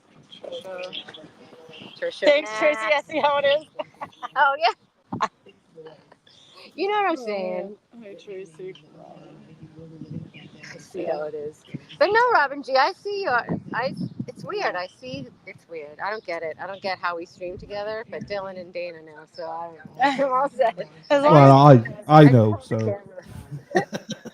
It's like, all right, here you go. I need to fill some air. Yeah, Tracy's in front of the camera, Dana's behind camera, so the way it should be. That's where he belongs. That's right. Oh yeah. So how did the jury react yesterday? Oh, so let me They tell you wanna about the know. jury. We're actually going on. Thanks. Yes, you go live tonight, so don't gotta spoil go it. live You go live tonight. Oh yeah. Light. Tonight. Yeah, Okay, we're gonna so do save it for tonight. Dana wanted to do Thursday. I'm like, you know what? No, let's do it Wednesday because I thought Erica was gonna have her hearing, but that's those charges have been dismissed, right? So fucking A for Erica. Yeah. But yeah, so the jury, when I walked in, I was like, okay, they are like a younger than the last time. I'd say the youngest, there was like I'd say like 24, 25-year-old man boy. Still, man boy. He looks so young, so it was like, he's a little Mowgli. kid. But mostly it's, God bless you, child. Was rough. they don't react. The only reaction they have is when Brennan is going on and on and on. Big truck going by. And like asking these questions that in the end really don't matter. You could tell their frustration with him. Sidebars, they were visibly like, ugh, and holding their heads like, what the heck? But as far as their reactions, positive reactions is when Officer Barrows, thank you. Oh my God, my memory's so bad. So Barrows came up and they were like, they started talking about who he was and what role he played. So they perked right up. And then they started taking notes. Like they were taking notes before. Some don't take any notes at all. Some take copious notes. But when he was on, they really stood up and kind of like paid attention. They took a lot of notes. But I think they look pretty tired. They're asking me about the jury. Oh, this is in front of Kurt's. She was looking for Kurt. Hi, oh, Kurt's not here today. Yeah. Is that my She could say nephew? hi on there. Oh, say hi to Kurt. Hello, hey now. I'm looking for you. Say hi to Dylan. Hi, Dylan. How are you? Very well. I haven't met you, but I have seen you many times. Dylan's over in Wales. He's back in Wales. Happy Did you have a days. good time here? I hope so. I'm sure you guys showed him a good time. Yeah. Awesome. There Awesome. wasn't enough time. Yeah. All right. I hope. Well, Kurt will see this. So. Yeah. Right now, still. So anyway, yeah, I would say they look like they're smart. You know, they look like they get it. Again, they seem to pay more attention when the defense is up and asking the questions. And I don't know. I don't want to say. The thing is even if they are awesome and they do get it and they find her, not guilty, who knows what. Look what they did before with the jury. Yeah. Kind of pulling people out for no reason and finding reasons to pull them. I don't know. The Commonwealth can do anything. I hate to be negative, but I'm being cautiously optimistic. I think that's how I'm going to wrap it up. Good. That's fine. Yeah, That's good. Yeah. So you never know. You never know. You never know. No. But it was awesome being in there. I mean, the whole, even just the angle of where you are and where I was sitting, obviously, I was everyone could see me, but I had a straight line to the witness, where the witnesses were. So I could see them straight on. And it's so small in there that, Yeah. you just feel like you could touch them. Yeah. So it was amazing watching the testimonies. I will say this, Tracy. I'm so glad that you sat where you did and Dana sat where he was. Can you imagine if you switched over? I would have been gutted. All we see is Dana. I would have been like, no. How funny would that be? How funny would that be? You know what the funny part is? I'm getting Facebook messages from people I haven't seen in 20 years. Did I see you? Is that you? I'm like, oh my God. They're like, oh, it's so nice to hear from you. So it's a good thing. But yeah, it's definitely an experience being in there. It's crazy. So. Thanks, Terry. Yeah, that's good. I don't know what's happening now. They're still on recess, but I know people got in. So it's weird. And that's the thing too. Being in there, you're seeing what they're. You could see them arguing. They put the noise thing on so you can't hear. But all the sidebars are but you can very see the interesting. reaction. But how yeah. great was that to see a Leslie pound the table in front of you? Do you know what I mean? Well, I felt it, because I was sitting right next to him, and it's just to see him, I made sure I was looking at his face just to enjoy this moment, After he was done, I wanted to just stand up and start clapping, but I couldn't. I couldn't even smile. I couldn't react. So I know. It was freaking awesome. It was so awesome to be there. We got two questions for you here. Two questions. Stephanie's asking, are you going to be there on Friday? I will. Are you going to be there Friday? I will not be here on Friday, unfortunately. I took yesterday and today off. That's fine. But I have to work on Friday. Actually, I'll be in Western Mass on Friday, so I'll be out of the loop. Anyway. So, J Mac wants to know, Tracy, did you meet my friend John? He's so nice. John was in court with you. Woo! Sorry. There you go. What was the question? I'm sorry. Did you so J Mac was asking, did you meet John, who's in court with you, her friend John? Oh yeah, what a sweet guy. I met him before at one of the gatherings. It was a fundraiser, and I met him there. And I see him around and stuff. So it was finally nice to he introduce himself, and he's like, yeah, thanks for coming, guys. And he was there the whole time. He went to lunch with us and everything. So he's a really nice guy. Right, Tracy, I'll see you later. All right, love you. Mr. Brennan. Love you too.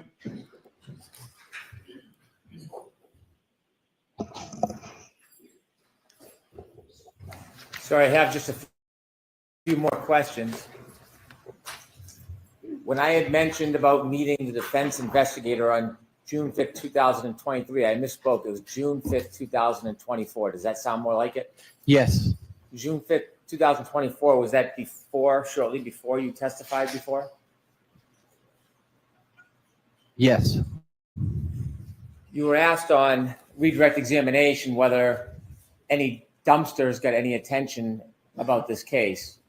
The question I was asking is, did you notice things that might have been open and obvious? And you have no memory of an actual dumpster in the area, correct? Correct. If I could have on the screen Exhibit 37, still photo from that clip.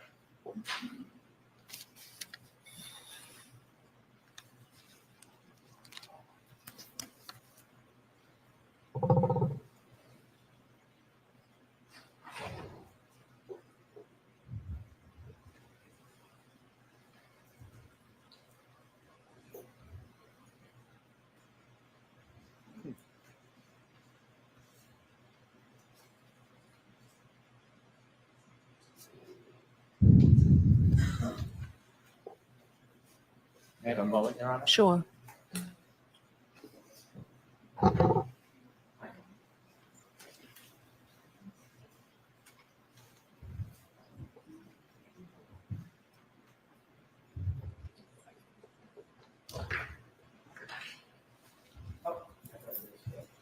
It's a video that I'll stop at a certain point. Okay. Exhibit 71.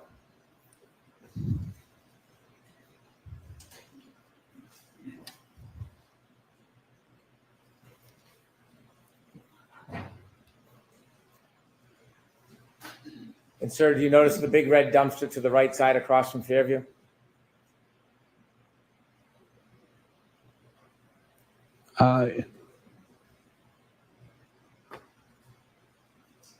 Yes. Okay, you can take that down. Sir, when we started the break, I'd asked you some questions. I showed you a document, asked you if you were aware what was inside that document, and you mentioned that was around June 5th, 2023. That was before your last testimony in this case? Yes. And you knew that a person or persons were putting out private pictures of you online? I did notice. And those private pictures, you didn't give anybody permission or want that attention, did you? I did not. In fact, it wasn't just some private pictures, it was pictures taken from a number of different times in your life, correct? Yes. You never gave anybody permission to do that? I did not. You didn't want people talking about you or asking you questions? That was none of their business, did you? I did not. And it was embarrassing that you were being made this public spectacle when you had done nothing wrong, correct? Ask it differently. Was it embarrassing what they were doing to you? I wouldn't say embarrassing, as more as aggravating. In fact, they were calling your boss. Yes? I'm going to allow that. Yes. And you mentioned how hard you work. Yes. You plow, you even deliver peaches to 8 years. Yes. Zamboni, anytime you can work, you try hard, don't you? I do. And when someone's calling your boss, giving undue attention to you, didn't it create some concern it could affect your livelihood? I did not think it was going to affect me in that manner. In addition to dragging you into this, because of you, your brother was dragged into this, wasn't he?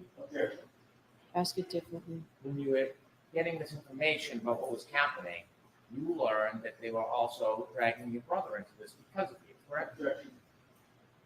I'll sustain that. Did you learn that information was coming out about your brother? I knew my brother was dealing with other issues regarding this case. And certainly, you're close with your brother. Yes. You care for your brother. Yes. You did not want to upset anybody and have more attention brought onto your brother, did you? I did not. And there was an attempt to link your brother to one of the Alberts, in fact, correct? Yes. As well as you. I don't know if I was being linked. Did you know the information of trying to so-called out you about the fact that you worked for Chris Albert? I'm going to sustain that the way it's phrased. Were you aware when your friends and family were telling you about what was going on, about an attempt to draw a relationship between you and the Alberts? No. And were you aware when people were telling you what was happening, that there was attacks on you personally? Like? finances and things like that? Yes, I was aware of that. And certainly, that is pretty discouraging when that is happening when you've done nothing wrong, isn't it? It was, again, aggravating. And this was all happening before you came in and testified last time I trial. Correct.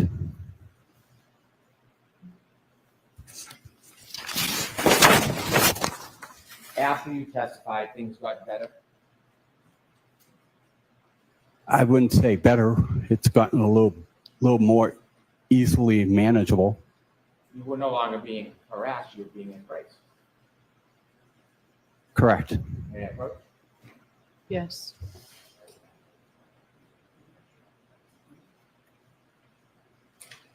Showing you a photograph, do you recognize that? I do. Is that part of the embracing process after you testified a certain way at the last trial? It was after I testified, yes. With redactions, I'm going to introduce a select portion of this. So I need to see what that is. I'm just sidebarring. Make this very brief, please. So this is no longer about Lucky. This is just about trying to get stuff about Turtle Boy in. It's everything to do with Turtle Boy and nothing to do with Lucky now. Hang on, let me just switch it a little bit. So you can see Eden there. So yeah, this is nothing about Lucky anymore. This is all about so basically what's really happening is that the strategy that the Commonwealth are using is going to be changing. That's why they go after credibility.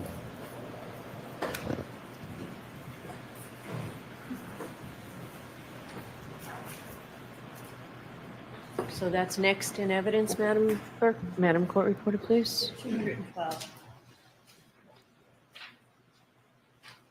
Hank's a piece of shit, is what he is.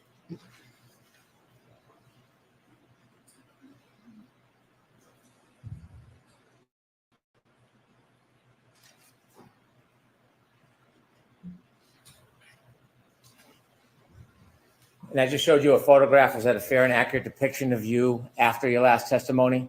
Yes. Reflecting you now being embraced rather than attacked? Yes.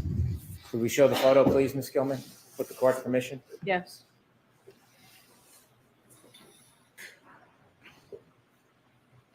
And that's you, Mr. Laughlin? Yes. You can take that down, please. Thank you for your time. Just very briefly, sir, if I might, Your Honor. Sure. Mr. Laughlin, I should say. The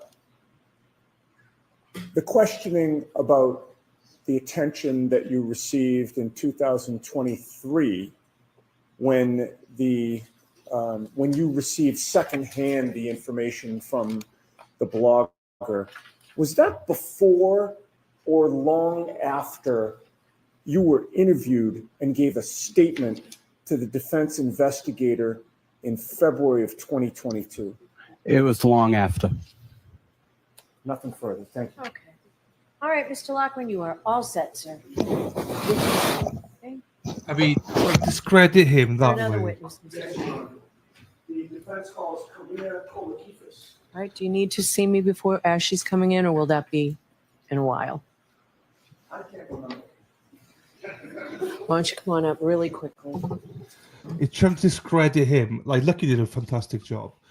Like, he was so intimidated by the blogger that he was ready to lie in court. Brennan, shut the F up, like, you know. If that's what he's going at, is that Lucky was so intimidated by the blogger, and not just Lucky, but other people were so intimidated by the blogger, and that is why they are now on the defense side. It's just like, what a reach. Why are we doing this in a murder trial? Is that it? The blogger is the whole reason that these people are scared. Lucky did very well. He did better this time than he did the first trial, in my opinion, anyway. he was a lot more flustered in the first trial. The second trial, he was a lot more at ease. He's a truthful guy, so you could tell when people are saying the truth and when they're not. And unfortunately, the defense witnesses so far, anyway, have all been telling the truth. I totally agree with you, J-Mac, because the first trial, Lally got him flustered. This time, he didn't get flustered. You can have the witness. Identification.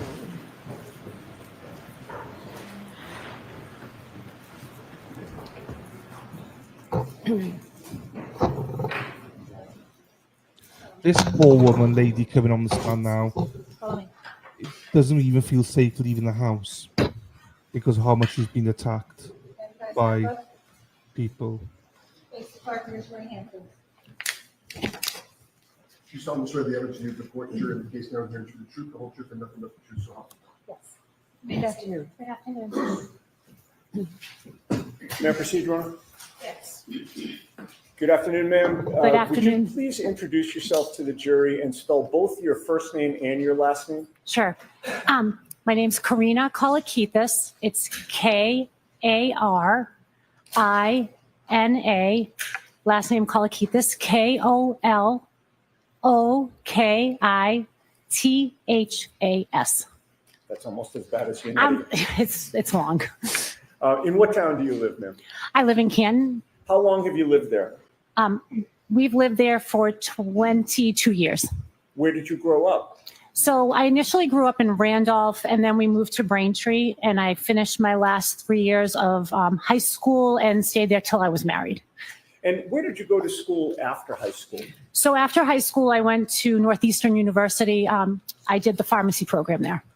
And what is your profession? I'm a pharmacist. How long have you worked as a pharmacist? So total years is about 30 years as a pharmacist, but I have been at my current job for about 24 years. Are you married? I am married. To whom? His name is Nicholas Kolakithis. How long have you been married for? 24 years.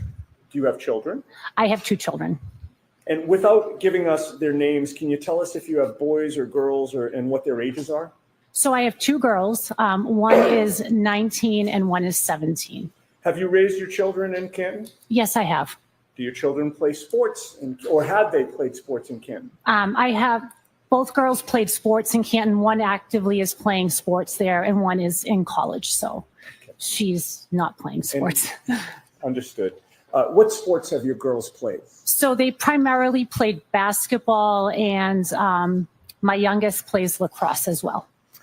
From raising your children in Canton and attending their sporting events, I'm assuming, have you met other parents with children on your daughter's teams? Yes, I have. Specifically, did you come to know Jennifer and Matthew McCabe? Yes, I have. And is that the way that you came to know them? Correct. Typically, that's how we came to become friends with people, through the sports. Now, prior to January 28th of 2022, how long had you known Jennifer McCabe specifically? I would say about 10 years or so. And during that time, what was the nature of your relationship with Jennifer McCabe? So we were just friends through the kids.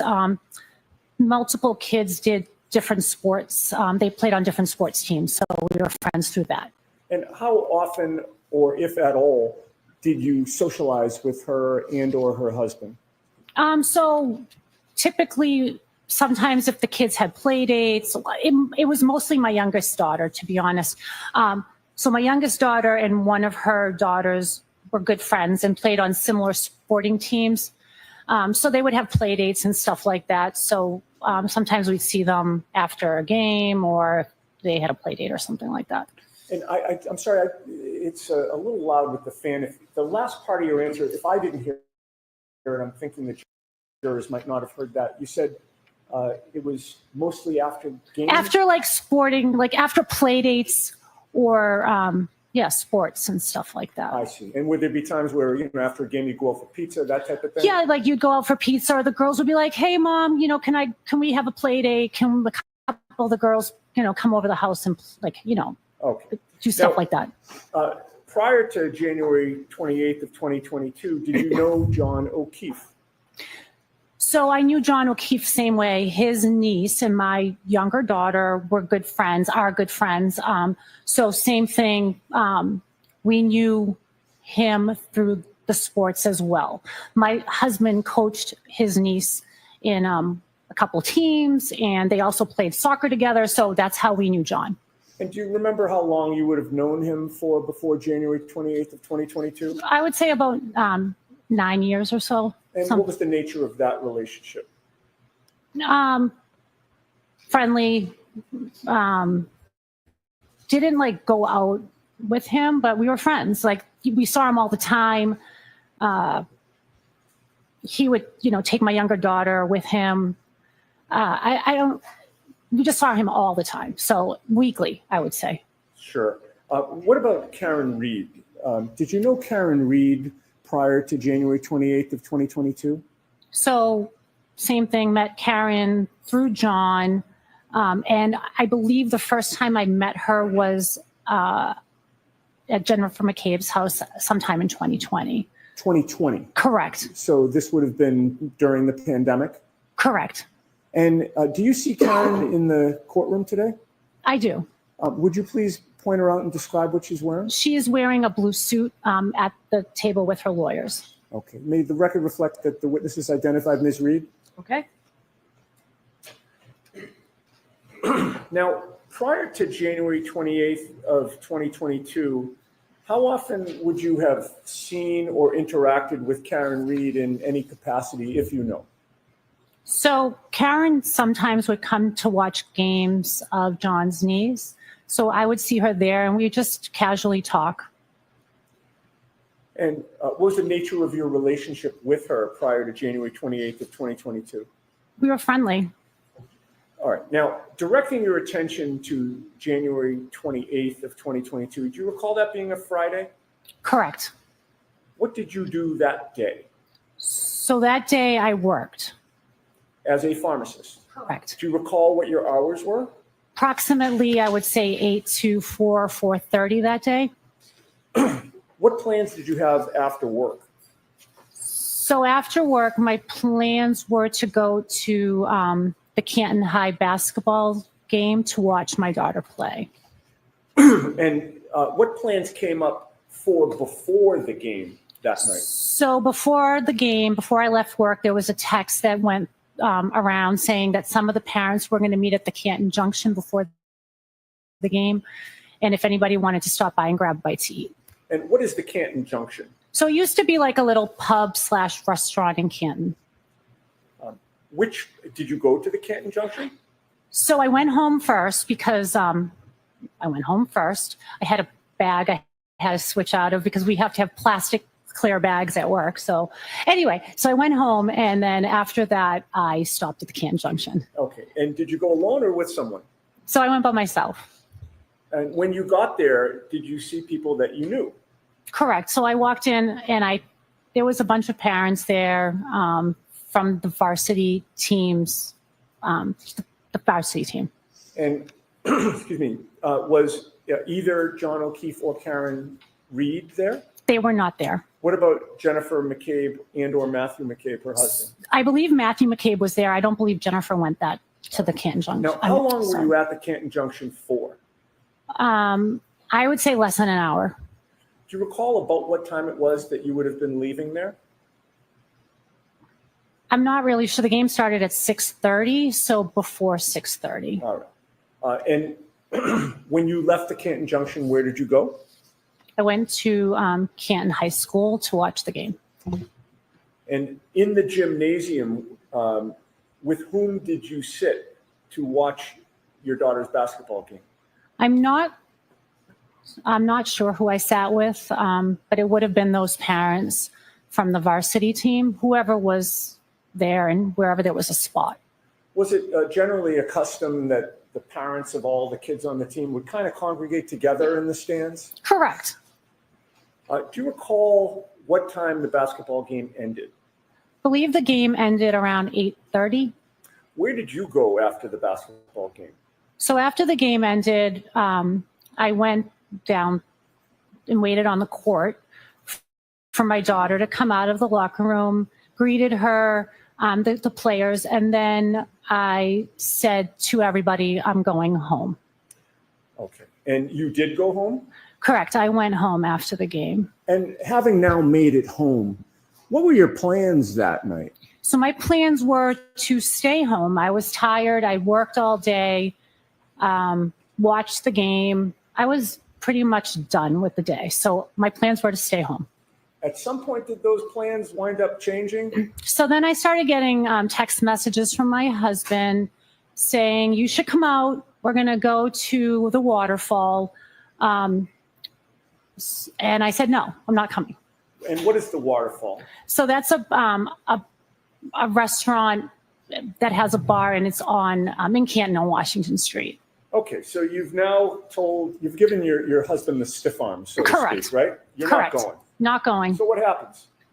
So then he keeps on texting me. He's like, I'm at the waterfall. You should really come. It's fun. There's a band. And I was like, oh, really? Like, I don't want to go. And then my kids got involved with the conversation. And how did that affect your decision? So they started saying to me, Mom, you never go out. You never do anything. You know, Dad's by himself. Just go, keep him company while he eats. So I reluctantly went. All right, so you were guilted into it. Guilted 100% into it. All right, so where did you go? So then I went to the waterfall.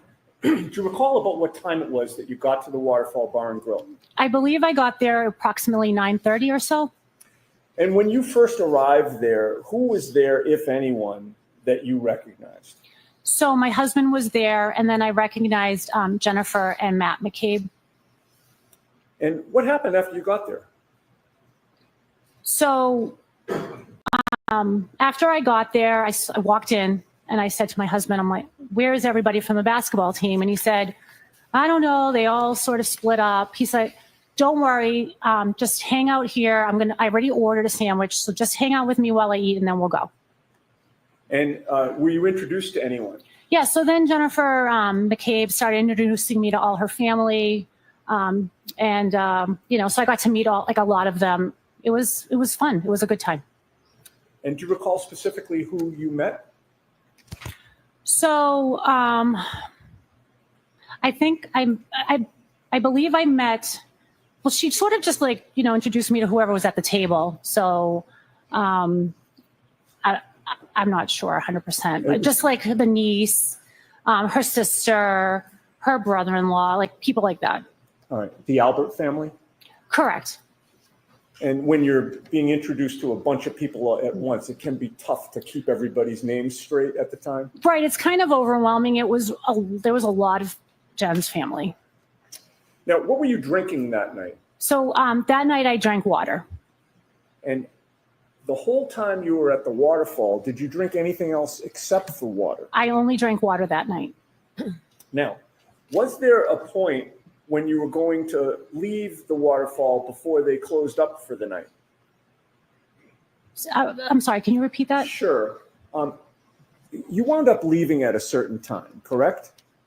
I never left. Well, you left because you're in court today. You're not still at the waterfall. Okay, correct. So what I'm trying to get at is, at some point you left the waterfall, but was there a point before that where you were planning to go? Correct. All right. Tell us about that. So my husband had eaten and I said, you know what, I think I'm going to get going.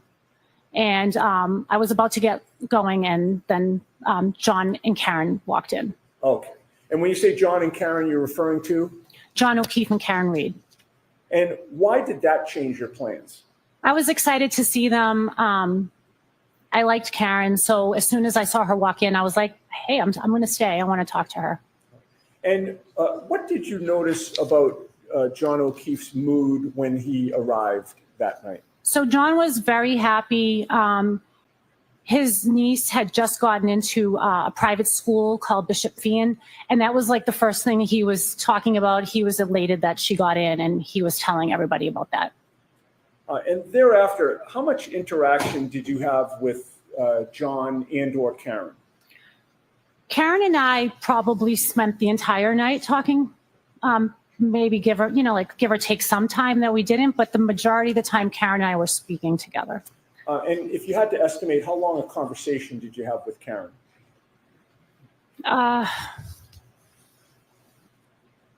Maybe an hour, like 40, 50 minutes out of the hour. Like if we spent like an hour together, perhaps we spoke 50 minutes of those out of that hour.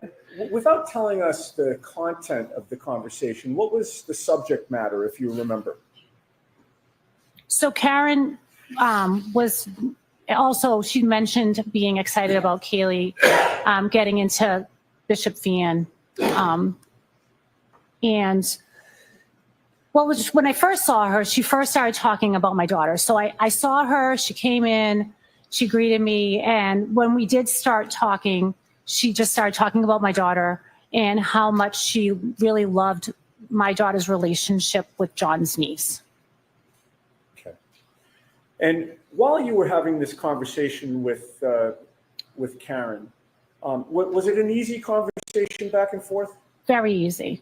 Where were you located within the waterfall while you were having this conversation? We were at a height.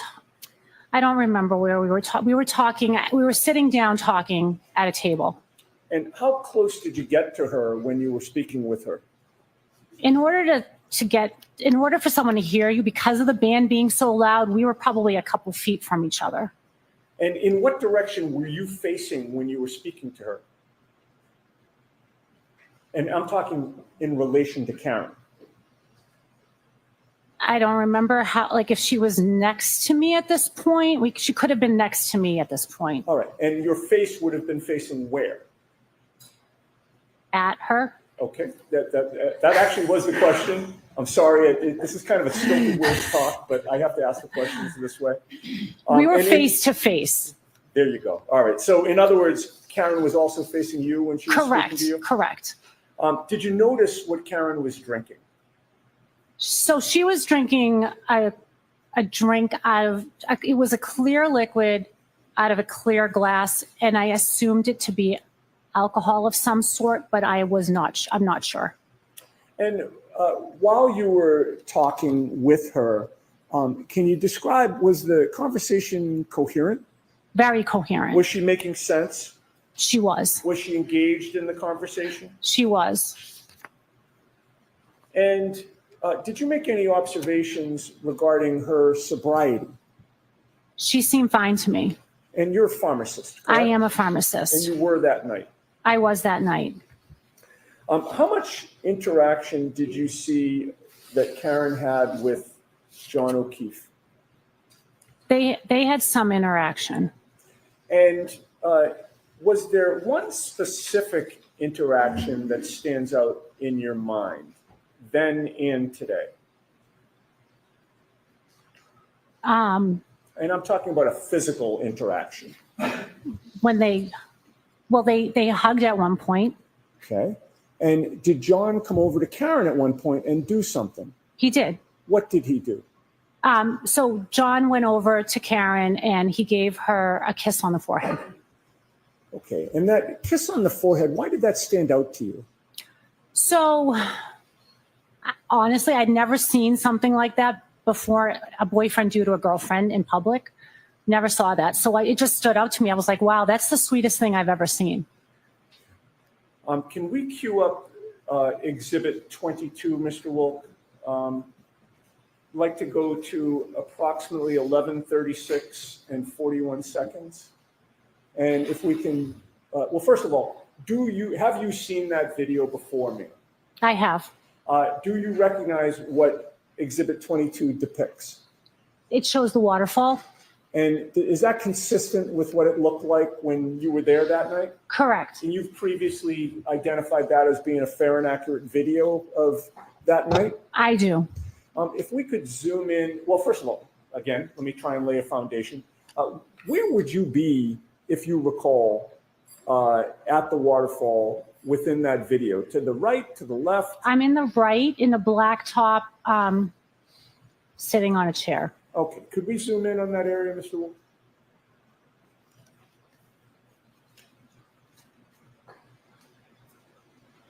Okay, we've zoomed in. Do you see yourself? I do. And where are you seated? So there's a white jacket on the back of a chair. That's me. And do you see anybody else in that video that you now recognize? I see Brian Higgins. Okay. And when you say Brian Higgins, is that somebody that you had known prior to that night? I did not know Brian.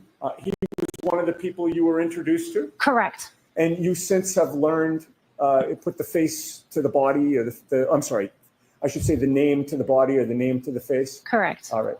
And where do you see Brian Higgins? He has like an emblem on the back of like a sweatshirt. All right, so his back is to the camera? Correct. And we have not located that pointer. Thank you, sir. May I approach the picture? Yes.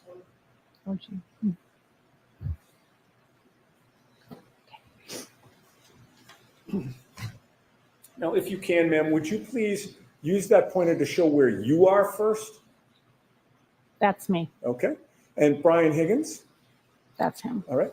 Do you recognize, at this point in the video, do you recognize anybody else? Not right now. Okay. If we could start to play it, Mr. Wolf. And stop for a second. I would ask you, as soon as you recognize somebody else, if you'd speak up and tell us to stop, and we'll pause. Okay.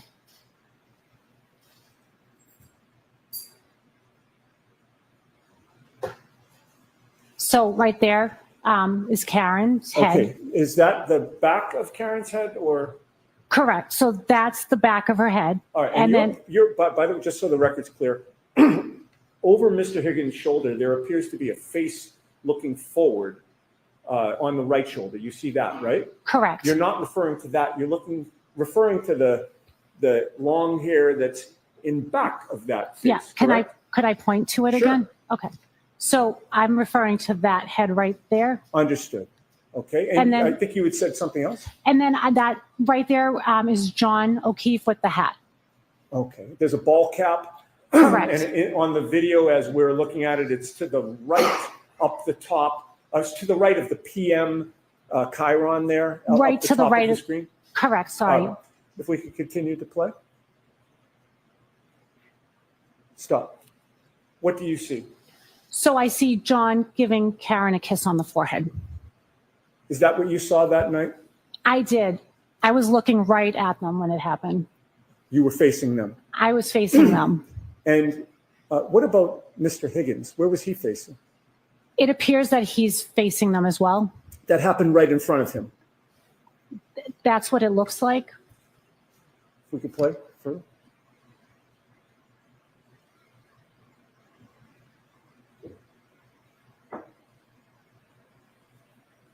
Okay, you can stop and we can take that down.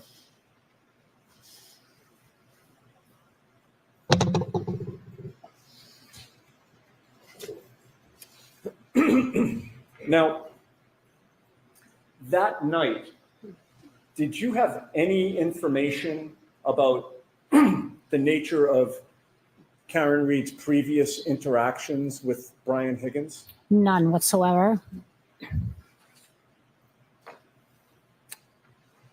Okay. How long did you stay at the waterfall? Or if you recall, about what time you got ready to leave? I believe things wrapped up around midnight. And with whom were you leaving around midnight? So my husband and Matt McCabe stayed behind. They were helping the band clean up and stuff. So it was myself, Jennifer McCabe, and Karen Reed that walked out together. Okay. And you've previously seen video footage of the end of the night with yourself, Karen, and Jennifer McCabe sort of in a grouping? Correct. Excuse me, I'm sorry that I just need to clear my throat. I hope that's the okay. last time. That's okay. Did you see on that same video at the same time, there's a grouping in another area of the bar at the same time? Correct. And do you recall who was in that grouping?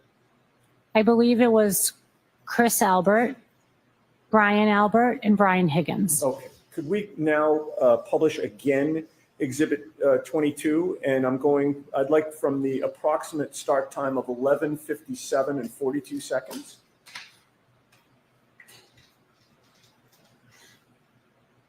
And if we could hit play, Mr. Wolf. Oh, I'll tell you what, stop it for a sec. Thank you. Could you zoom in, please, on the right portion of that video, the upper right? We'll start with that. Okay. So this is the start of this clip. It looks to be 11:57 and 38. Do you see anybody in that clip that you recognize? Yes. So I am the person with the jacket with the fur around the hood, and Karen Reed is the other woman that I'm talking to. All right. We could play that, Mr. Wolf?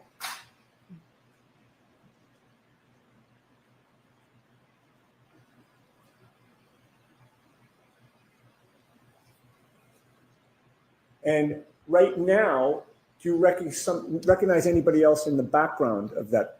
So to the right in the plaid shirt is my husband, Nicholas. Okay. What about over your left shoulder? So over my left shoulder is John O'Keefe. And does that appear to be his back? Correct. Okay. Can you play? And he was in, stop for a second. He was in your line of vision at that point, correct? Correct. What does he appear to be doing? He appears to be like paying a tab or something like that, or maybe getting a drink. I'm not sure. Okay. And do you see him looking in a particular direction right now? He looks to be looking over his left. Continue to play. Oh, if we could pause for a second. I neglected to ask you to point out with the pointer. We have I'm it now, sorry. we might as well use it. Okay. If you could point to yourself first. Okay. So that's me. All right. Karen. That's Karen. And John O'Keefe. That's John. Okay. Continue to play, Mr. Wolf.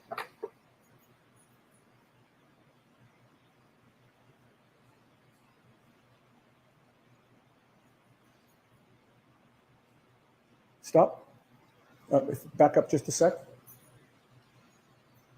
Oh. I'll tell you when to start. Yep. Play. Stop. Okay. Do you see what direction John O'Keefe is facing now? He's looking to the left. Okay. Keep going. Keep going. Stop. What direction is he facing now? To the left. And what is over to the left? I believe that's where the other group of men are located, perhaps. Okay. Keep playing. And I'd like to run this to 11:58:25.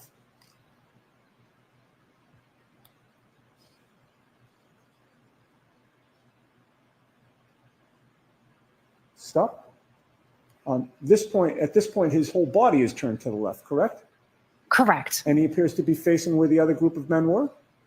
I'm sorry, repeat that? He appears to be facing in the direction of where the other group of men were? Correct. Continue to play, all through until 11:58:25.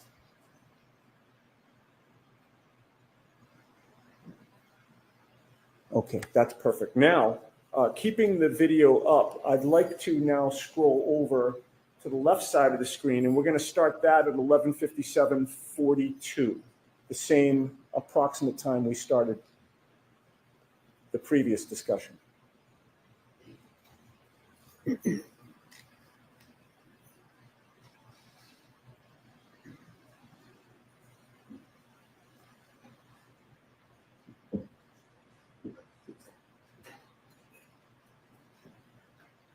Stop. Okay. You've previously described the other three men. Are you able to identify them on this video now in this still frame clip? I believe I am able. And who do you see? I see Chris Albert, Brian Higgins, and Brian Albert. And which one is which? Chris Albert is the one that grabbed Brian Higgins' arm, and Brian Albert is with his back towards us. Okay, now I'll ask you to use the pointer and point to Chris Albert, please. That's Chris Albert. On the right. Where's Brian Higgins? That's Brian Higgins. In the middle? Yeah, in the middle. And that's Brian Albert, Okay. I believe. And with regard to Brian Higgins, which direction is he facing? He's facing the left. He's facing to the left? I mean, I'm sorry, he's facing to the right. Okay. And the direction that he's facing in, who's over there? Sustained. What is over there? Is that the direction of the bar? Sustained. Okay. Continue to play, please. Stop. Did you see he grabbed his arm a second time? Correct. And Brian Higgins is facing in which direction this time? He's facing the bar area. Continue to play, please.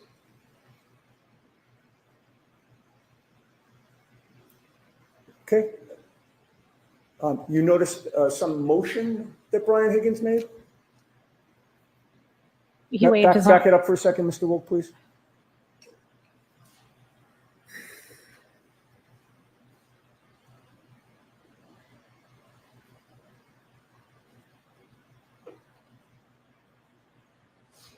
Stop.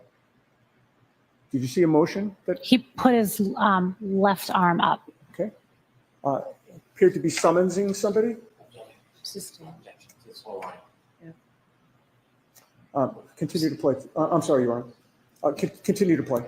I'll bear that in mind.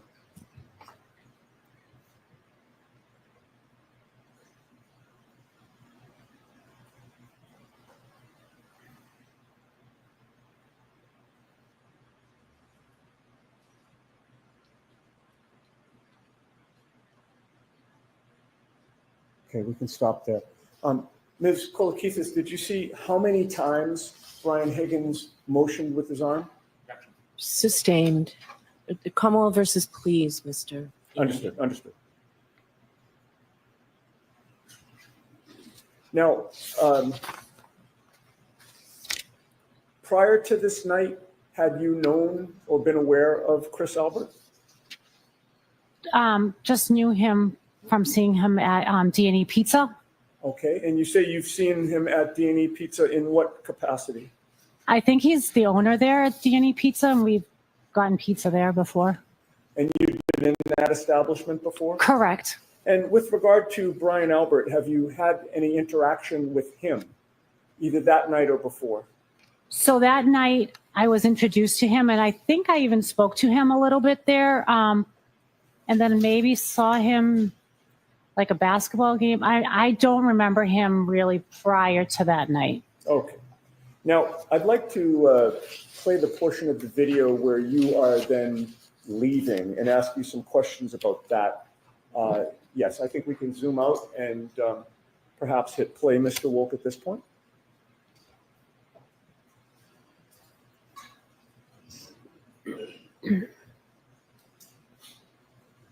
And pause for a sec. If you could use the pointer and just point out again where you are at this point. That is me. All right. And are you able to see Karen at that point? She's right there. Okay. And what about Jen McCabe? Are you able to see her at that point? I'm not sure. Okay. All right. Continue to play, please. And stop for a sec. I should have asked you, if you do see Jennifer McCabe enter the picture, could you alert us? Okay. Continue to play.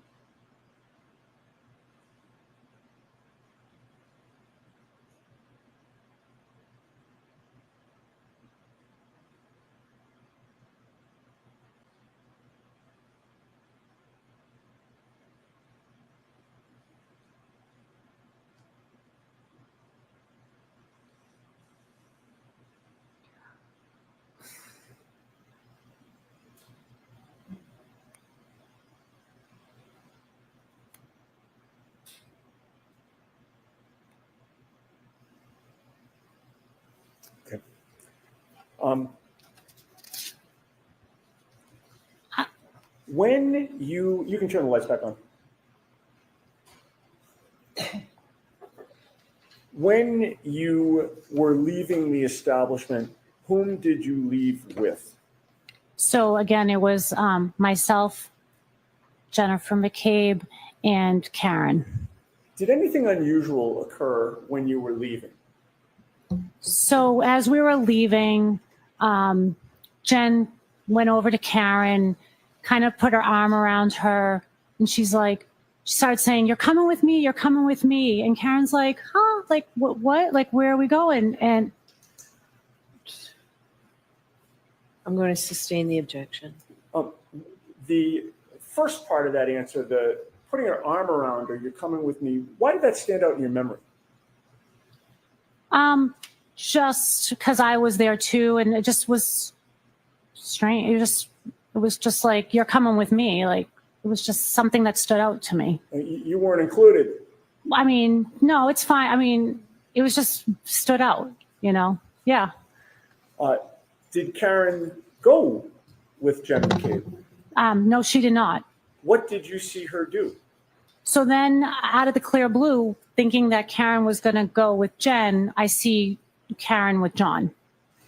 And where did you see Karen with John?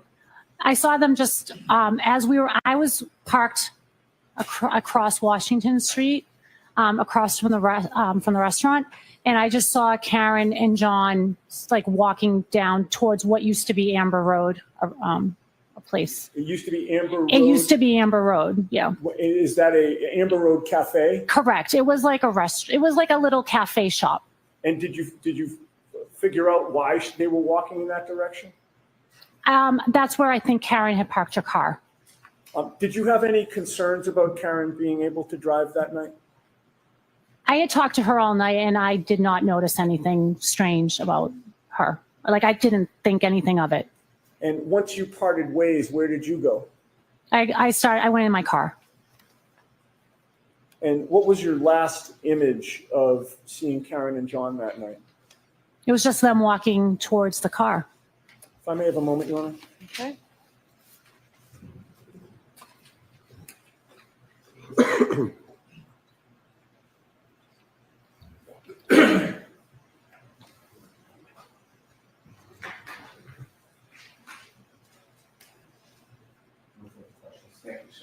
Okay. All right.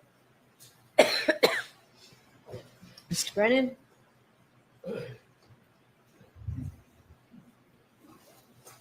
Good afternoon. Good afternoon. Was your last image of Karen and John, both of them walking to the car and Karen walking to the driver's side door of that car? Correct. That night, it was a celebratory mood? Correct. Everybody was getting along fine? Yes, we were. Yes. You were speaking to the defendant for some time? Most of the time, correct. And you saw her at points hugging Jen McCabe? Correct. You knew John? I did. He was a kind man? Very kind. Generous? Very generous. Thoughtful? Very thoughtful. Soft-spoken? Yes. That night was particularly different. He was extraordinarily proud and happy, wasn't he? Yes, he was. And you could see him emote about his accomplishment that his daughter got into private school. Correct. Did you talk to John that night? I did.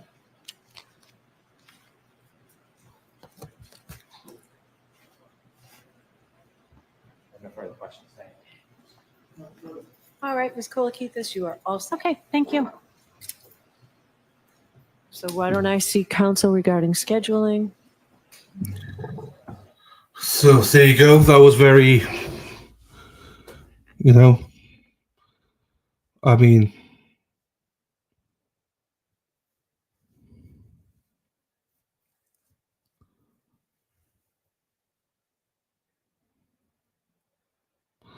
that was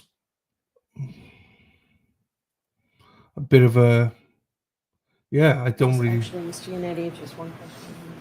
Yeah, one more question. Okay. I mean, she's lovely, don't get me wrong, but there's nothing there that really happened. I don't know. Let's see what they say about scheduling.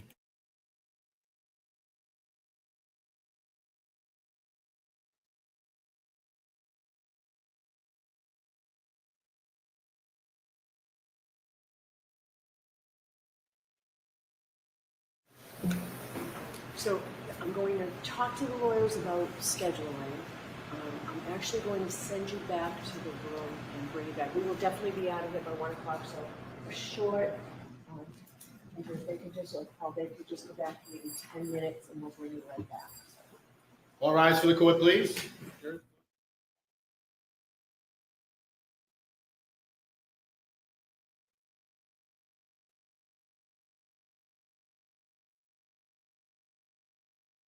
Sorry, I was muted. So yeah, that was a big squib. I think Yannetti wanted to get some stuff in, but didn't get anything in that he wanted to get in. You could see when he was trying to get the whole Brian Albert stuff in and things like that. Hey, thank you so much for watching the Karen Reed trial with us. But I want get right. Where are you? I can't find you now. I got you. Right, you're out. I'm going to switch to Core TV. This motherfucker. Hang on. Let me just switch to Core TV. So you try to get in the stuff about Higgy and stuff like that, but she wouldn't allow it. I don't have any clue if the whole thing happened with the Ring camera, because either it wasn't true, or Bev sustained it. So yeah, it's more likely that, I don't think anyone would have posted unless it was, sort of true. So I presume she sustained it on sidebar before it came out.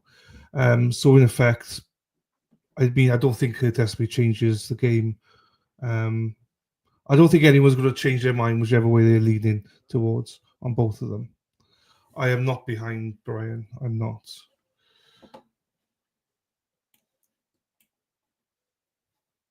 There you go. That's it. Live. So yes. So just change your streams, Brian. Just change your stream, my brother. So I can see the intention of it all, of what he was going to try and do, but obviously they didn't get in what they wanted to get in. So, but it's fine. She's still lovely, though. She was still lovely. Lisa, hello, Lisa. How are you? How's your foot? Yeah, overall, it's been a good. I think Lucky was great. Lucky was great. So, overall, I think he was great. Brennan got a few shots in, I suppose, but overall, he was great. And I think that Cole Keefis was a nothing burger for both sides. So, except for to get some stuff in about how nice they were together. Right, hang on, Brandy's here somewhere. But I'll say, whatever you think, I think Lucky was great. I don't think Cole Keefis changes anything for anybody. If you thought she was guilty anyway, she's guilty. So they're just doing scheduling at the minute. Brandy's there. We're just doing scheduling. Are you muted, Brandy's? Just in case. You're muted, just in case. You can hear my lovely fucking voice now. There you go. There you go. Yeah, I'm live. I'm live. I don't really like the video, to be quite honest. I think it's so grainy. You can't really see anything. Personally, that is. I just don't think it brings much. We're out here. So once the call comes back, I'll mute you when the call comes back. Okay. Yeah. I'm dancing. Yeah. Well, the reason I say I don't mind is the video's in anyway, so they can view the video whenever they want. So I'm not really that fussed about it personally. I don't see anything from it myself. Yeah. Right, That's what I mean, Josie. I don't see what you can get from it. Can't see. We'll just do the scheduling, Brandy, then we'll get back from that, you know. Oh, okay. All right. But it's all good. They'll be coming out after they've done the scheduling bits. So He's already at the high tide. All right. Do you want me to hop off for a minute and come back on? no, it's fine. You can stay on. It's just you might have to. They'll come back in about 5. Well, I'm not sure when they're gonna. They're just discussing. The jury are out. The jury not been called in yet, so so we'll see. Aiden's still there though. Jess is still there. Ted Daniel's still there. A few of them still there. So Yep. Me. still a good crowd so out now there. everybody's down here on the corner.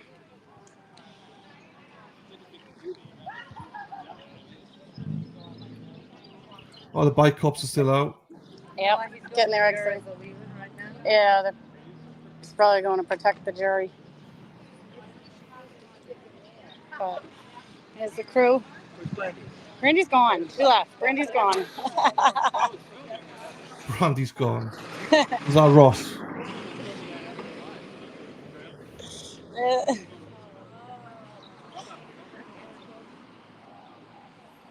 Well, we're definitely gonna be done by 1 o'clock. So Yeah. it's very much a half day, but we'll see what happens.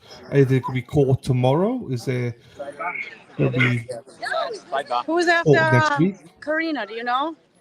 No idea. No one today. So Yeah, we'll probably find out tonight. tonight to tomorrow, yeah. Today, tonight, tomorrow. 10 tractor-trailer trucks towing tomatoes from Toronto to Yeah. Toledo. Ah, there you go. That's a mouthful. Today, tonight, and tomorrow. Yeah, that's a gobful. That is fucking hell. I don't think I could do that. You practiced that. Yeah, 9 nifty ninjas knitting knickers nightly. I got. You got it down. You got it down, girl. Did you see Lucky when he came out? I didn't. I waited in the swelter and heat to tell him how much we love him.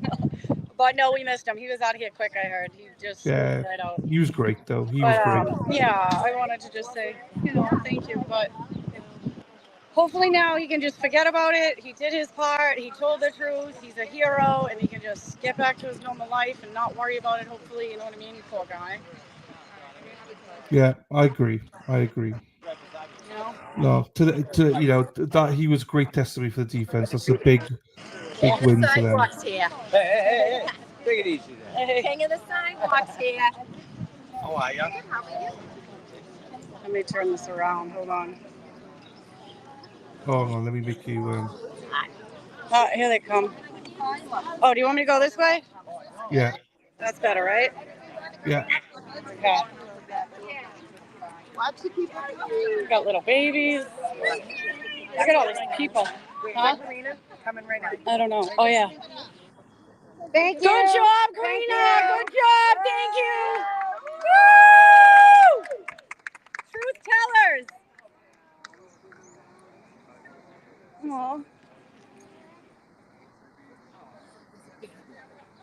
So look at this group we got here. That's a lot. Oh, that is a lot. Yeah, we got a good group here right now. It's beautiful. There's a lot. She likes it. Here she comes. Ready, everybody clap for her again.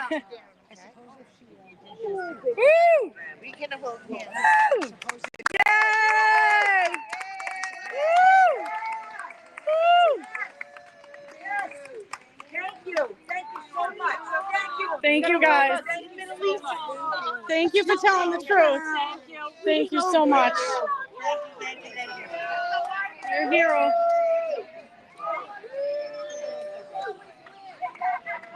Aww. See what they said when Karen was. Oh, your shoulder, I'm sorry. I think they just forgot where they parked or something. I don't know. Well, it's very rare in this case. Okay. There she goes. I know. You know, women in this thing is wild, right? Yep. Yep. Wild. Wild. It's good for her, that is. Yeah. Because she's been. Cheryl. Hi, Cheryl. She said hi. How are you? Good. Miss you already. Ah, thank you, Cheryl. You got half the country missing you already. I That know. is a nice feeling, huh? I know. If I go to England and then come home, you think anyone will miss me? Probably. We're gonna come. What'd you ask me? I'm sorry. Yeah, I don't know. I can't count past 5. How many people do you think's here? There's a lot. Yeah, we got a whole crew. We got little kids, big kids, babies. I see Paul Lynch is there. There you go. Yeah. Is it upside down? Oh, it's upside down. Are you upside down now, Jill? No, you're fine. All right.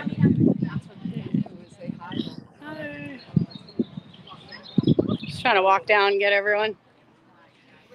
Nah, that's nice. But It's the nice to see them. driver, Karen's driver's not even here yet, so. Well, they're not out. They're still a sidebar at the minute, so Oh yeah. they probably get a call when they're Yeah. ready. So Yeah. We the people. Pissed off. that's Paul. Do you know Paul?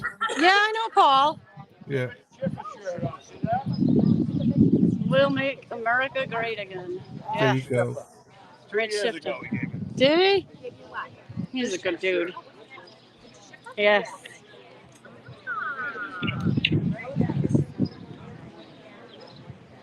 Here comes somebody.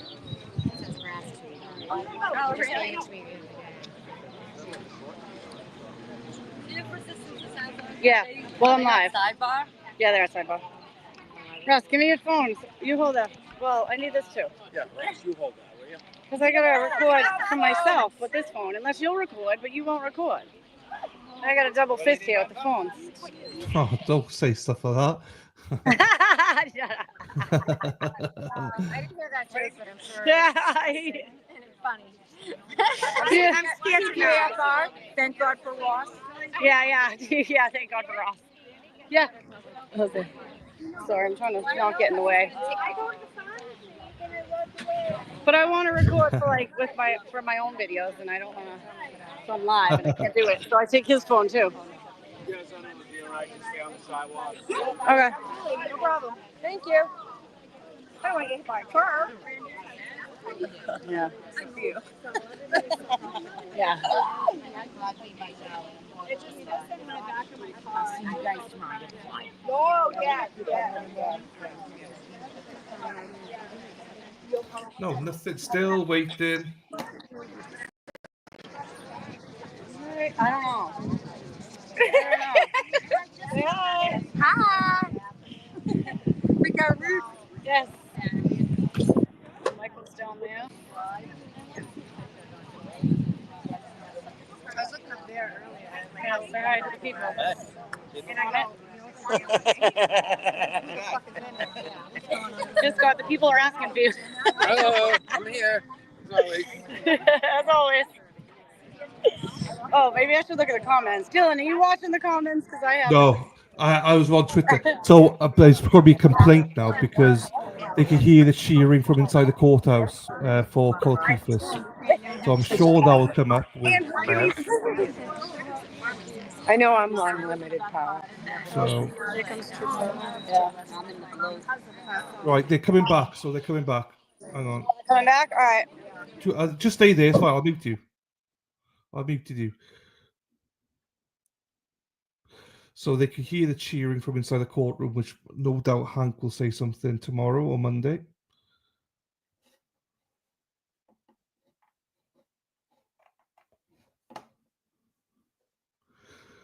They're still muted in the courtroom, but they're back, so I don't really want to.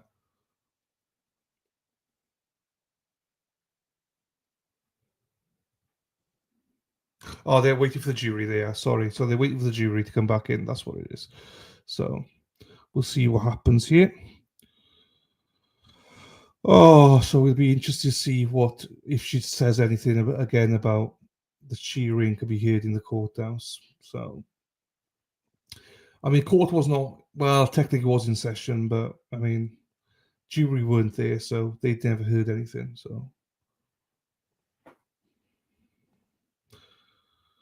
last thing these people need is more fucking rules. Here we go.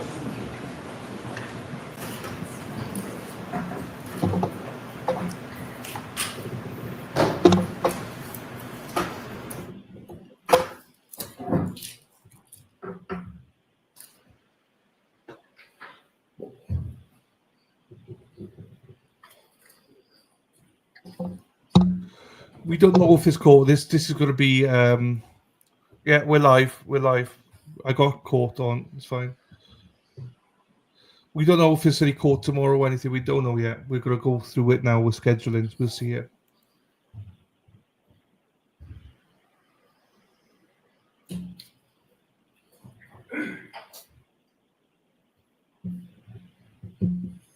Court is back in session. Please be seated. All right, jurors, I just realized that I probably made you go downstairs and up twice to just come back shortly. I'm sorry I inconvenienced you that way, but we were able to talk. I am assured not only are we on schedule, we are ahead of schedule. I understand tomorrow is supposed to be very hot. Court officers are concerned about how we're going to keep the fans and air conditioners going and be allowed to hear the witnesses. I've talked to the lawyers. Everybody's in agreement that because we're ahead of schedule, we give you tomorrow off. All right, so we won't be in session tomorrow. We will be in session Friday all day. So those same reminders, please do not discuss this case with anyone. Don't do any independent research or investigation into this case. If you happen to see, hear, and read anything about this case, please disregard it and let us know. And be careful with your social media use. We'll see you on Friday. All right.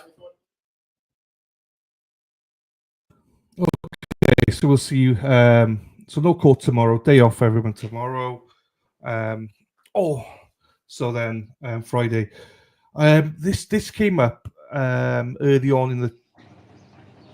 Let me go back. All right, there we go. This happened early on in the trial. There was concerns about the. Here comes Karen's car now. So.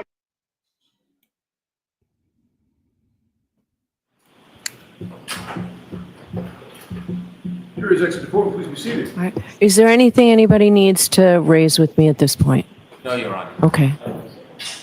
There is one outstanding motion. It's a motion for reconsideration. It's denied. Okay. I just saw that was the one that was still outstanding. Okay. Thank you all. We'll see you Friday morning. So there's a motion denied. I imagine that is the motion about the FBI person. So Elsie, how are we doing, Elsie Jones? I presume. Hang on, let me mute Brandy for a second. I presume. Brandy, I'm going to mute you for 1 second. 1 second. Unmute it. I'm going to mute you for 1 second. And right. So the Michael Easter one, I believe, has just been rejected because it's for reconsideration, and that was for reconsideration. So that means that would, there. So yeah, that was being dismissed. There's lots I haven't watched Wicked Side, but I need to sort myself out tomorrow anyway. So I'm gonna take the day off tomorrow anyway. So.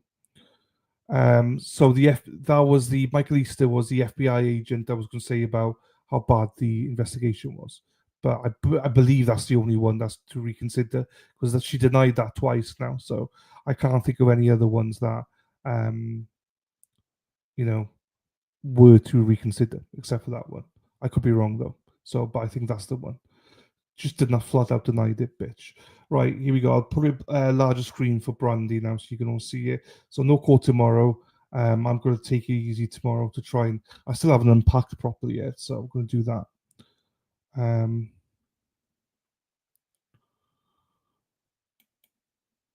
So the other motions would have been discussed at sidebar. So they all would have been discussed and agreed on sidebar. So wherever they are. Right. Hang on, where the fuck is this gone? Brandy, can you hear me now, Brandy? If you're back, Brandy, put yourself on. Brandy. Oh, she's muted. Right, let me play this. I love this song. So I'll play this song. Because now I know this is Karen's favorite song. I'm going to play it all the time. I'll play this until Brandy comes back on.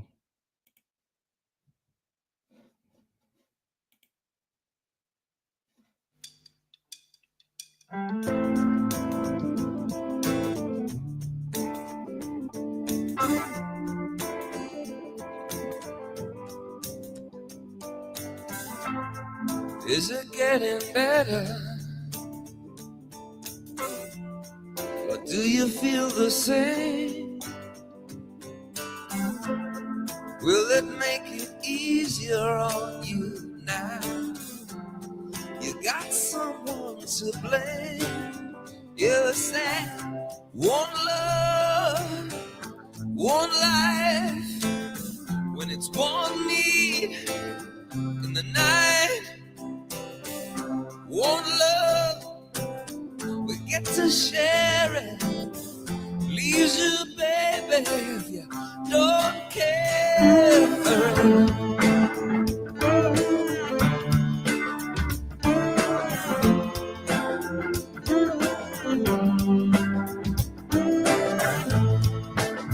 Did I disappoint you? Or leave a bad taste in your mouth? You act like you never had that. You want me to go without? Well, it's too late tonight to drag the past out into the light. We're one, but we're not the same. We get to carry each other, carry each other. Whoa.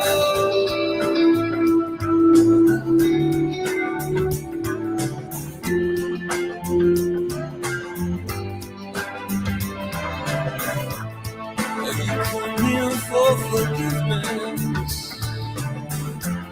Have you come to raise the dead? Have you come here to play Jesus to the lepers in your head? Did I ask too much, more than a lot? You gave me nothing, now it's all I got. We're one, but we're not the same. Well, we hurt each other, now we're doing it again. You say love is a temple, love a higher God. Love is a temple, love the higher God. You asked me to enter, but then you made me crawl. And I can't be holding on to what you got, when all you got is hurt. One love, one blood, one life. You got to do what you should. One life with each other, sisters, brothers. One life, but we're not the same. We get to carry each other, carry each other.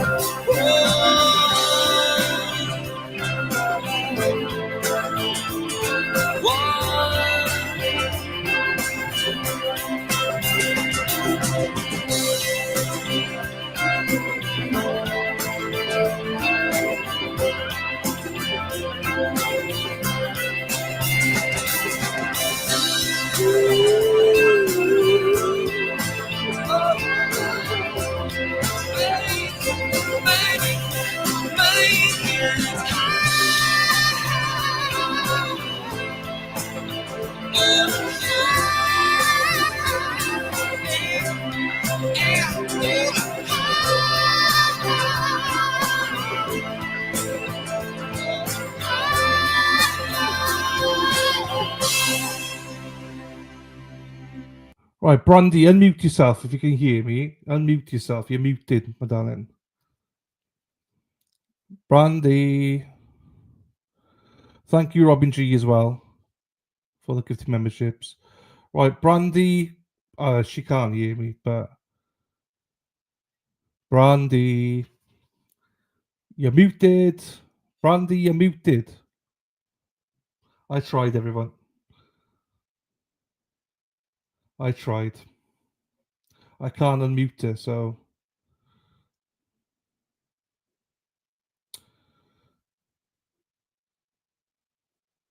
So I guess this crowd coming, this is Karen. least we get to see you. So we get to see you at least, and then here's Jackson and Little. That's a lot of people. That's the one thing I don't like is so many people crowding around her like that. Tim, look at Tim. He's there loving it. I don't even all these people media. I don't even know.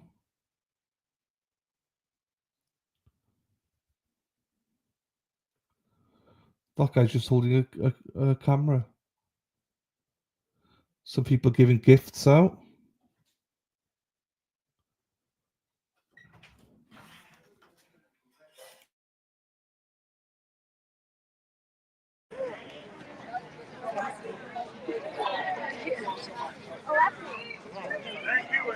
Good job, Alessi. Thank you, guys. Thank you, guys. We love you.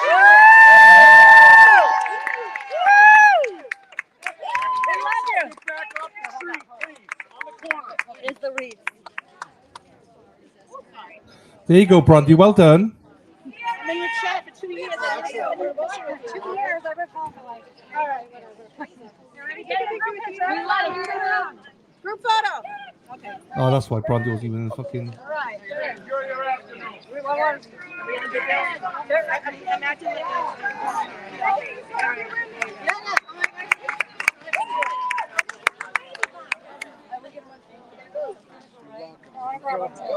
I'm the one for the record. Oh, awesome. There you go. Oh my God, oh yeah, they went right this time. They didn't go down.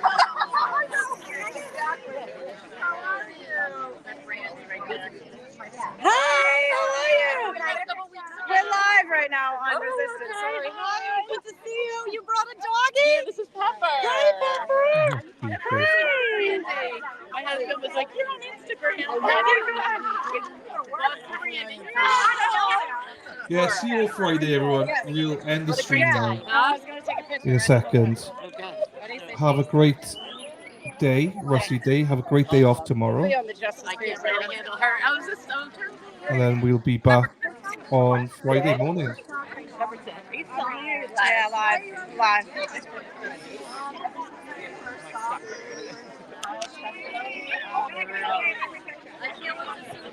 It's a big group.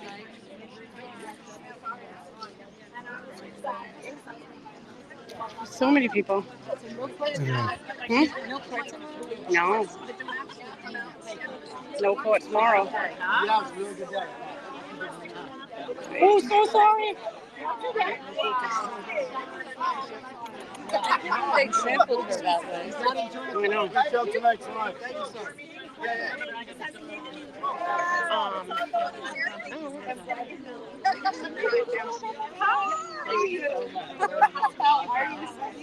Oh, lots of people. Look at that, we're connected. Can someone help? Oh my goodness.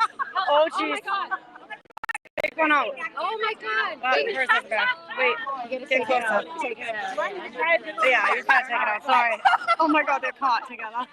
Oh no. Take it out.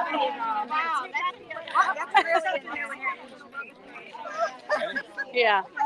Right, Brandy, we'll close the stream then, yeah? All right, guys, this is it. Everybody's go. taking off. Jack, I see you escaping. Bye. You ain't getting no Irish goodbye with me around. You did Scottish. You ass. I love you. The y'all. Love you. Well done. Right. Yeah. Bye. Drive safe. Yeah, we got tomorrow off, so. Tomorrow off. And then back Friday. How you doing, Dylan? You there still?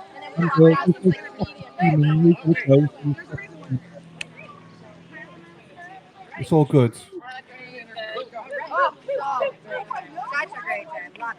Yes, it was good. It was good. Papa, did you meet Pepper all? Yes, this is Pepper. Red chili pepper. She's a red fox. She's a good girl. I have a huh? bandana, Yes, pink she bandana is. for her. But Right, happy birthday to Keith in advance for tomorrow. Oh, she just.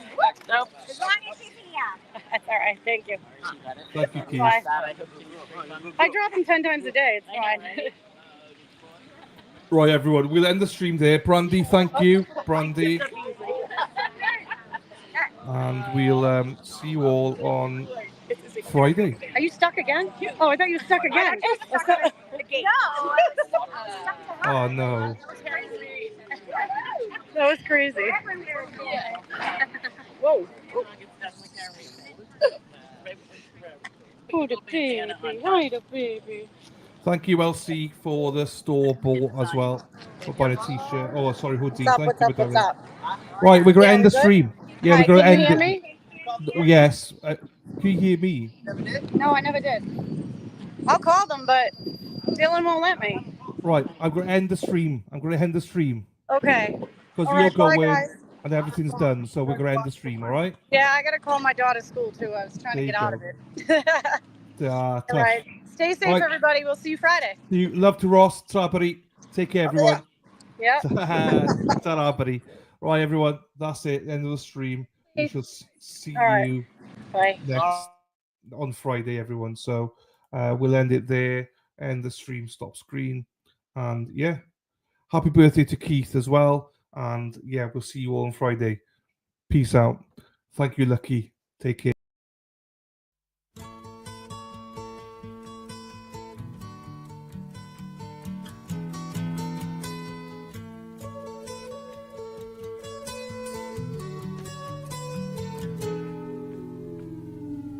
Here comes the sun.